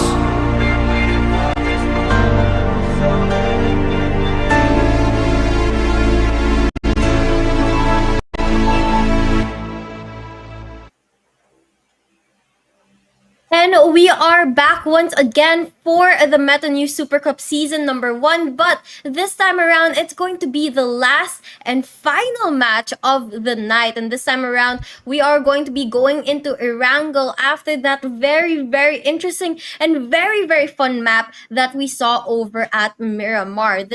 And here, the teams that are going to be playing are going to be the ones from Group B as well as Group Red. And these are going to be compromising of Skyforce, Agonai 8, FaZe Clan, A1 NB Esports, Alter Egos Aries, NB Esports, T2K Esports, R9 Esports, Yoodo Alliance, Bigetron Red Villains, Boom Esports, Voin Esports, DRS Gaming, Team Flash, Genesis Esports, XERXIA, IHC, and Seventh Element. And guys, once again, it's going to be the final match of the night for them to showcase their skills and what they have in this tournament.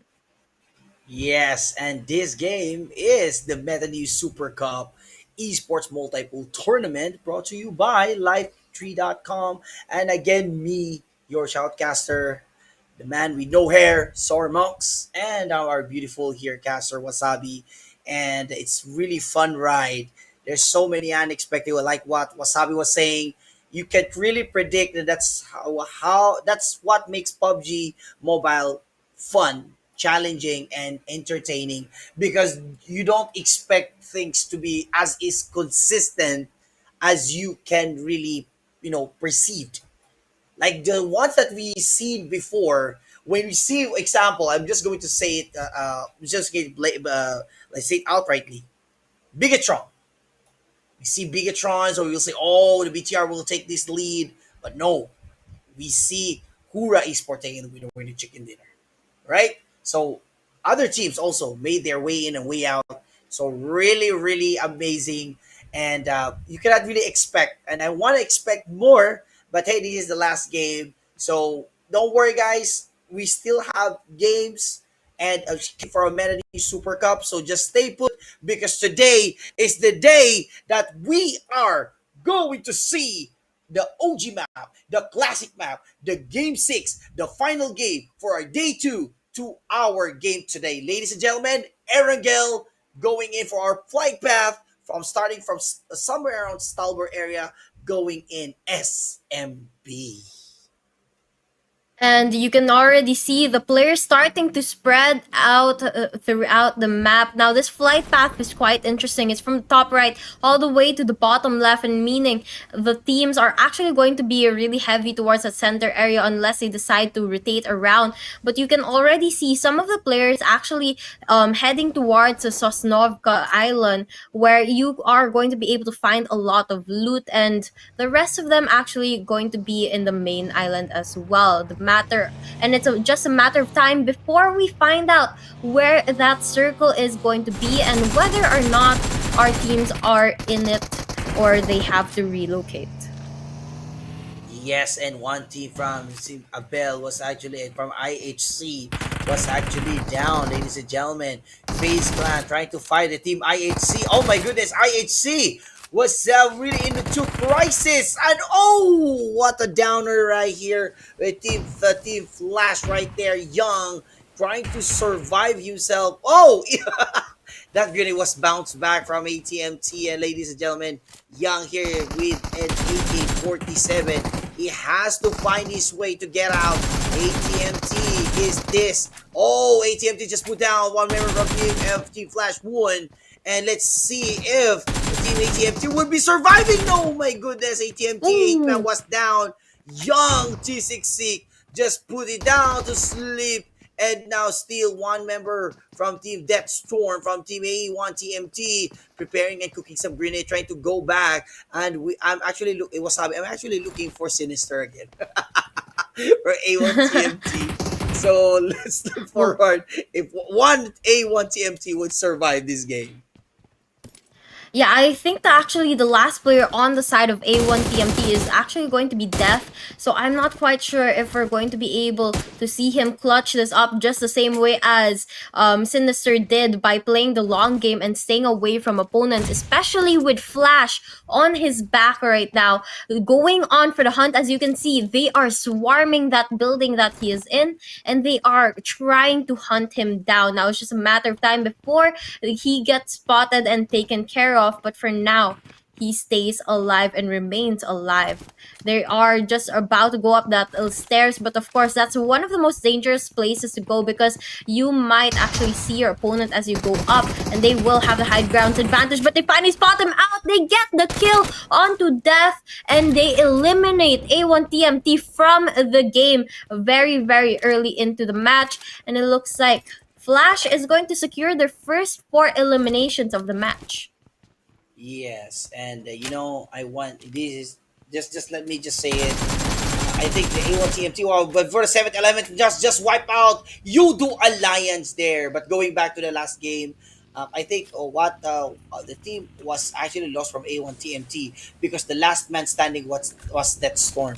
If that was Sinister, he will take this game to to the last minute because it's proven already twice as the game he made it to the top 5, and well, that Storm is on the offensive side. But anyway, Yoodo Alliance is actually surprising that they're actually wiped out. Right, they were actually wiped out by 7th element, and FaZe now is really busy in trying to defeat the team IHC, but R9 from top down going to fight the team BTR Red Villains, and now R9, are they going to attack? They're just waiting, they're just calm down. beating from side, and now Ghost was down, and now BTR here was burning alive, and now Satarles was down, and look at that. It's so far. This is what Wasabi was saying. This is a big problem is if the teams are too much scattered, the heal, the backup is very impossible. And now look at IHC versus the FaZe Clan, really aggressive on our final day, final match. Meow Meow with a DP28 trying to shot the of FaZe Nice, and now DP28 with 39 to 59 bullets versus a shotgun from Team FaZe. Mormon Noise was down already, trying to use his eyesight. Mormon and Mela here with an AK-47 and M416. Meow Meow with an UMP9 can feel already get some elimination points right there. And now let's look at Meow Meow. Meow Meow coming in. Meow Meow here, the only player from Team IHC. It's a 2-1 situation here. Oh, he's been shot in the head, and his head flew outside the lobby. And now we're looking at R9 going to fight with the BTR, and Lapar is already knocked down. And now we can see R9, they are trying to get the high ground here over Bigetron Red Villains, but it's going to be a little bit difficult because that last two players on the side of Bigetron, they're actually going to be inside those buildings and hiding there. They're going to be able to respawn that one player that was knocked down. And finally, Vaz decides to go in for a more aggressive approach. He heads towards the opponent. The rest of the team on the side of R9 backing him up. Not quite sure if they will go for that final push onto Bigetron Red Villains, as there's only one player left on that team, or will they wait it out? It seems that they are going to wait it out. Noki spots him through the window, doesn't get those shots landed just quite yet, but finally he goes in for the kill, and Bigetron Red Villains is going to get eliminated from the match, only down to 14 teams left in the match. NB Esports out in the open in the high grounds, however, and they are just making sure to hold down the quarries to be able to position themselves for the later half of the game. Just imagine that Bigetron was out in the game, still stage one, not yet on the final full circle. But what a match from Team R9. You know, even if the R9 esports are actually in the lowest rock bottom in the overall rankings for our Melody Super Cup here for our day two, I think I still can salute. I still salute them for being a very professional and amazing player. Like, they are showing us that Super Cup, Super Cup, the Methodist Super Cups teams here, participants are really a power team. They can even defeat pro teams, right? Like super pro teams, OG teams, right? I mean, Alter Eagles here going to fight with Team NBA Sport. Sun was down, and now Alter Eagles Kanch versus Akas from Team NBA Sport trying to throw this grenade here. Don't waste your time, don't waste your move. And now Alter Eagles Badru just move a little bit, and now Furious was so furious, trying to shot down in this smoky area with his M416. Getting prepared. Rosemary just opened himself out in the open. There's a grenade there thrown down, but I'm pretty sure that it's already out. Fist Boy from Team NB Esport trying to go to spin around. Alter Eagles, what are you going to do, my boy? Fist Boy with an M416 looking at right now the Team Alter Eagles. Badru with here stemming up, now preparing for a fight, and now a shot from Furious. Fist Boy with a double kill right there by Badru. Ladies and gentlemen, what a shot there. And is this the end of Team NBE? Now there was a ramp, and he was being massacred, and now massacred by a car. What a match there. NB Esport is outside and also out from the game for our day two.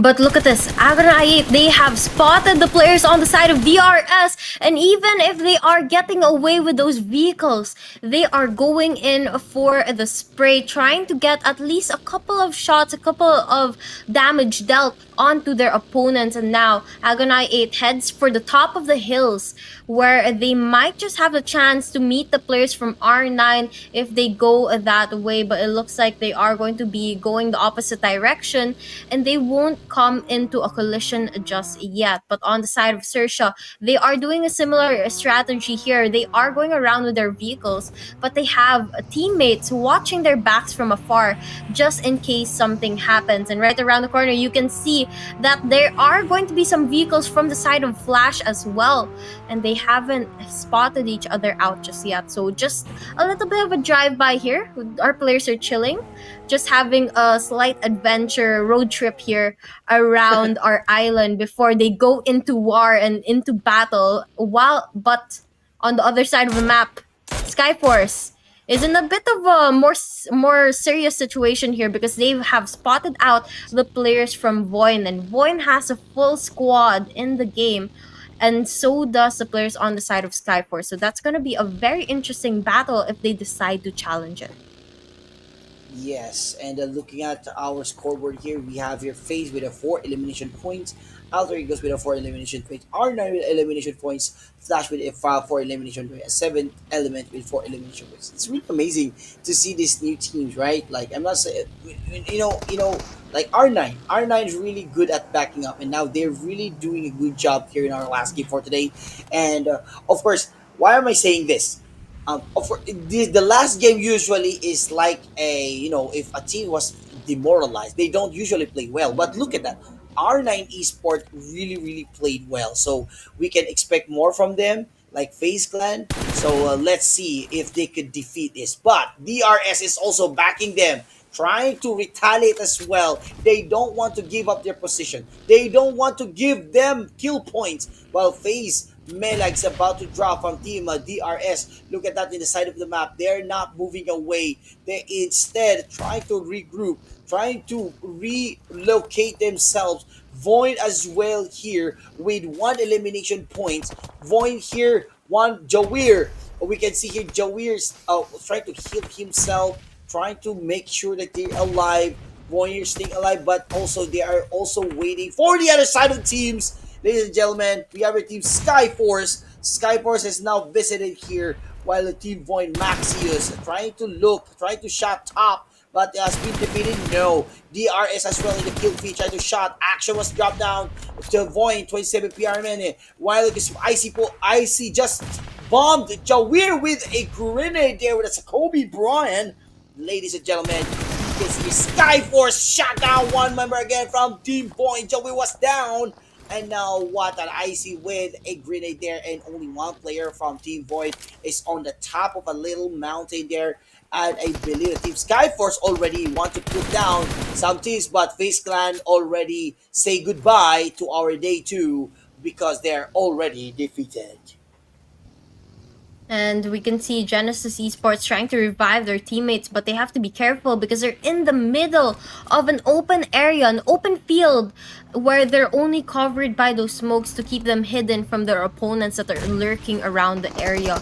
And that's a very dangerous place to heal. But look at this, Agon I8 going in for the attack onto the players of Genesis Esports. It looks like 1 player from the side of Genesis is going to be knocked, but the revenge comes through from player 3, and the elimination of the team goes through as the last couple of players on the side of Genesis Esports gets killed, as well as the players on the side of Voin Esports. Now down to the last 10 players here. Tops from the side of Skyforce spots a player from afar, gets those wall bang shots onto him, and a couple of damages as well, but not able to secure or knock down the player just yet. Look at that. Skyforce already got a good spot on here. They have 4 elimination points, as well as Team Agon. Agon I8. Look at Skyforce here. 4 players still alive. This is a good start for them for this match, since this is stage 2 and you still have a lot of time before the zone is now to crunch in. But speaking of the teams, we have here 33 remaining team players, while we have here 10 teams still alive, and we just has passed the 14-minute prior. And in about 1 minute and 20 seconds, we are going to beat the stage 3 of the zone. While the team Xerxia, I believe that it's still good to chill around because, of course, you being pressured. And also, I call this wiggling because you try to wiggle yourself to avoid being spot on. Because if you are stationary player, most likely you will be spot on and you'll be killed by sniper rifle. But I think Xerxia here is trying to, it's either to chill around or just scout at the same time, making sure that they are not a good spot on to be killed. But speaking of killed, I think Sir Shopper just met R9 Esports while they're just like roaming around, and roaming around. Well, question is, will RN go and find Team Serja, or are they still going to find a place for them to gatekeep? Well, let's see. Because Skyforce, they are going towards the territories now of Agon I-8.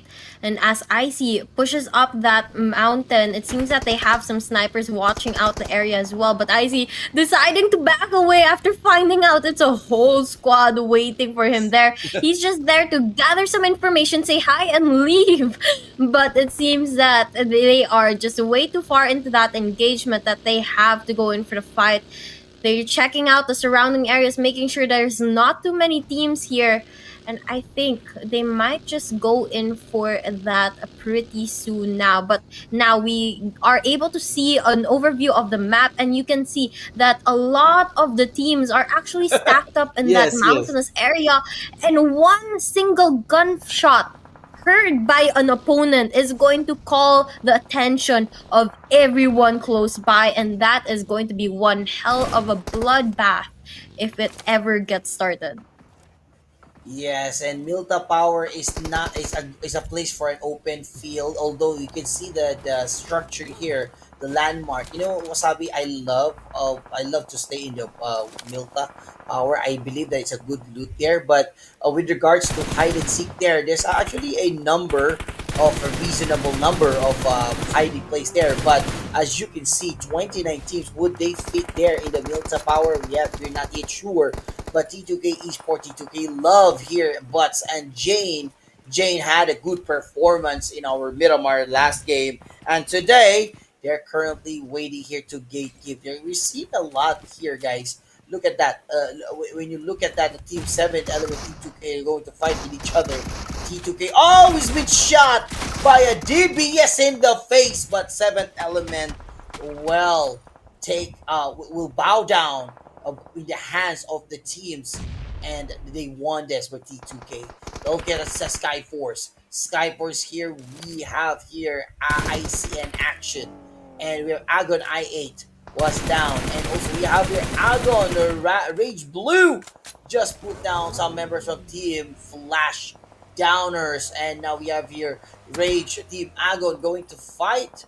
Are they going to fight with their teammates? No, he's just going to treat him, going to rest him before the Team 2K would be attacking.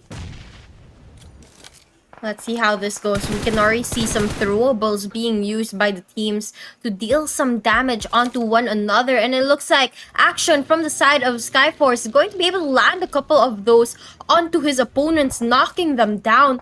And now all they have to do is secure those kills onto the players of Agon I8. And it's going to be the backup, the rest of the members on the side of Skyforce that go in for that confirm on the kill. And it looks like Agon I8 is going to be down to their last and final player, but Skyforce spots a team of T2K, starts shooting them down from afar, dealing some damage, but not enough to get them taken care of just yet. Yes, if Tops would use an M24 or possible SKS, he would put down one player from he will really Yeah. put down or knock down teams. But of course, using that kind of mini 14, I think you really need to spray a little bit more longer for them to put down. Look at Skyforce nears '09, and we have here Sergia. Sergia here has 2 elimination points, still alive. 4 teams are still living, and now teams is also in the other side of the rock. But you know, Wasabi, we are actually noticing some teams here without realizing that we were actually casting for stage 1, and now look at that. Stage 4 is here.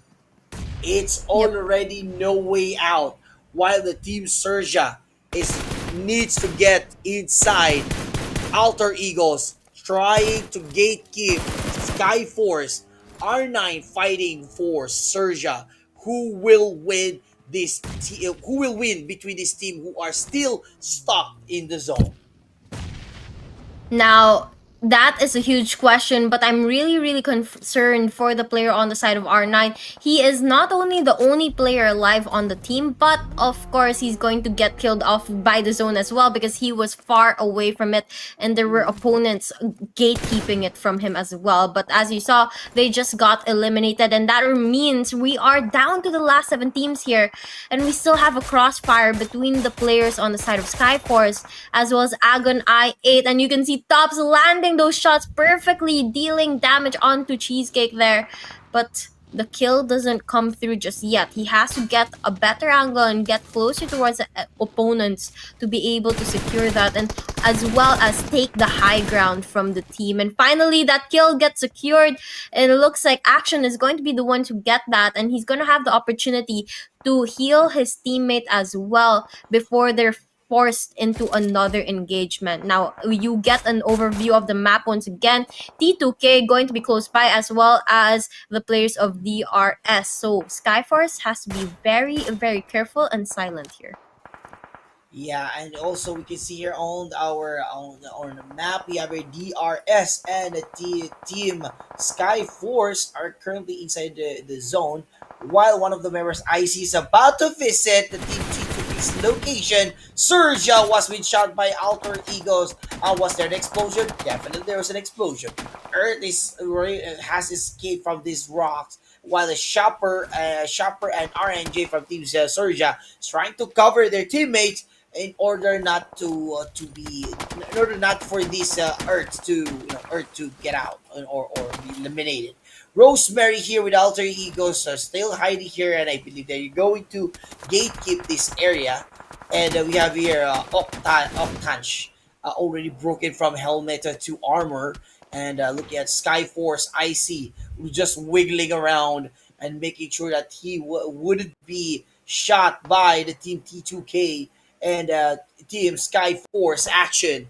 I think he's actually going to go on to flank, but Earth and Rosemary face to face handling that. RNJ was down as well. While I think Shopper would be able to run to arrest his teammate. The question is will Rosemary deviate or change his course of action, and we'll be looking at the other side of Sergio, who are currently in rest mode.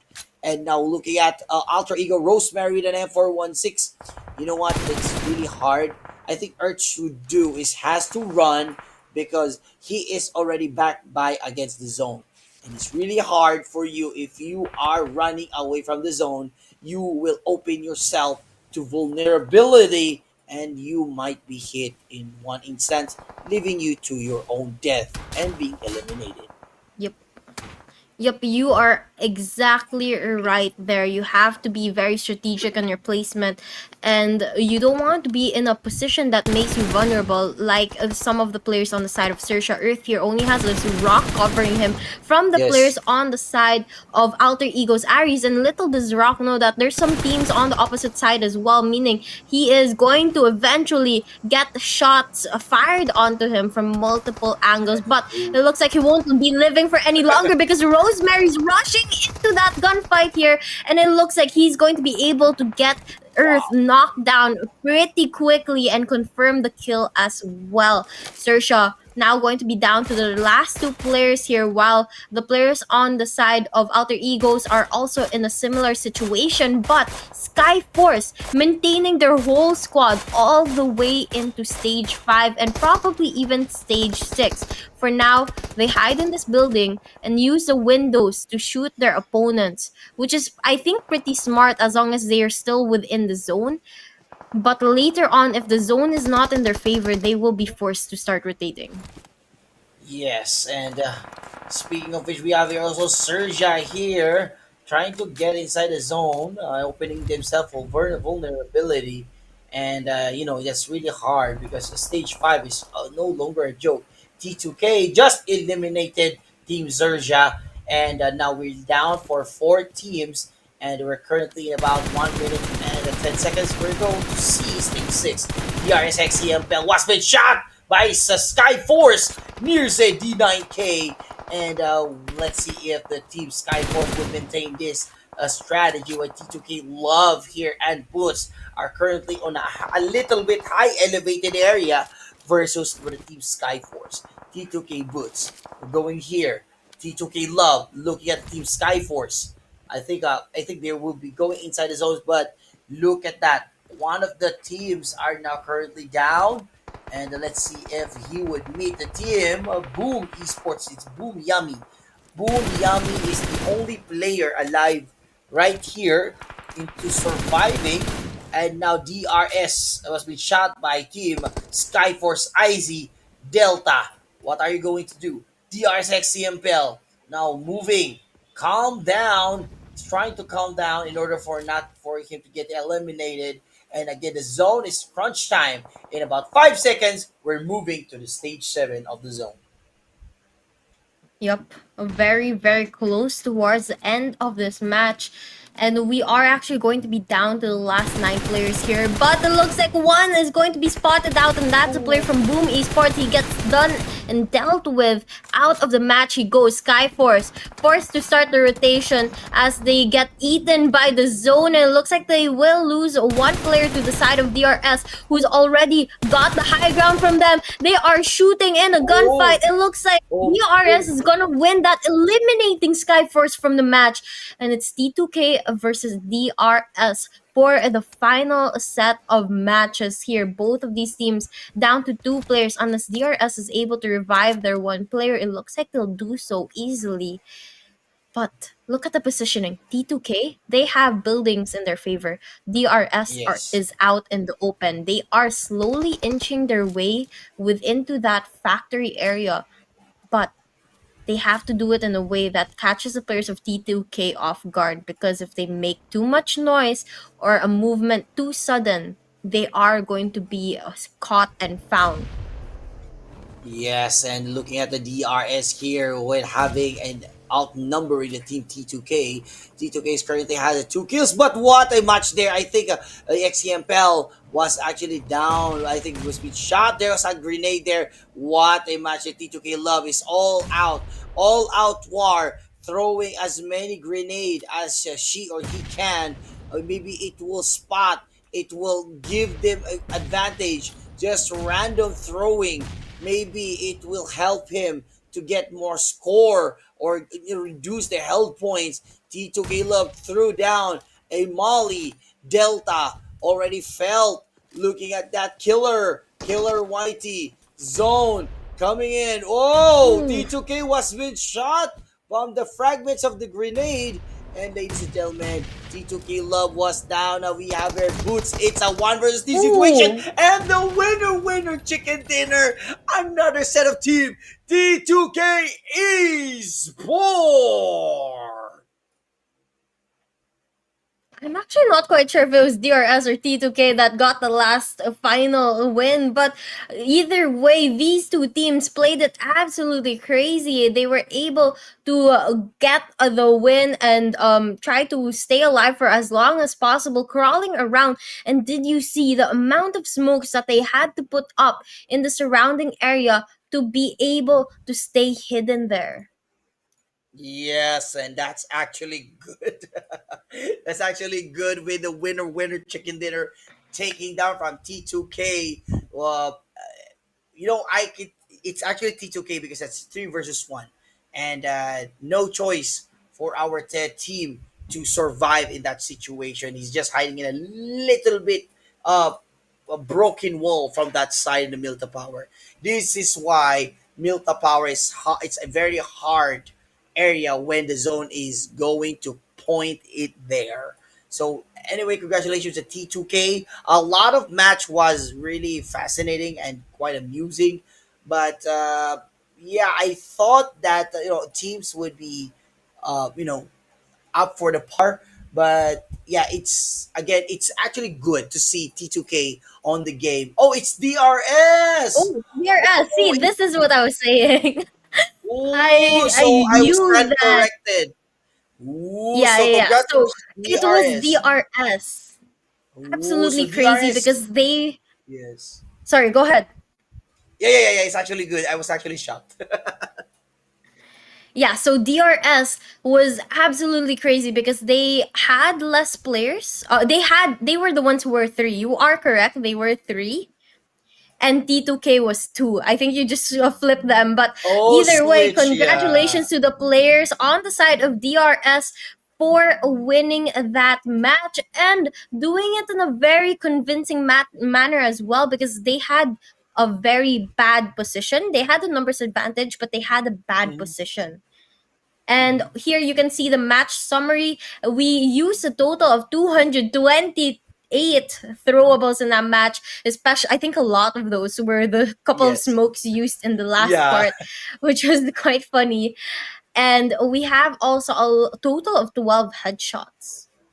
Yes, and mind you, since I was actually stand corrected, I want to say the winner chicken dinner goes to the DRS Gaming Nepal. I want to correct this. Just want to correct myself for that. So DRS Gaming Nepal with a total of 18 points, and next is the Team Skyforce with 14 points.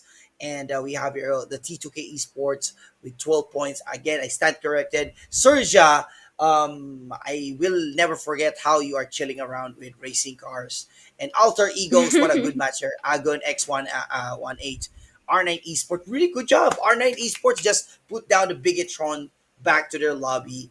And of course, DRS with regards to damages. I think the DRS are really made a good comeback. Yeah, that's a good word. Really good comeback to the last minute circle. DRS took down the game swiftly but surely, sealing the winner chicken dinner. And 8 elimination points is a good start. And for the overall rankings of the match, as you can see, Stalwart Esports, they remain on top, followed by HORAA Esports, Bigetron after them, and Skyforce has climbed their way back into that top fourth spot. Yes. Hale Esports is following them, Agon I8 not far behind, and Seventh Element is at 53 points, following MORPH GPX at 52, and DRS, they have actually improved quite a lot here as they Yes. reach into part of the top nine. Yes, and looking at Talon Esports, although they have a lot of kills, they still backed by the team DRS Gaming Nepal was taking the lead, and of course Talon Esports was on the top 11. We have here next to T2K Esports, Alter Egos from T43, so close but tie NB Esports and FaZe Clan. Look at that wasabi. FaZe Clan from top 26, and they're now currently in the top 14. But of course, these three players, teams other or four teams, Astra, A1 TMT Sports, Team Flash, and R9 Esports, unfortunately, are kind of not so good. Maybe they are unlucky for today, but I think sooner or later they would be climbing up to the ranks. Especially as you can see, Hale Esports. Look at that, HORAA Esports. They really did a good spot there. Overall MVP race, ladies and gentlemen, we have here Team STE, nothing to beat.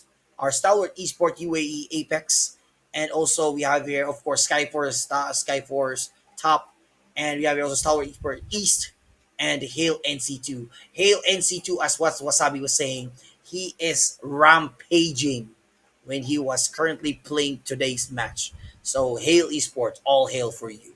So that would be our overall MVP race for day 2, match 12 for our Meta News Super Cup and Esports multi-pool tournament.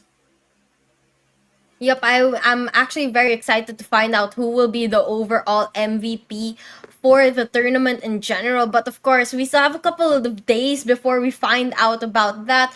But that does bring us to pretty much the end of the stream for tonight. And of course, there are still going to be more action coming your way on tomorrow, Sunday, as well as Monday, before we find out who is the winner of the tournament. But we are again at the end of today's stream. So, Sir Mox, before we close up the stream, I just want to ask you, how did you find casting today? I mean, it was a pretty long cast, but I certainly had so much fun casting it.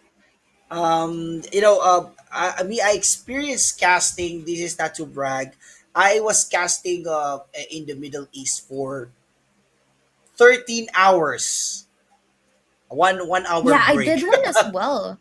Yeah, so I think today is exciting, but of course, because of the teams, it's really hard. I want to focus everybody, but we cannot focus all on them. So that makes me tired thinking of like which of this. It makes me excited even more. So for me, an experience, and also I was just a comeback, a streamer, a caster, because I was a long time ago out from the casting scene because of my journey to become, a lawyer. So I'm now back in the game. So I think Wasabi is really good at checking out all the pinpoints. But for me, I want to say, Wasabi, thank you so much for having me and guiding me, and of course helping me around. This woman is an amazing caster, and hopefully you will see us again for another next duo casting. Is that okay, Wasabi? Yeah, I definitely hope we'll be able to work with one another again. And I definitely had a lot of fun casting this with you as well. You are so filled with hype in every single game. And I am honestly shocked with how much energy you have within you despite the very, very long cast. But yes, thank you so much for joining us, everyone, for the viewers, and for the whole team here at the Super Cup Esports for having us as your casters, and we will be signing off. Second place earns $1,500 in life tokens. And third, $1,000 in life tokens. Fans, rally behind your team with your unique referral link from Gleam. Top fans win $500 in cash and $2,000 in life tokens. Second place gets $300 and $1,500 in life tokens. Third place, $200 and $1,000 in life tokens. And fans from 4th to 10th place get $100 in cash and $300 in life tokens. Those from 11th to 40th win a Royale Pass and $100 in life tokens each. And those from 41st to 248th win $50 in life tokens each. The countdown is on. Get ready for edge of your seat excitement and gaming glory. Don't miss the chance to grab your share from the massive prize pool of over $70,000. Let the games begin, and may the best teams and fans come out on top.